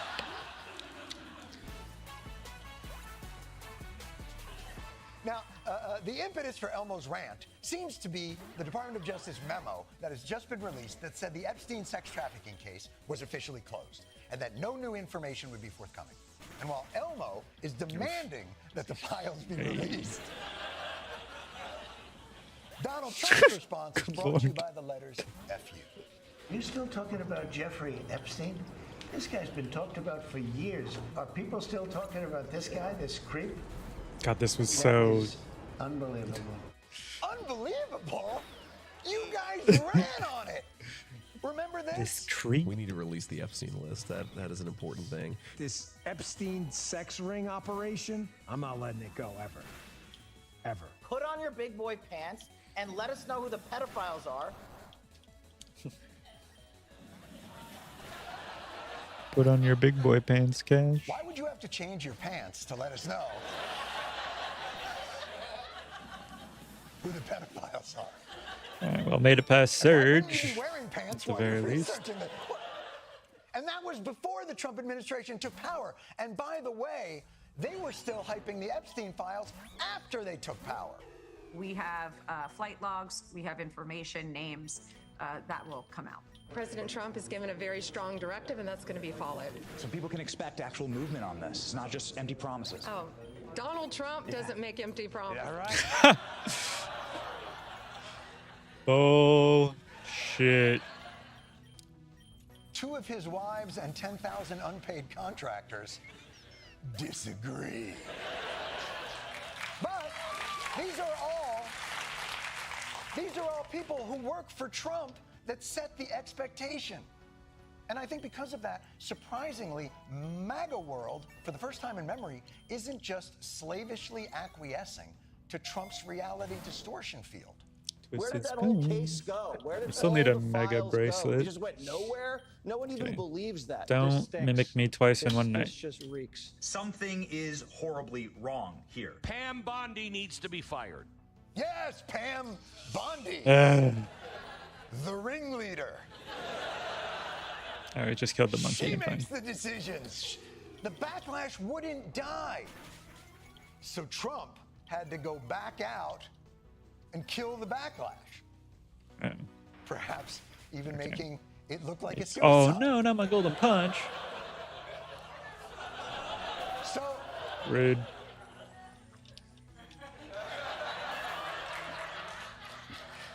So this weekend. You heard him, John. That's outrageous. So this weekend, Trump tried to reason with his base using their shared love language, long, rambling Truth Social posts.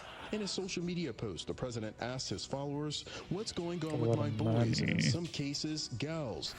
Let me stop you right there. Not to be all woke, but I believe they Such a prefer the terms weird bros. tweet or truth or and whatever it hoes. was. But sorry, go on. You were explaining why it was time to move on from the Epstein case. Hi, Papa. Why are we Oh, have giving another rabbit publicity fight, to actually. files written by Forgot about Obama, that. crooked Hillary, Comey, Brennan, and the losers and criminals of the Biden administration who conned the world with the Russia hoax, 51 intelligence agents, the laptop from hell, and more? He's crashing out. So, just to understand this, in a few months' time, we went from the Epstein files will expose the Democrats to the Epstein files were written by the Democrats and therefore can't be trusted, so let's move on. And then Trump brings up Hunter Biden's laptop as a reminder for all of us not to dwell on old conspiracy theories. What?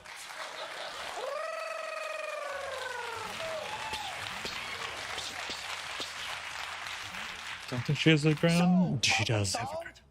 Right, MAGA world? Well, let's test it scientifically. How many of you are satisfied? You can clap. Satisfied with the results of the Epstein investigation? Clap. How many of you are not satisfied with the results of the investigation? Let me hear everyone who thinks sex trafficking should still be prosecuted say, oh, okay. hell yeah! I forgot. They don't know I have Supercell Slam. Who wants to know more about a cabal of elite sex criminals? Just the ladies!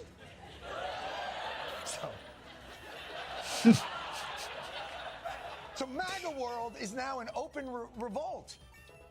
You want to know how bad it's getting out there? They're literally burning their MAGA army uniforms. Yeah. And you know there's just another guy standing next to him going, you know you got to flip him. That's your problem there. You got to flip him. But clearly telling your base to just forget about Epstein isn't working. But if you know Trump, he can always just pivot to the classic Trump distraction. Throw something outlandish out there and watch the dogs chase the squirrel. I'm going to invade Greenland. I'm going to bomb Iran. He's going to try something big. President Trump is reigniting his decades-long feud with comedian Rosie O'Donnell.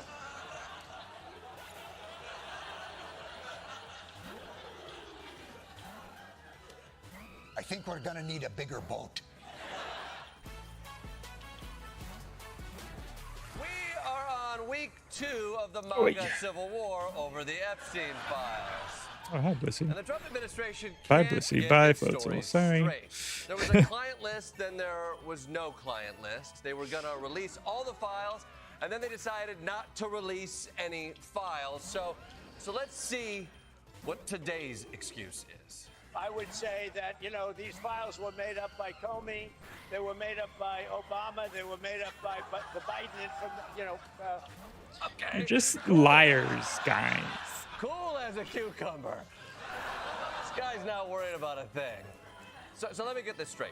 According to Trump, all the top Democrats got together and said, let's create some fake files that destroy Trump's political career. They don't ever use them. Do I have They some let of Trump them? get elected. Don't use them. No, I've leached life. Let Trump get elected again. Still don't use them. And then once he's the president, hope he releases the files without ever looking at them. Frankly.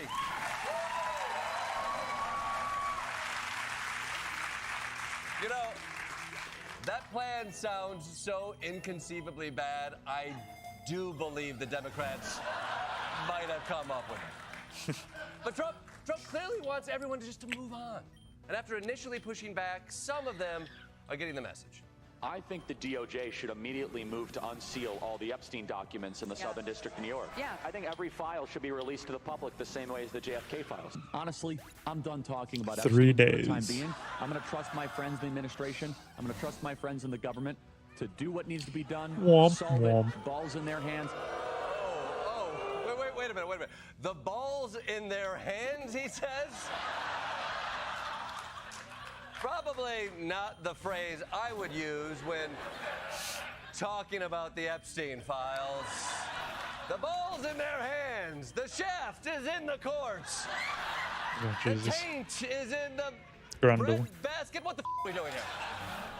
A phrase you don't hear conspiracy theorists, free thinkers utter a whole lot is, I'm going to trust my friends in the government on this one. Hey, this Clearly, one's this rough. issue has MAGA on its heels, which means shop now prices is is the time brutal. for Democrats to This strike. fight can be rough. Democrats, show us what you got.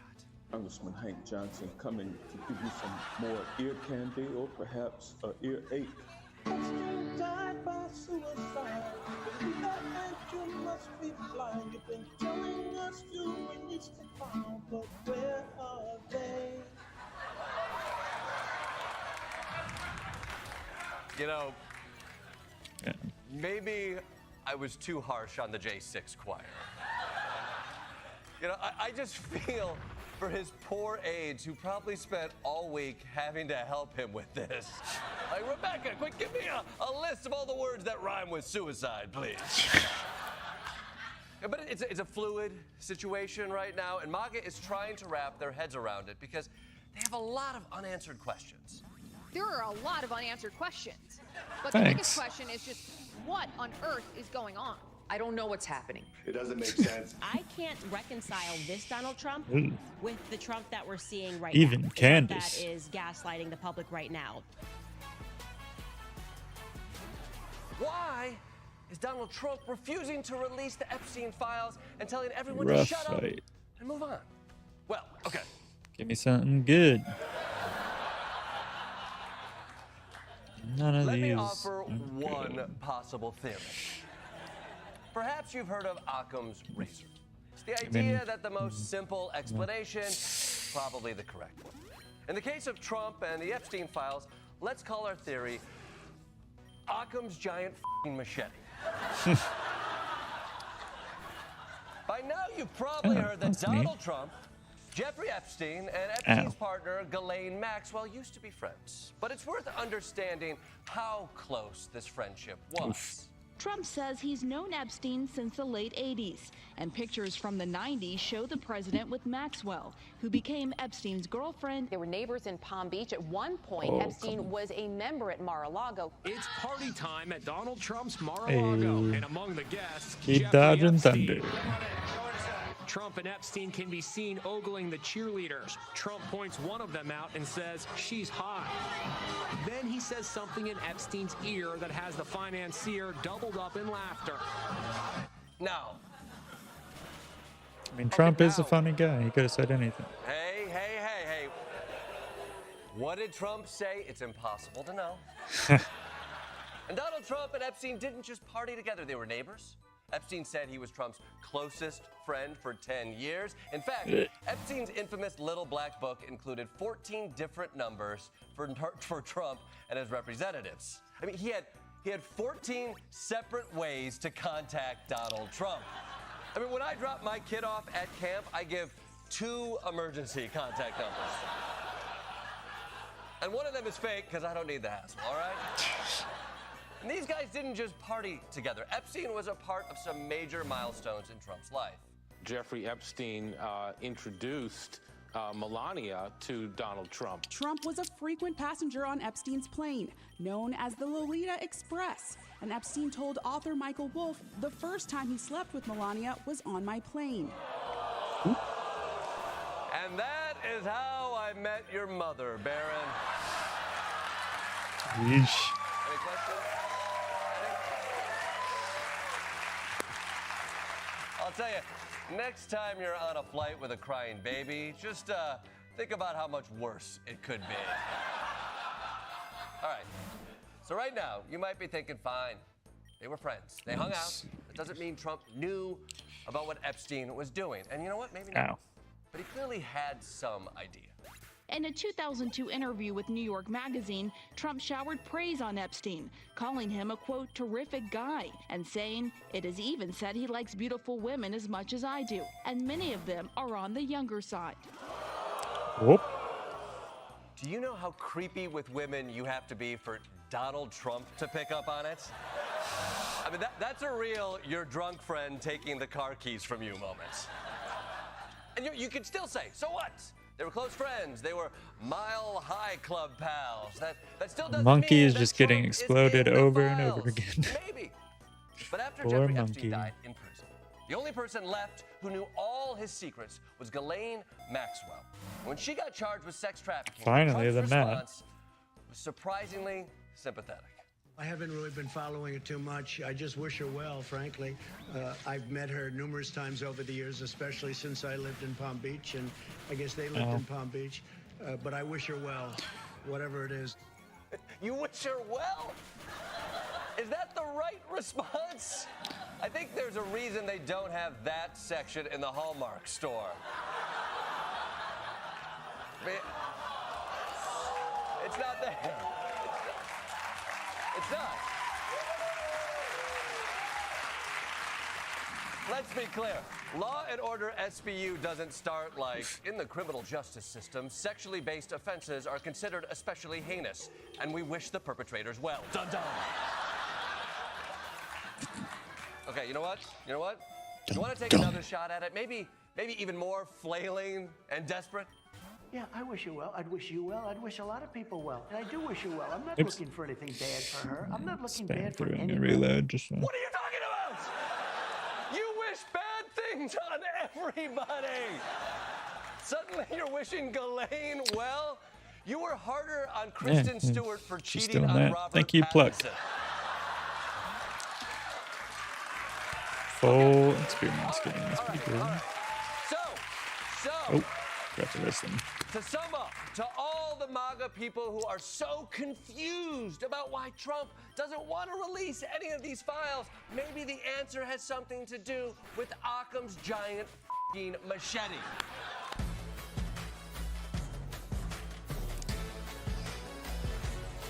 Occam's giant fucking machete. And since we're still in this, oop, that was loud. Holy shit. Going to keep watching. It's not surprising that Trump would want to escape into a fantastical world of Unabomber fan fiction right now. Because back in the real world, he's still got all his supporters breathing down his neck to release the Epstein files. And no matter what Trump does, he just can't get them to shut up about it. I know you've urged people to move on, but I'm curious, why do you think your supporters in particular have been so interested in the Epstein story? 77. About how it's been handled. I don't understand Okay. why they would be so interested. He's dead for a long time. He was never a big factor in terms of life. What a fucking idiot.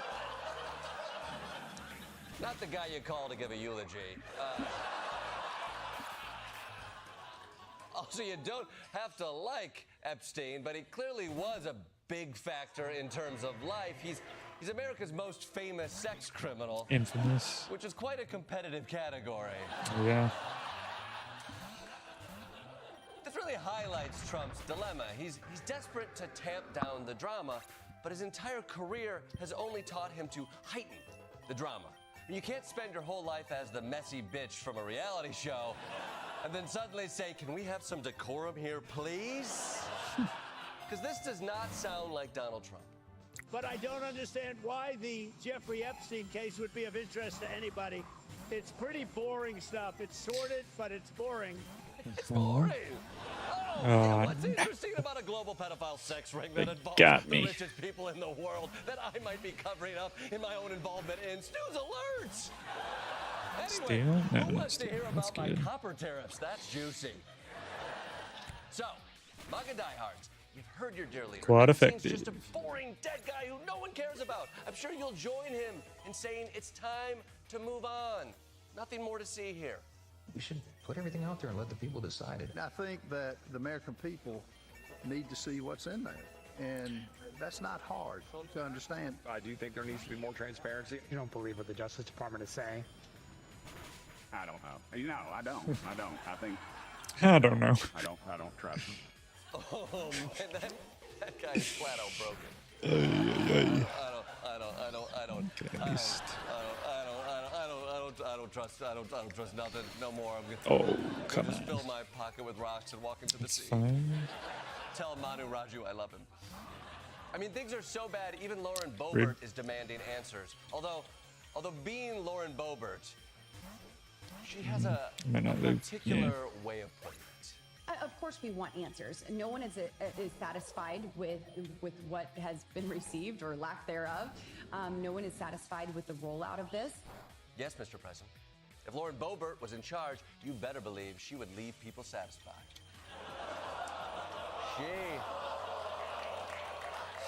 She would not be jerking everyone around and then leaving them frustrated like you. No, sir, there would be a complete finish. This is a shocking turn of events for Donald Trump. His own sycophants are breaking ranks with him, and even worse, they are demanding accountability. I think moving forward, we need a special counsel. That has got to happen. I want answers. And maybe that takes that special counsel to do so. Maybe Matt Gaetz can lead the special counsel. Jesus, what? Oh, I forgot this open. I should have recovered. You want Matt Gaetz to investigate underage sex trafficking? because it makes sense in a sort of game-recognized game way. The sucker punch there would have been Matt dead. Gaetz But... pulling up to R. Kelly's house saying, I'm putting together a team. Also, legally, I have to introduce myself. And this special counsel thing might have been the last straw, because by this morning, Trump had absolutely lost it on his supporters. He posted this morning. He said, my past supporters have bought into this, quote, bullshit, hook, line, and sinker. Don't even think about talking of our incredible and unprecedented Don't even think of talking because to I don't me. want their support anymore. God damn, he went full messy bitch.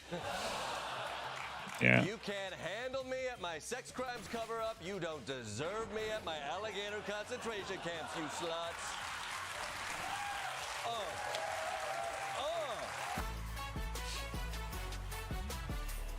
If Donald Trump was hoping that this would be the weekend, that the Jeffrey Epstein story would finally go away, this would not be that weekend. A stunning story raising new questions about Trump's past relationship with the late sex offender Jeffrey Epstein. But I still have all the old questions. And those questions might go bad. Rough fight, though. President Trump is lashing out at the Wall Street Journal for claiming that he once sent a 50th birthday card to financier Jeffrey Epstein that contained a bawdy doodle.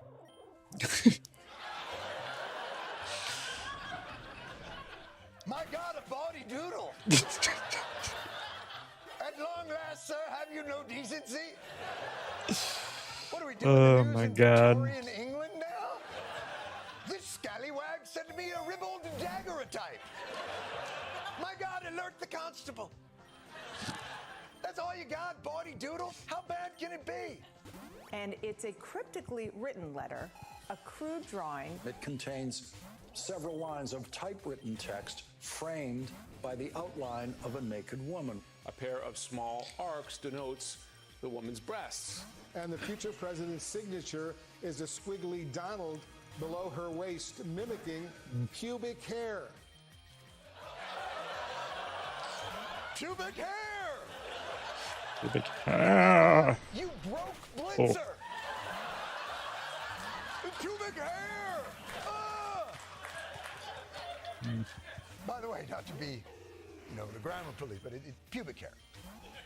Pubic hair, that's the way, the inflection. Pubic hair. Pubic hair! Ooh, sucker punch. What's the deal with all the curls? Should have expected that.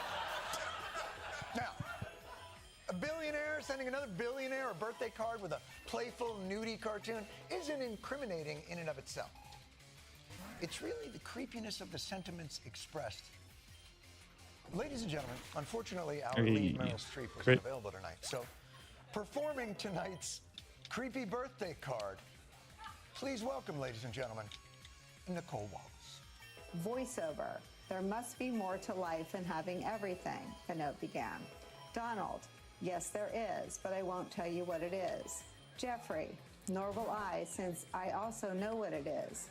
Donald. We have certain things in common, Jeffrey. Jeffrey, yes, we do, come to think of it.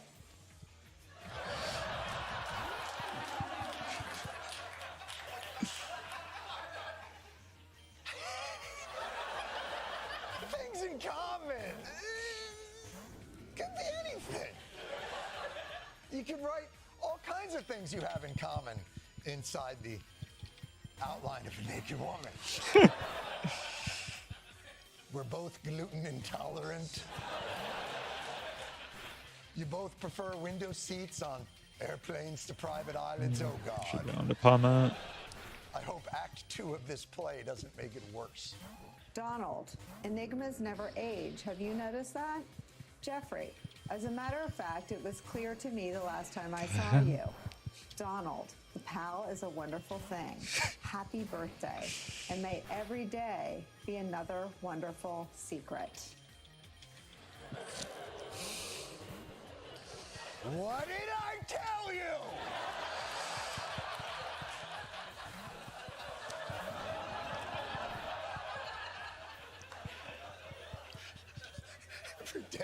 is another wonderful secret. I fucking threw up in my own mouth on that one.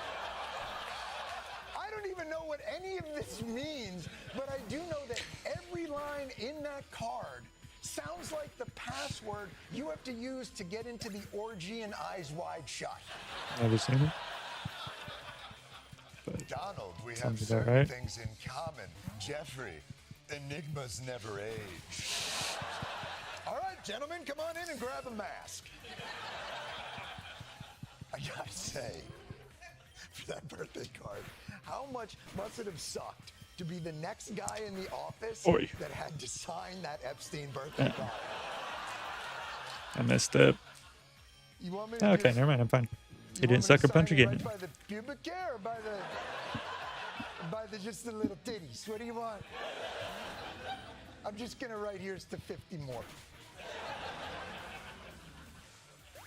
Now, MAGA World, as you know, is demanding the Epstein files, and yet somehow still has lined up behind Trump to defuse this apparently specific file. Starting with the fact that Trump couldn't have written that birthday card. He doesn't know all the words that were in it. Oh. Somebody did an AI search, and out of I'm probably gonna die here, but we'll see. Steal? No steal. Never used the word enigma.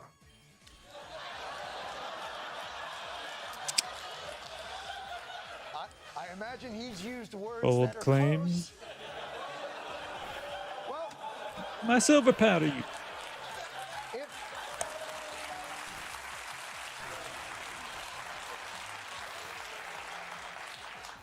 If AI cannot find reference to the word enigma in all of Donald Trump's communiques over the roll 212. I'm first, Carson's second. Now, Carson's an enigma to me. Carson's an enigma. He knows the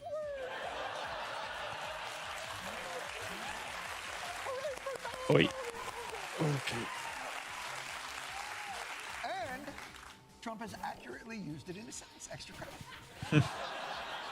Is there any other exculpatory evidence? The Wall Street Journal, they got the following on-the-record quote from Trump that said in part, I Should have tried the never wrote a aqua picture jet. in my life. He then doubled down on his social media platform, posting, I don't draw pictures. Yes! Oh. At least it was a physical attack. Neither writes Should have known I would have outspeed. nor draws pictures. Which, as the experts will tell you, Needed that to be a crit. are the two leading causes of pictures.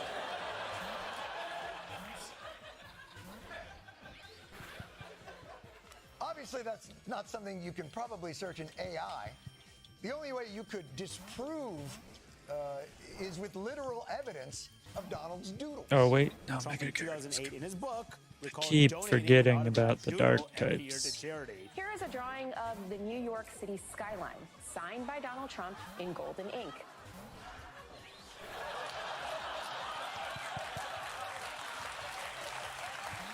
It's okay, I can recover this time to get a little bit of a reset. Pubic hair! I'm sorry. Pubic hair. Pubic hair! Pubic hair! Alright, last time at the gala, they don't have any lumberries left, so... I guess this makes Donald Trump just another world leader we wish had just stuck with art. Whoa. I have... No. Tell your friends. Look, I do have to say, it is a little troubling to me that Team Trump's talking points are, he doesn't even know that word, or he can't draw. Yeah. And not, I'm in why a would pickle. anyone think he would write a creepy letter to a pedophile? Well, that's... I guess that's because Trump bragged about Oi. busting into the dressing rooms at Miss Universe contest and was accused of busting into the dressing room at Miss Teen USA pageants and told a couple of 14-year-olds he'd be Yeah, I dating think I them in 2 might years. just lose because And then there's this. my Alakazam doesn't have a damaging move, and nothing else can beat this goal bat. Would you do it? I have no problem. Yeah, do you have an age limit, or would you? No, I have no age. I mean, I have an age. I don't want to be The like upper bracket, Congressman yeah. Foley with 12-year-olds. Yikes. I'm not a creep. Oh yeah, no, I have no age. Oh wait. I just want to make it clear. That is what he's admitting to when he knows he's being recorded. Yeah. Literally, you're sitting in the studio with a giant Run sign and that says, on the team boss fight. and you're like, I mean, 12 unfortunate. would be just too much. I mean, come on. We're gonna swap to Crusader Kings for a bit before ending the stream. Whether a letter like this lines up with Donald Trump's character. Let's see. I don't think I can. Yeah, no, I can't unlock any passives or anything. Alrighty. Launch Crusader Kings and run to the bathroom. You can do anything. Close the video once we're Grab actually them by in the game. pussy, you can do anything. That's what you said, correct? Well, historically, that's true with stars. It's true with stars that they can grab women by the pussy? Well, that's what it's. If you look over the last million years, I guess that's been largely true. Not always, but largely true. Unfortunately or fortunately.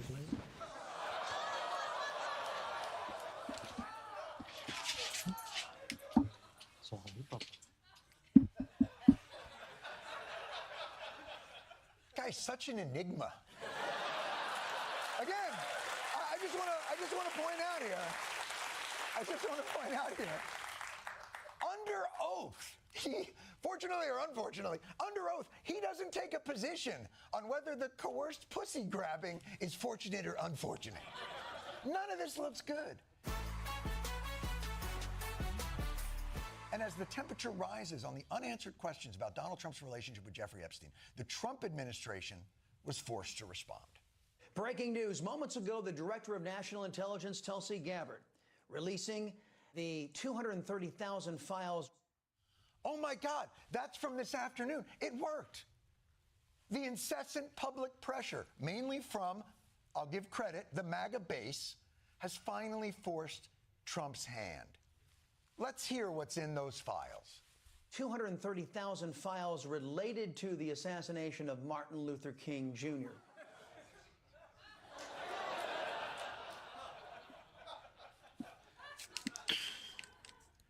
Epstein killed Martin Luther King Jr.? What the fuck? Why are you releasing that? What? All right, obviously those are different files. Anything else? This happened today. AG Bondi released files. Yes. This is all happening today. What's in those files? Related to the FBI's handling of the investigation into Hillary Clinton's use of a private email server. Oh, good. Finally, we'll get to know the truth about Hillary's private email island. As the Epstein missile heads towards the fuselage, look at Trump firing off countermeasures from Air Force One, like Rooster and Maverick in Top Gun. Maverick, sir, we got a bogey at 5 o'clock. Hillary Clinton's emails. They're still closing, sir. Cuckoosh, Martin Luther King's files. Cuckoosh, cuckoosh. Sir, we're out of files. Surely it's curtains. Wait, I've still got one more trick up me sleeve. Boys, it's been an honor serving with you. Here we go. Trump threatens to restrict the stadium deal with the Washington Commanders if they don't change their name back to the Redskins. Are you fucking kidding me? You know, they always say liberals are condescending to MAGA. I cannot think of anything more condescending than the way Trump treats MAGA. Oh, you want to know more about how the super rich are trafficking underage girls with impunity? Would you still want to know if I let you use an outdated slur for Native Americans? I guess in Trump's mind, he doesn't have to keep his promises to MAGA as long as he continues to attack the people that MAGA hates. That's his get-out-of-jail-free card. Trump believes he has immunity as long as he remains a petty tyrant, demanding only liberal institutions surrender to his whims. Right now, Donald Trump is desperate to move on from the Epstein files, but the story is only building. A major development just in. The Department of Justice says it is trying to set up a meeting with longtime Jeffrey Epstein associate Ghislaine Maxwell, who's in prison. The Justice Department now putting out a new statement and saying if Ghislaine Maxwell has information about anyone who has committed crimes against victims, the FBI and the DOJ will hear what she has to say. Wait. You haven't talked to Ghislaine Maxwell? Epstein's accomplice? The woman he's in the most pictures with? Would she be Alrighty. your first witness? Back, I made myself a PB&J. If the Great FBI snack. gets Alright. there, and she's like, I'm Gonna finally load ready to not talk. my Byzantine I'm finally ready game, to but tell you everything. our But then at the last second, she grabs one of the Nomad agent's guns game. and takes herself out.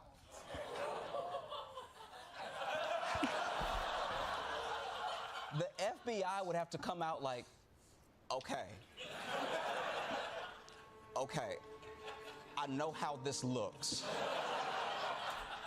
but I swear, here's how much I want you to believe me. We Okay, did do so this, okay? alright.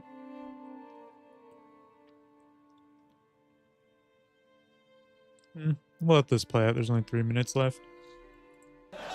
Then I will commentate the game a bit more.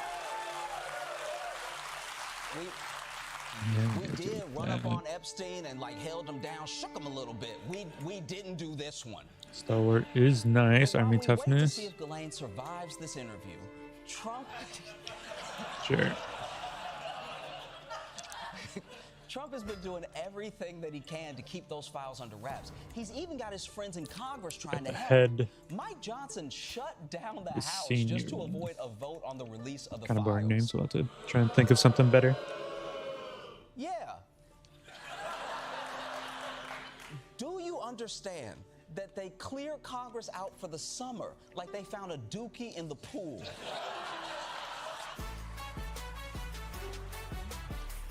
Over the last week, Trump has been throwing every distraction he can at us. And I want to go through some of them to show you how desperate he's getting. Let's start with his go-to distraction. Obama! The witch hunt that you should be talking about is they caught President Obama absolutely cold. They tried to steal the election. They tried to obfuscate the election. Irrefutable proof that Obama was sedacious. No, booze aside. Sedacious?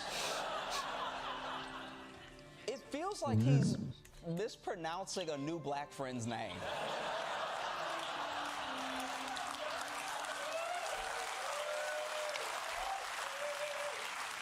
Oh, I want you to meet my friend, Sedacious.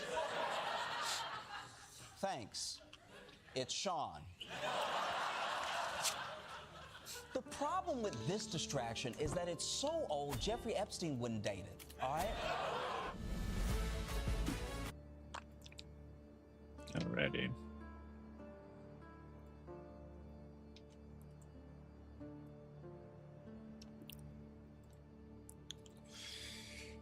Alright, so where we left off, we had just we had a vassal who took over this bit of land. We had done some raiding down south of the mountains. This pass is going to be a problem, especially the people here are pretty strong. But in the meantime, we have the title for this whole kingdom, so we should try and unite it if we can. Let's see. Yeah, we're gonna have to wait. That. What about you? Not allied to anybody. Don't know what a sovereignty war is. Oh yeah. We looked up this last time actually. I could do one of my vassals. Everyone doesn't really like me because of my legitimacy.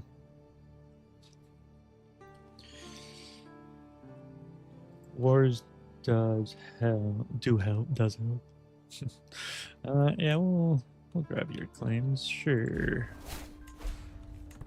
Maybe he'll like me, and I want my spy master to like me. Maybe I should. I don't have a personal thing. I'll start swinging him.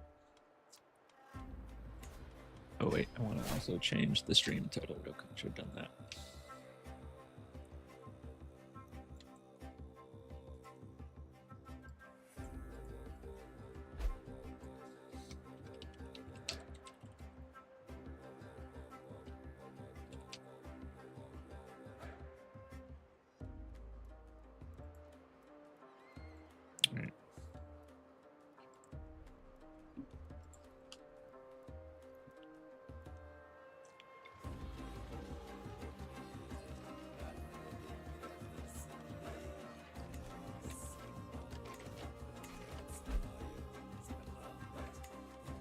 Wait, I had to raise my arms. That's why I had paused.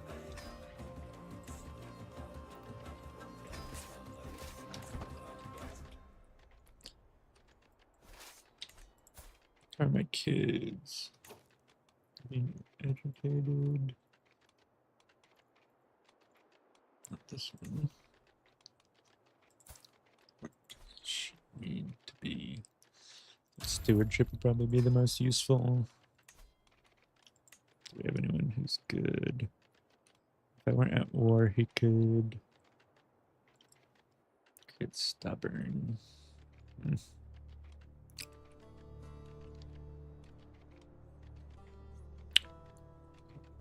Do this maybe temporarily.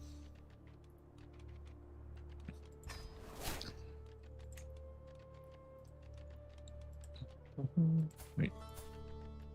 Oh yeah, I forgot I have concubines. It's like, how do I have two sons that are just being born, but not twins? Let's see.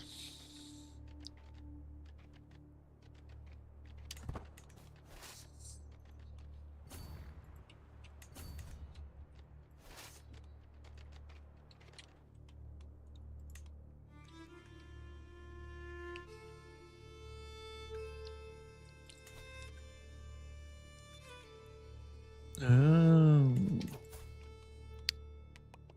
That's why everyone also hates me. I'm not the correct faith for part of my kingdom.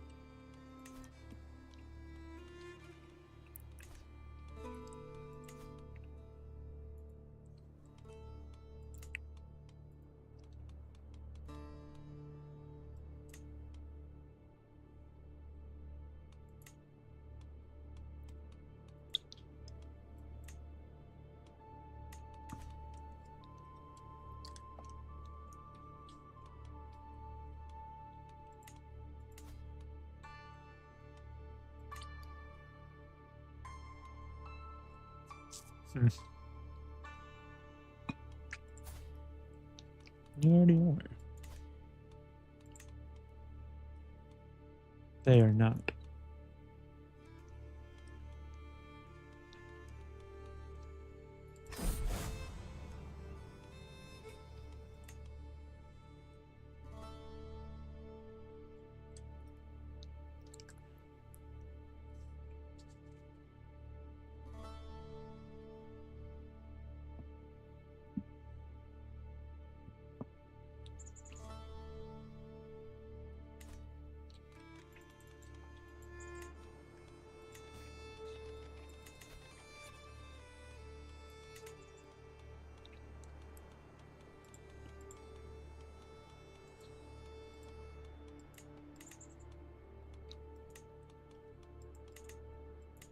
Get a second wife who gives me some prestige. Wait. Ascending. Descending. This is just not losing any, at least. Callous and chaste. No, that's a terrible wife. Plus, they're old. Well, you can help do work.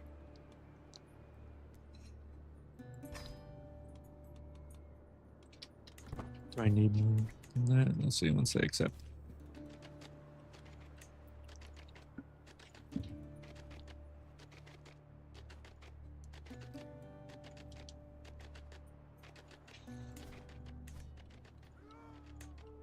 To war. Okay. How many more spouses do I need?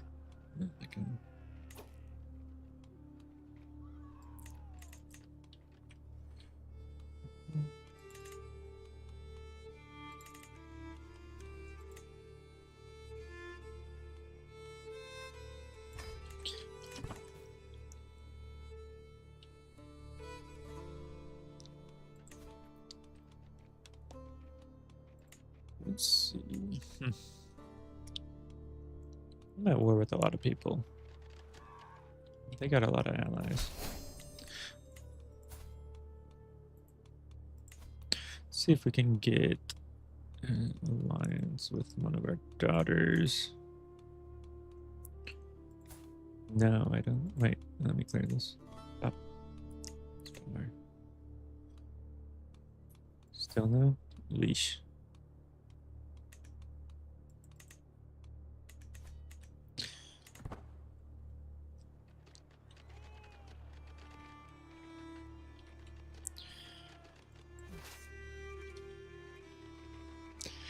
Not all their armies have gathered yet, at least, so... If we can catch this one. Let's make sure caravan... Do we not have one? No, we do. Yes.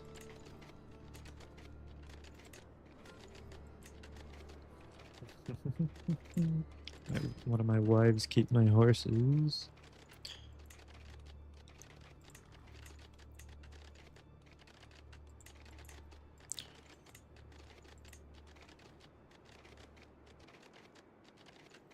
Enemies, no. Bolster legitimacy action. Yes, please. Thank you. Still crawling my way back up after marrying my giant wife.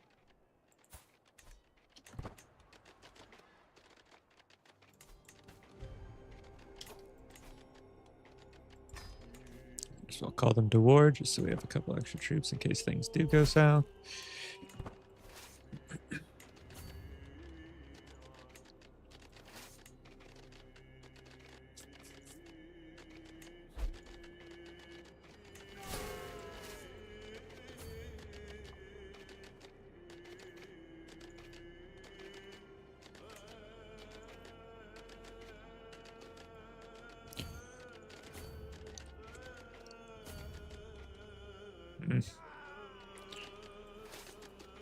Oh, come on. Stop canceling so quick.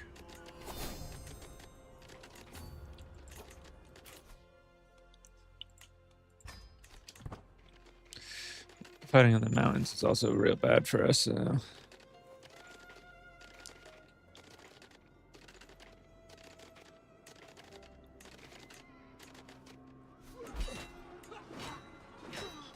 least they have some horses too that they aren't getting good use of.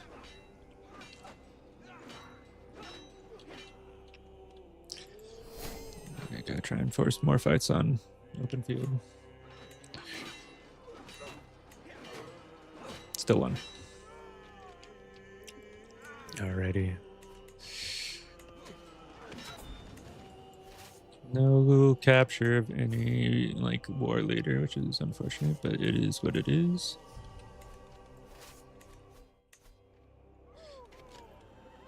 Our vassal, whose land this is also capturing it, so that's good.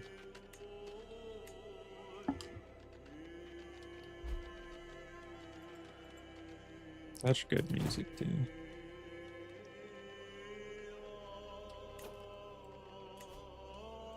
What's this? This person over here?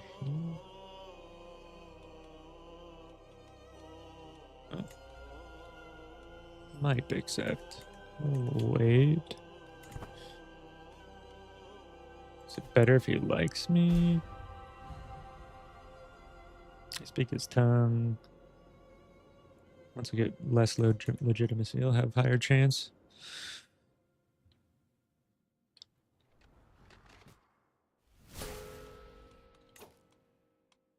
Culture had changed to who? Oh, them? What? Boo.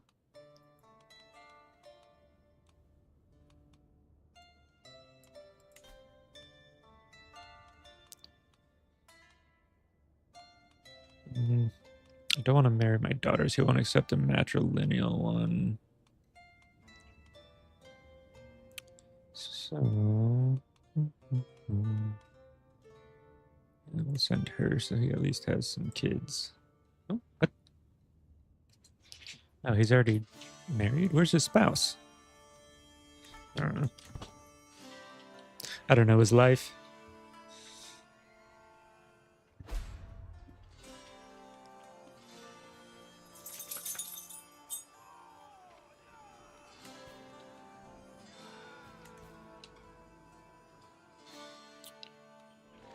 Where are their armies? Did they go over here? No. Fine by me.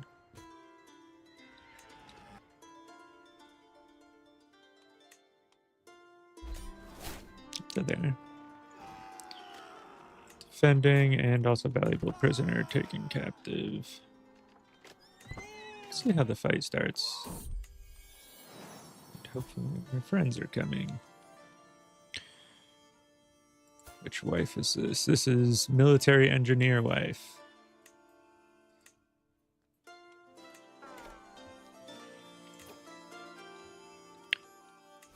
Yeah. Can I have someone who does conversion?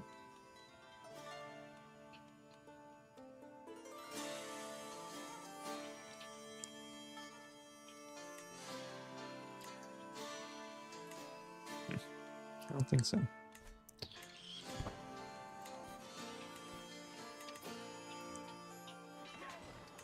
If that goes well, though. Yeah, we don't need our allies anyway. Nope. That's unfortunate. Sickly son. Okay, enforce demands.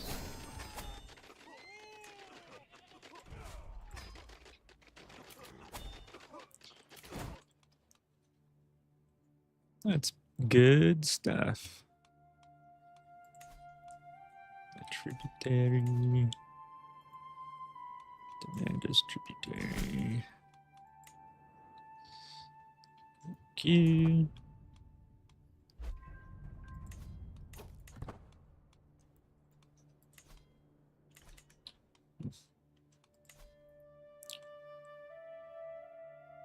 Tributary for them. And now I have a peace treaty with them.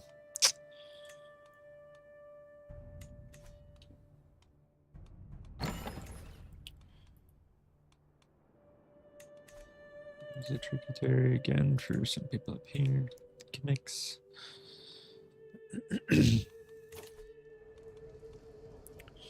Book inspiration. I don't have a book yet. I don't have anything.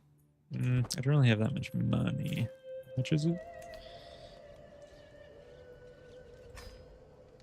50. Stewardship? It's not that good.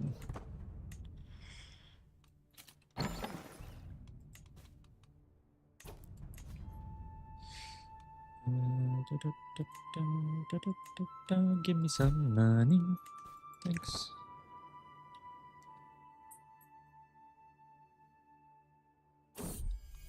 Or Skull.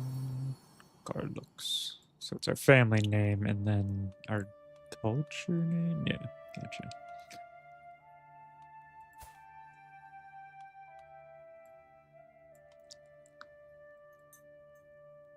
Mahmoud. He has a lisp though.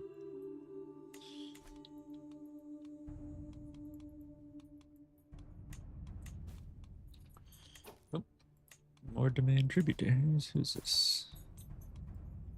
Oh, really? How weak are they right now?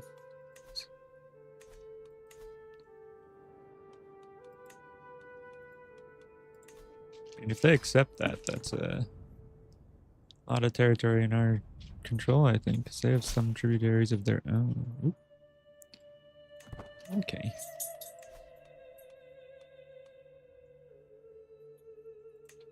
This means that I have enough prestige for this though. Quarrel. Seize the territory. That I almost have enough prestige for, so we'll wait. Oh, Mahmud's also sickly. What's happening? I don't have a disease going through, so... I don't understand. Improved pasturages seems good just to keep fertility from becoming a major issue.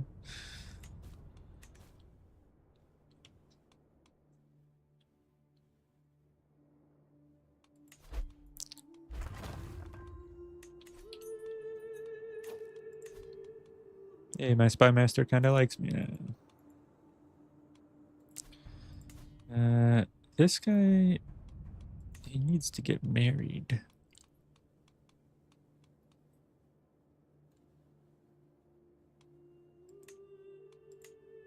Why won't you accept?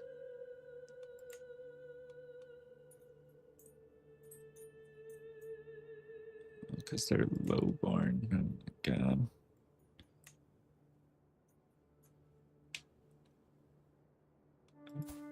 Relative close. What?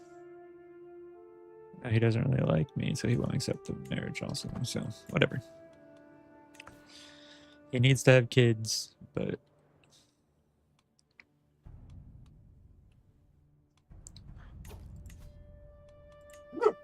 Freya girl, what you doing?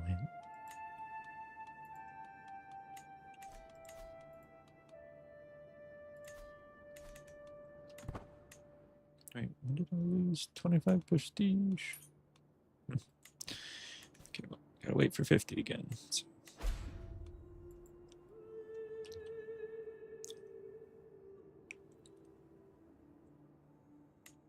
Okay.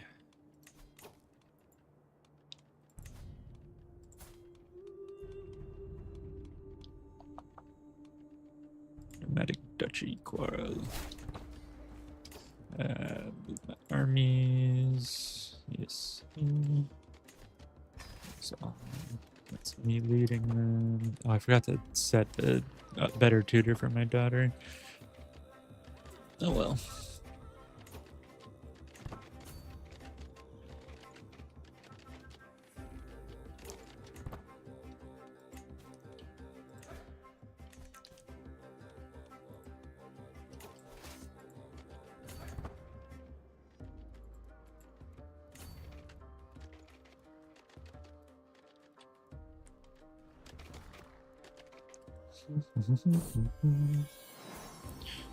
So another sun. This one's normal.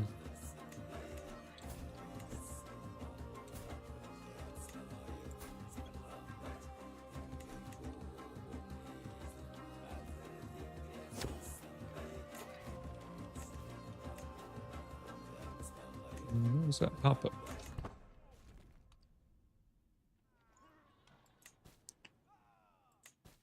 Who knows?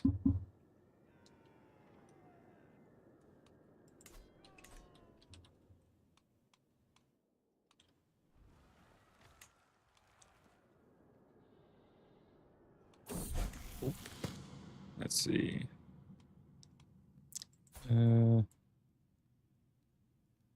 necessarily need, but stewardship doesn't hurt. So this is part of my kingdom. So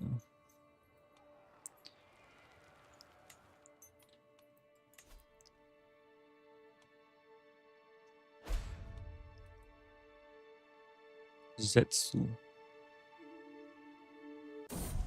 Zetisu? Zetisu? No idea. Oh, shit. It was named after me. That's a bad sign.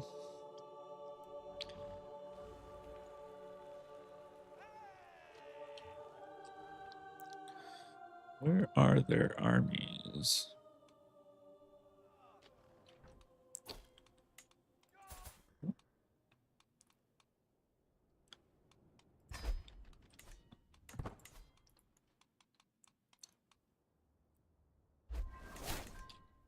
I have to go help them after this war. They're also Karluk, so...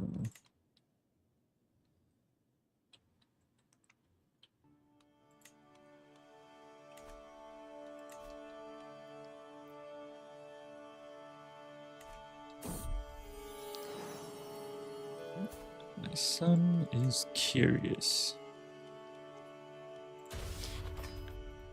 Education and diplomacy, maybe?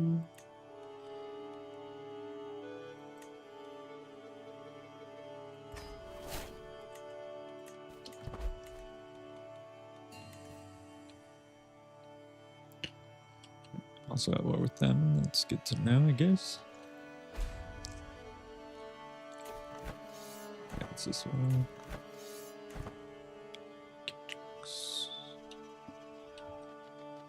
There they are.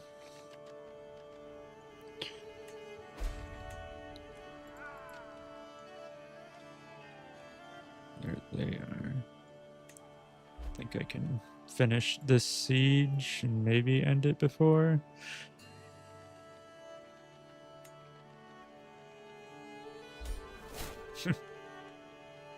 Yeah, got it.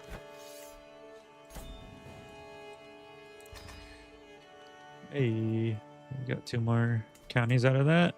That's nice.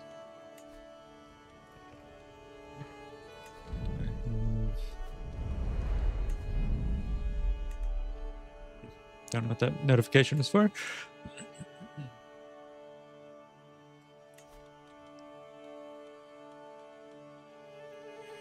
I would need money to usurp it. I need to bring my armies over here to help them, although they kind of seem to have it under control.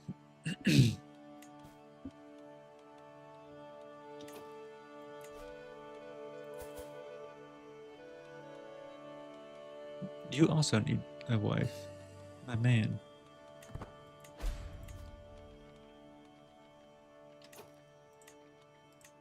Oh, come on.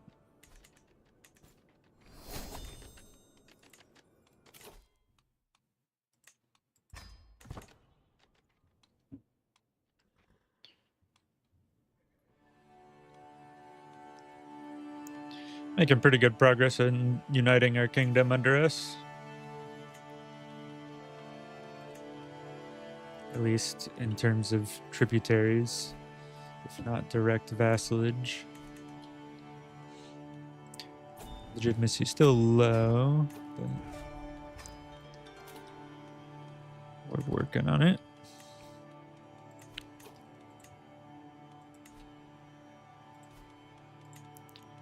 Station our men-at-arms.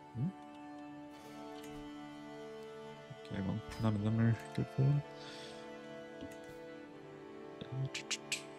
We could...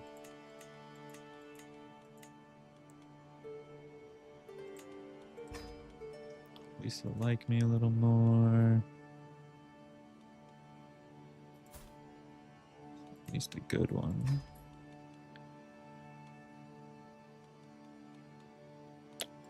I don't need that. Do I? My wife would be better. Well, one of my wives.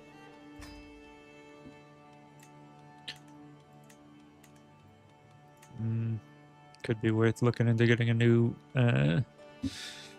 position as well. This will save us money and on everything, really.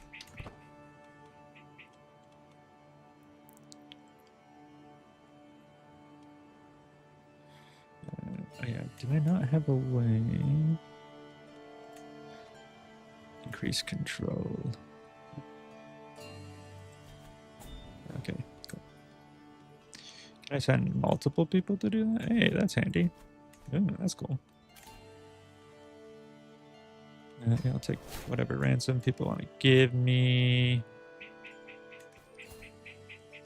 Don't think I need another duchy title. I wish I could consolidate some of my land a bit more, though. Although I guess I don't know how much it matters. I think having like an area here and an area here that I can move between might be good. Let's see. When we're looking at empires, Tartaria is probably the one we'll be going. Yeah, so expanding all the way to, I don't know what mountains these are. Where exactly? Because this is the Gobi Desert, I think. These are just some mountains in North China. I don't know what they're called off the top of my head.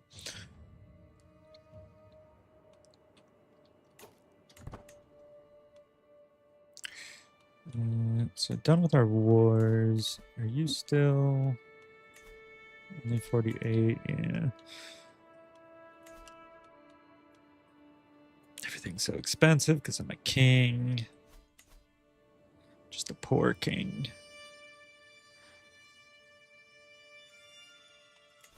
Oh, wait.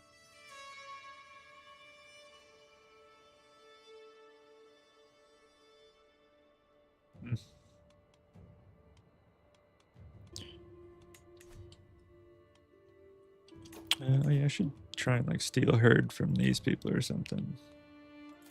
A moderate amount. Let's see what we got. Solid. Let's look at secrecy actually next. It's also solid. Not too bad, not too bad. Yeah, don't even have to spend extra resources to get everyone recruited. I am negative. Oops. Making a lot per month. Oh, I gotta keep up on kids. You needed me as your mentor because I will teach you to murder.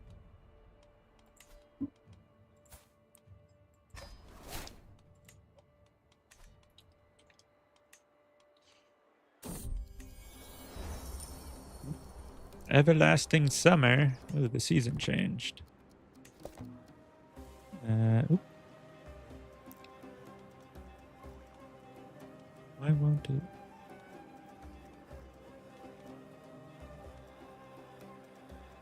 Why won't it lock? Okay, well, whatever. It's over here.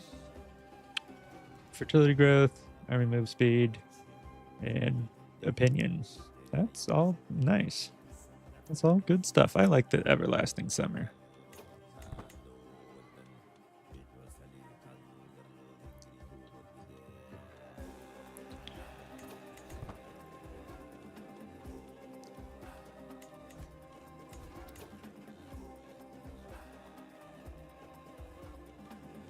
Is this my spy master? Yeah. I think that's fine. Guess he's on a pilgrimage right now, which is wild. He's supposed to be working? What the hell?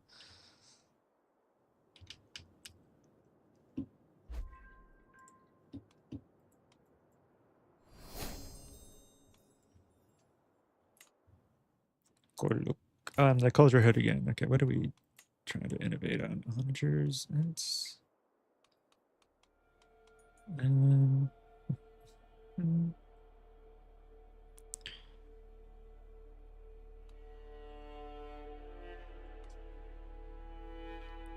let's do crop rotation. Keep fertility high in this area.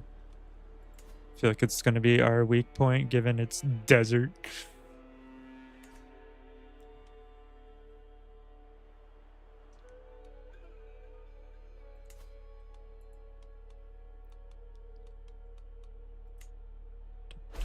Don't want to release them.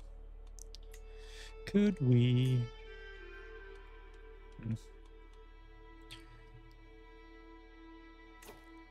Obedient.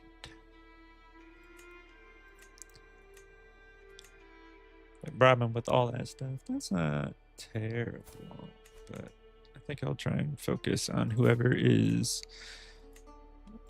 Actually, yeah, military strength. Yeah. Oh, that makes sense. What about you? Pop, pop, pop.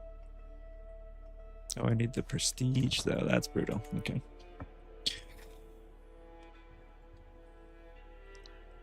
Wish I could host my own hunt. Oh, wait, it only costs herd. I thought it cost money. Nurge. Love a good nurge.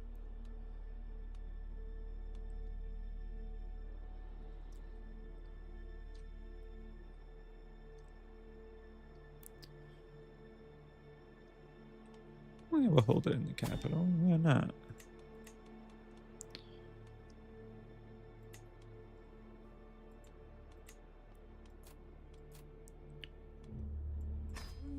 Nurge, nurge, nurge.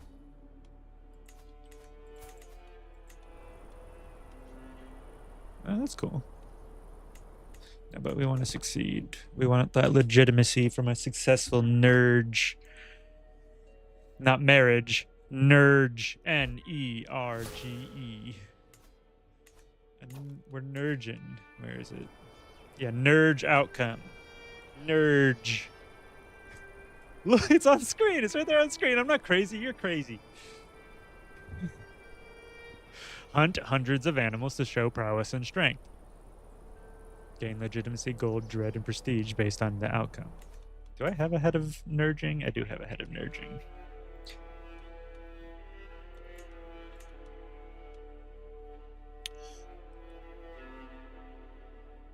It seems prudent to get as well.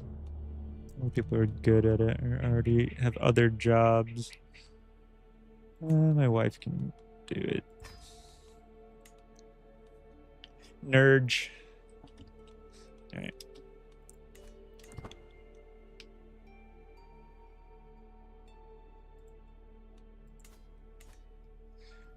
Cocho.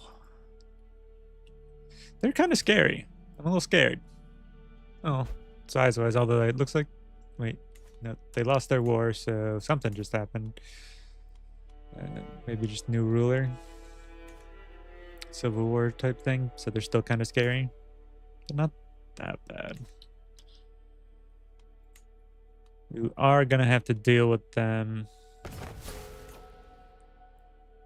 Yeah, it's a big hunt party. Court grandeur decreased. I don't think I really care. I could look at, doing some of this. Actually, yeah, I want to get that at least to level 3. Nope. Up. East activity. It's monthly prestige. Better guests. Better guests might be better, especially way out here in the boondocks. That's also kind of all I can afford. Whoops.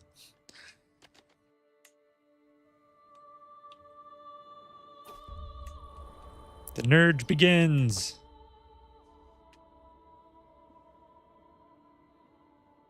Whose jaw? My wife?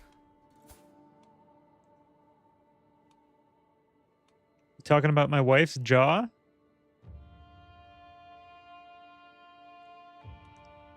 Yes, she is my robust and giant wife. I have a daughter who is Amazonian, another one who's Amazonian, a son who's robust. This guy who sucks. This kid died. No, this one died. This one was sickly, but is also a child of a concubine.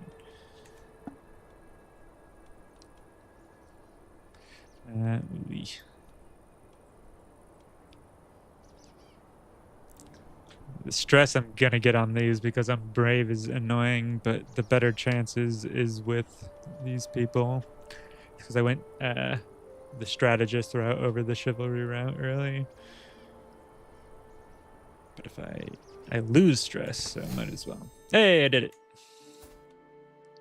Yeah, my prowess isn't bad.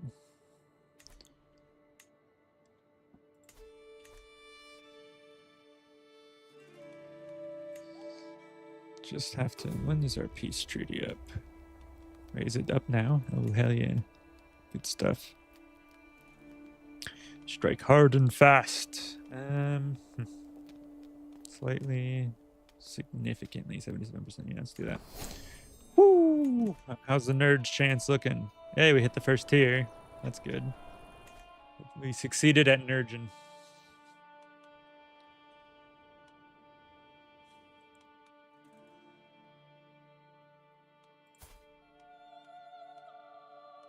I have a lot of sons. I'm sure that won't be a problem.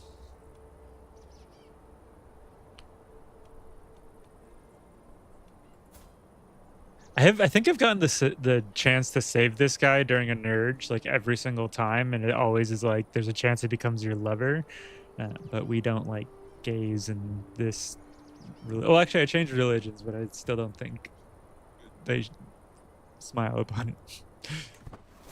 Hey, I got a bird. Speaking of, So yeah, same-sex relations shunned.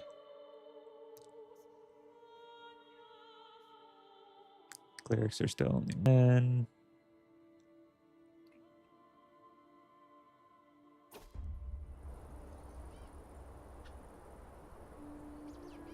We are Sunni.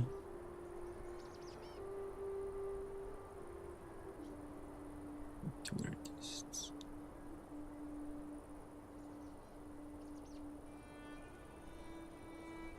That's fun. Hey, my bird Zephyr. 10% chance of blank. Huh. I'll train in the falconer. Oh, boo.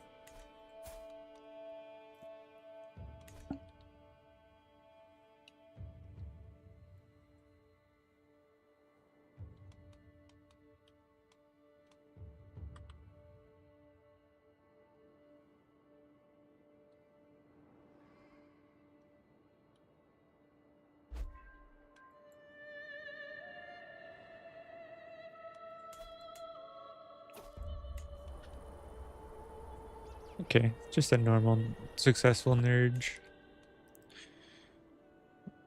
I wish that was better. Oh well. I could probably execute the steel herd. We'll wait for the next month or so. There we go.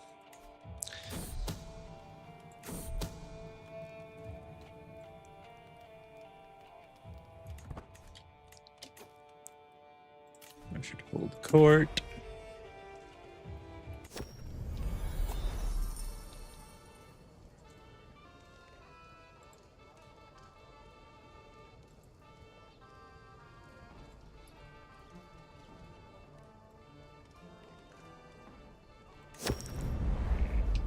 On.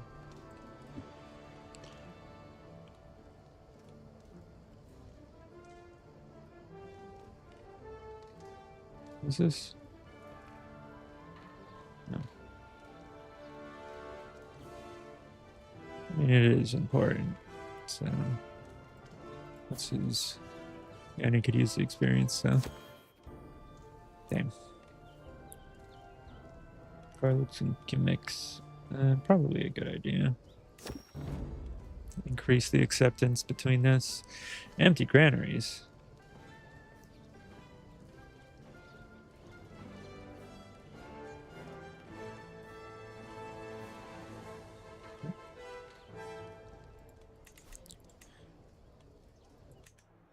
Quick. That's up here. I don't. Oh. It's next to. Does that help at all?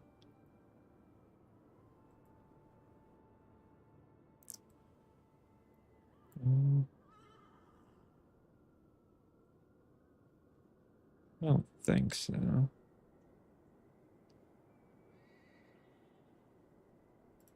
Okay, yeah, it's not important then. Is this guy? No, I don't want to lose them. Well, yeah, you guys got it.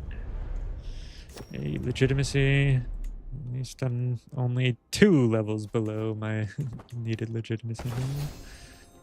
This creating titles gives me some, yeah. Okay. Should save my money if I can. Besides going to war, right? Oh wait, no, it's still breaking a truce. I was on the wrong person.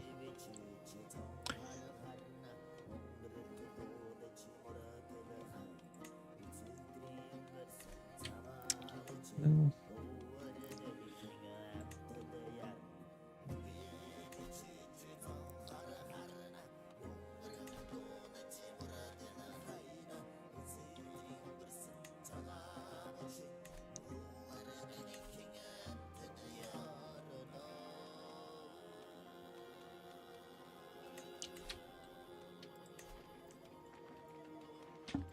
Send some herd to this guy and see about.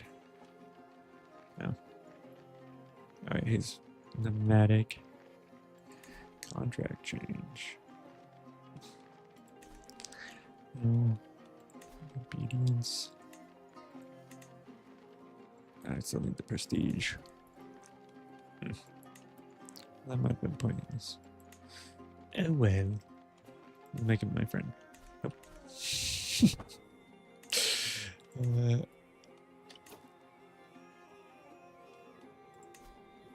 Now it's gotten worse. Well, let's conquer something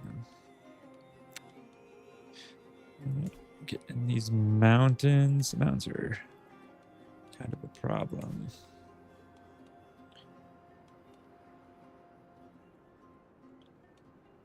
What? What do you mean they don't border my realm or any of my... Right here. What about... What?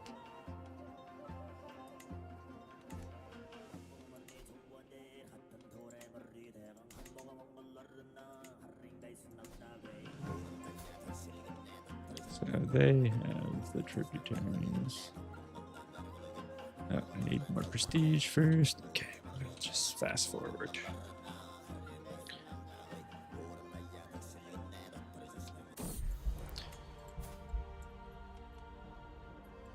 Yay, they're no longer sickly. I can educate them.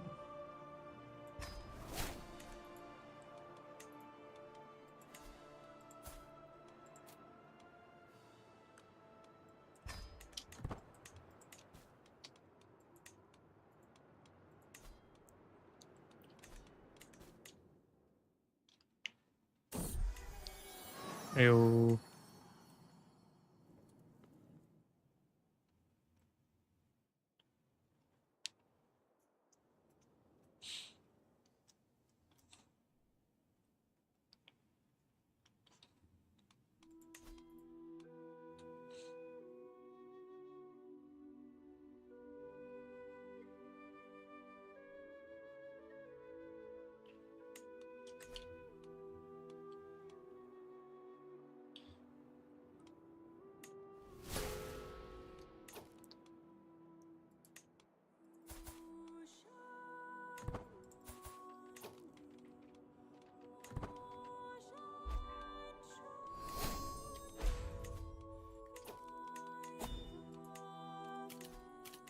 Wait, did I lose culture head again?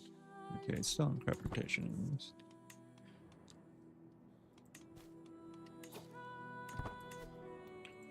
This is...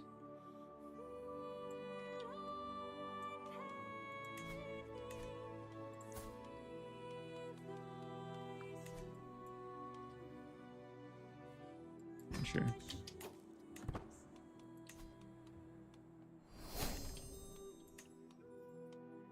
So much food. Can I do another nurge? What? Wait. No, 12 more months.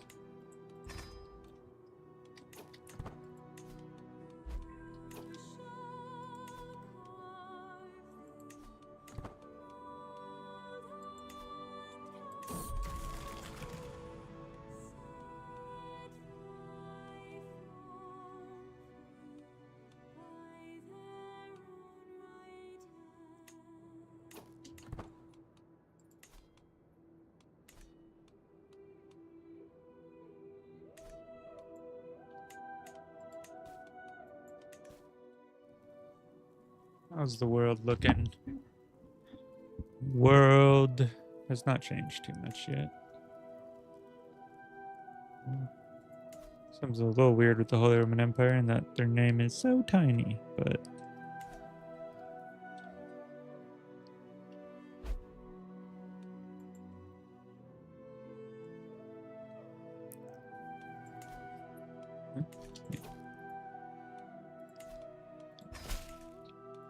Get it back under tribute. That will cost prestige. Garment.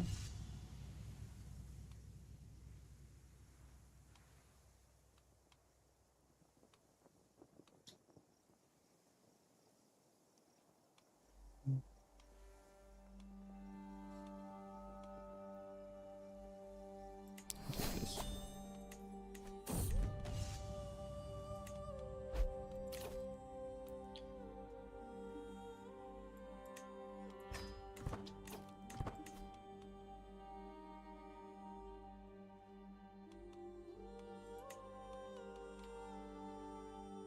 Great horde.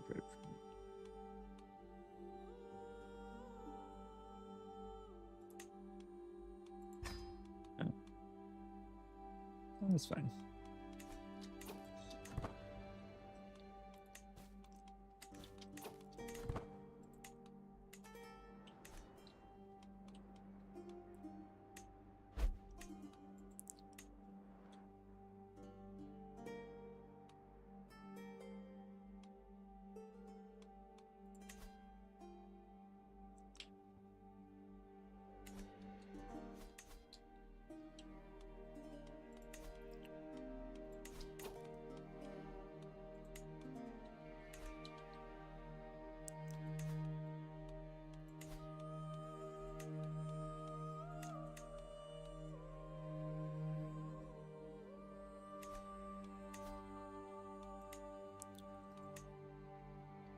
Okay.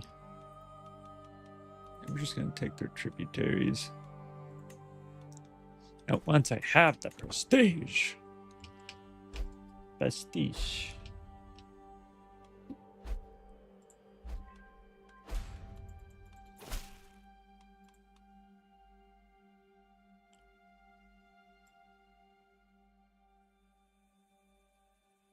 Excuse you, motherfucker.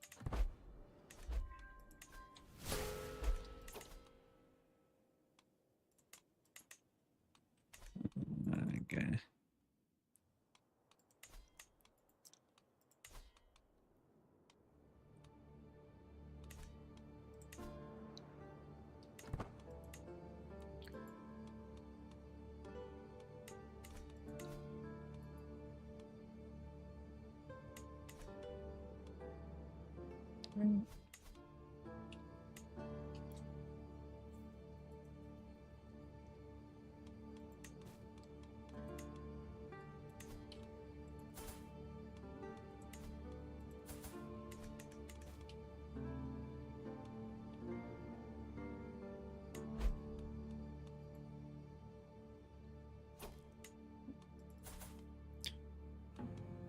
Attacking, sure.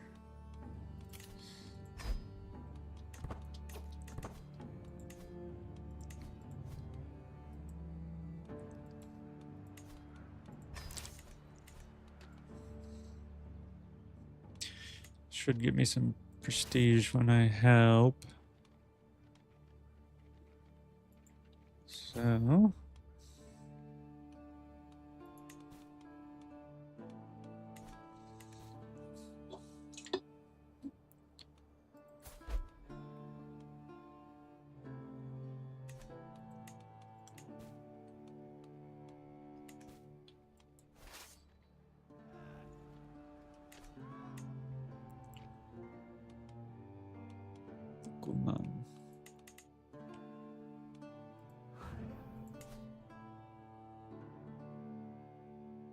Storylists.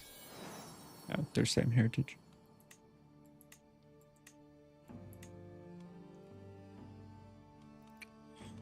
So.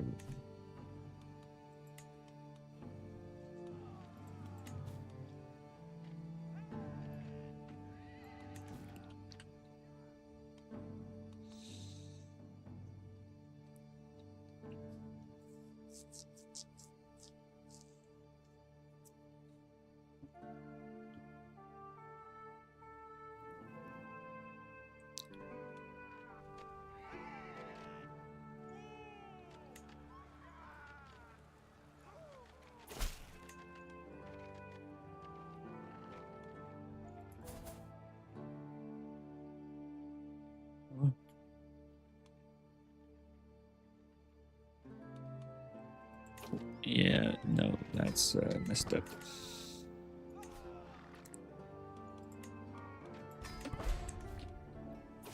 Uprising against me. Once we're done here.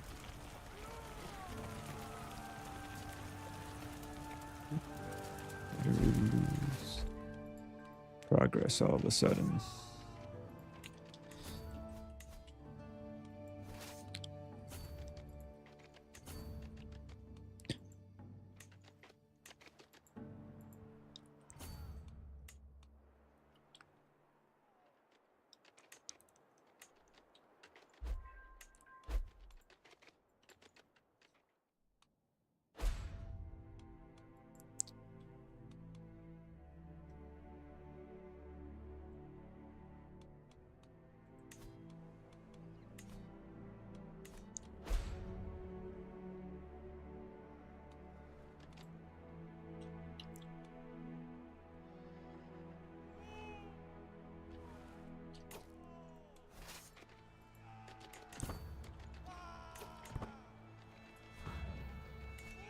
What do you mean?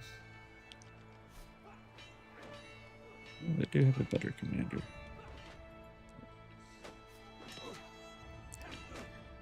Not good enough.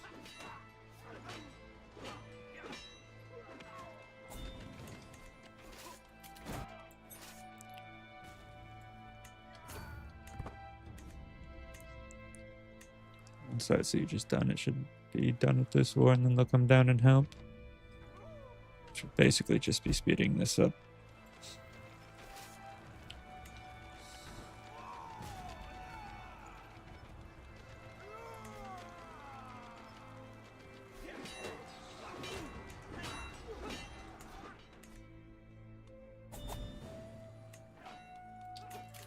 Ooh. Nomadic is probably go down that. Don't think we're ever going to swap off Nomadic in this playthrough. Seems fun. Range betrothal to my daughter. No. Fine. I want her to stay in the family given the inheritable traits. So sorry about your legitimacy, girl.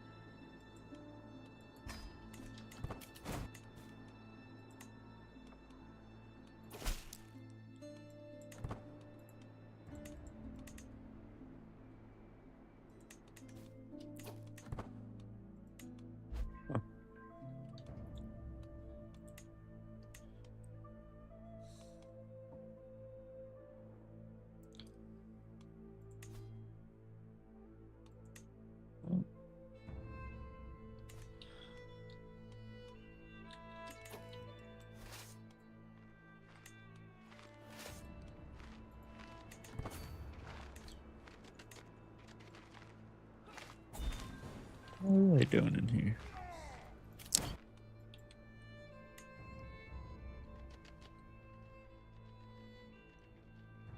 Oh.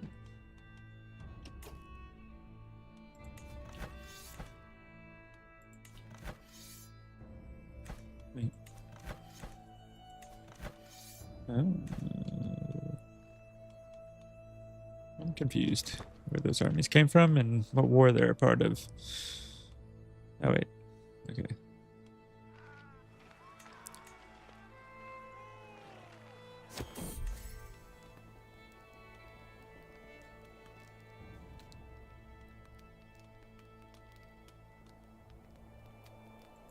Yeah, just leave me alone, lady.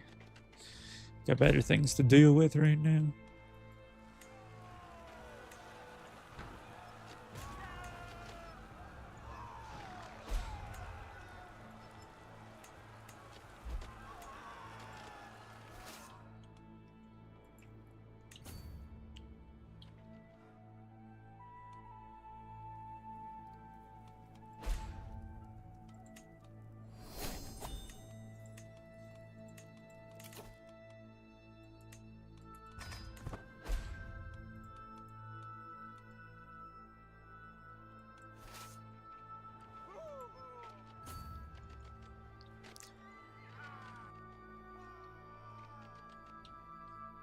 Oh.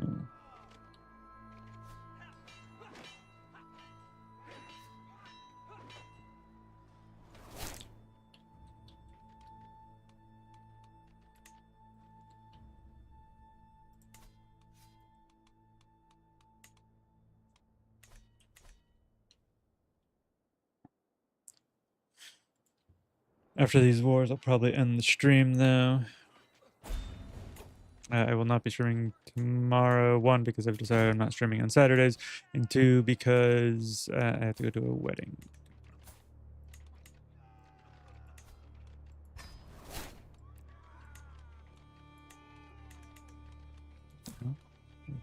Oh.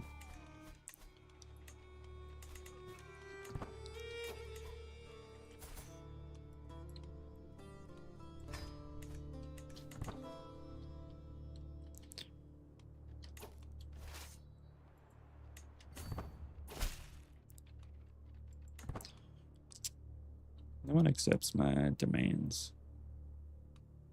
It's really starting to hurt my feelings.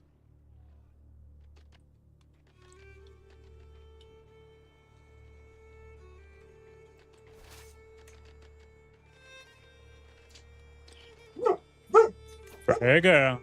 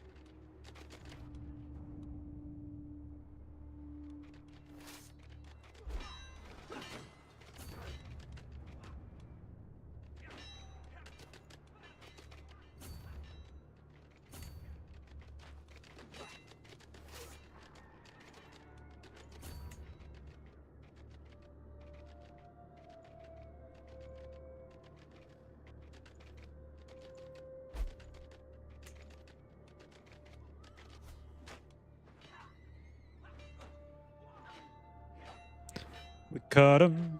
We caught him. Okay. Gotta go all the way back down here, though.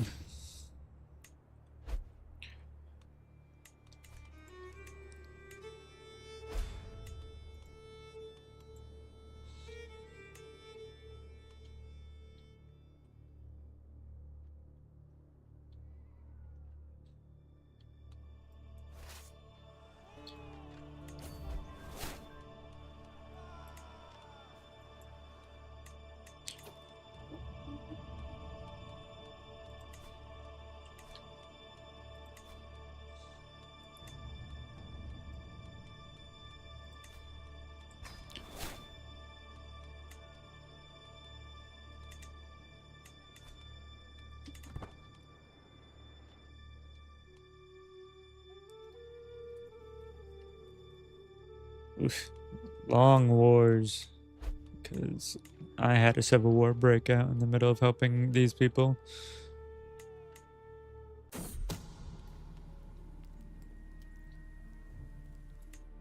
Someone's trying to seduce me.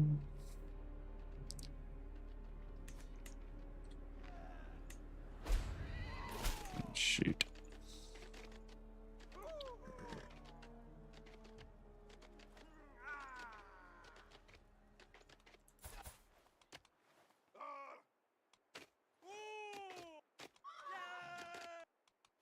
Who is this guy? Is he any good? He's pretty good.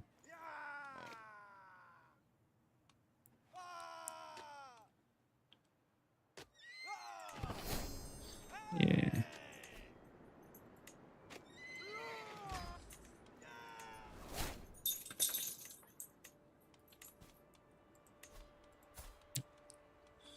They lost their diplomacy teacher.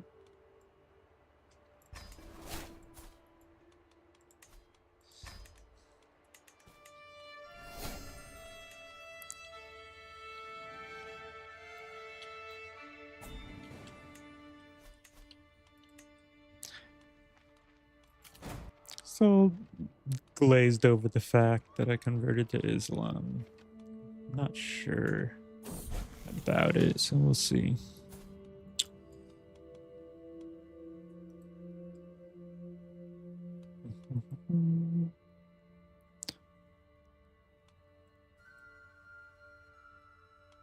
To be honest. Speaking of American influence.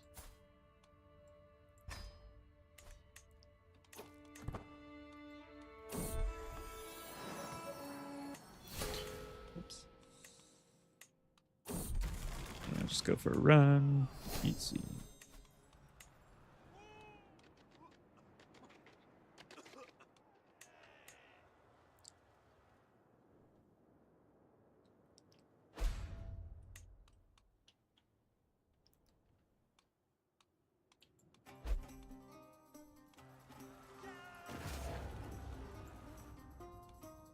Ay, ay, ay.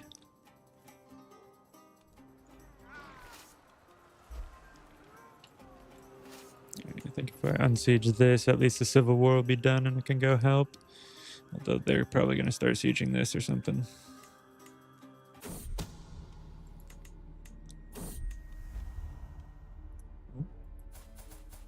Trying to seduce me.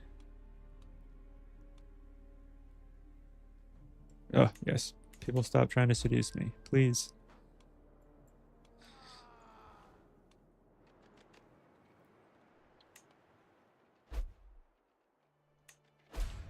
Okay, at least that seems like they're not going to be able to siege that down. I can hopefully win, or at least stop them before they get too close, maybe. Ooh, they're going fast. Freya!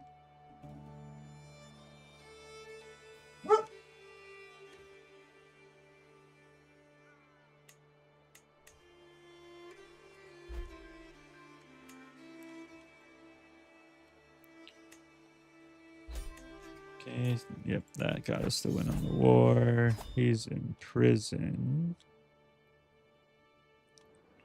I'll have to deal with him in a second, but where do we need to go? All the way up here.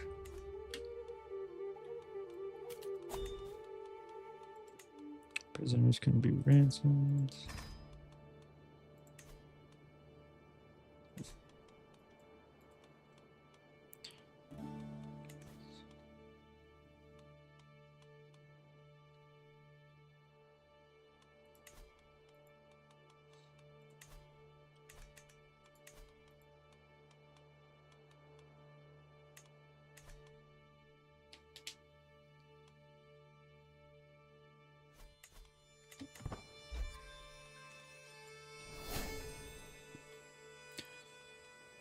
Making real good progress on my legitimacy, at least.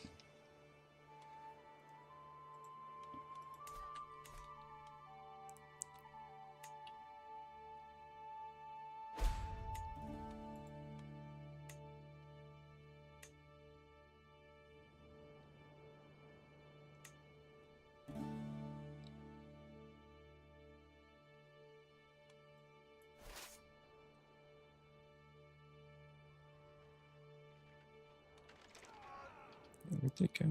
Oh, up here.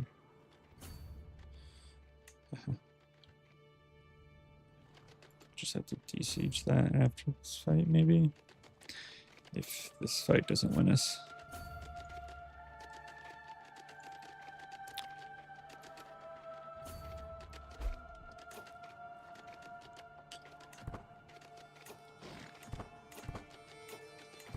It's this commander again, I think. Oh, I am really training my faith hostility because I converted. Okay, I'm fine with that.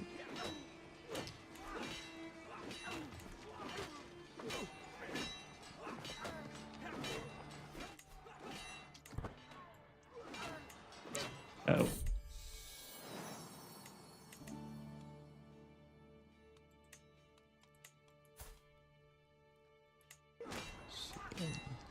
Oops.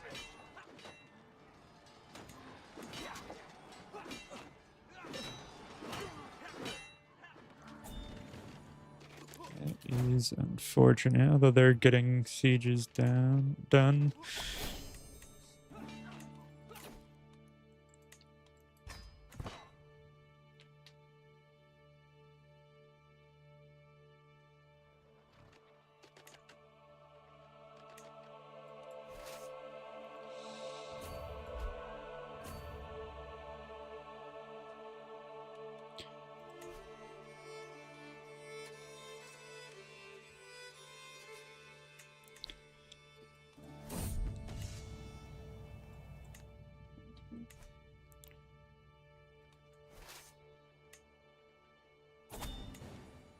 Oh, we lost? How did we lose? What? Okay, well. Oops.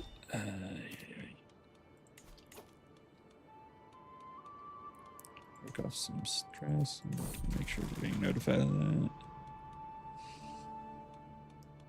that. Let's see.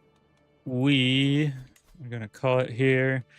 Still working to unite our kingdom. Now we have the prestige to push wars to bring all these counties into the fold, as well as probably these counties in the mountains, and then that's nearly the entire kingdom. And then we can look at the empire. It's going to be a tough one, probably. Breaking Quocho over here is probably the next priority because they're the biggest rival at the moment. If we could break them, then it could be easy pickings uniting the rest of this under our control. All right, save here. Thank you all for watching. See you next week. Peace.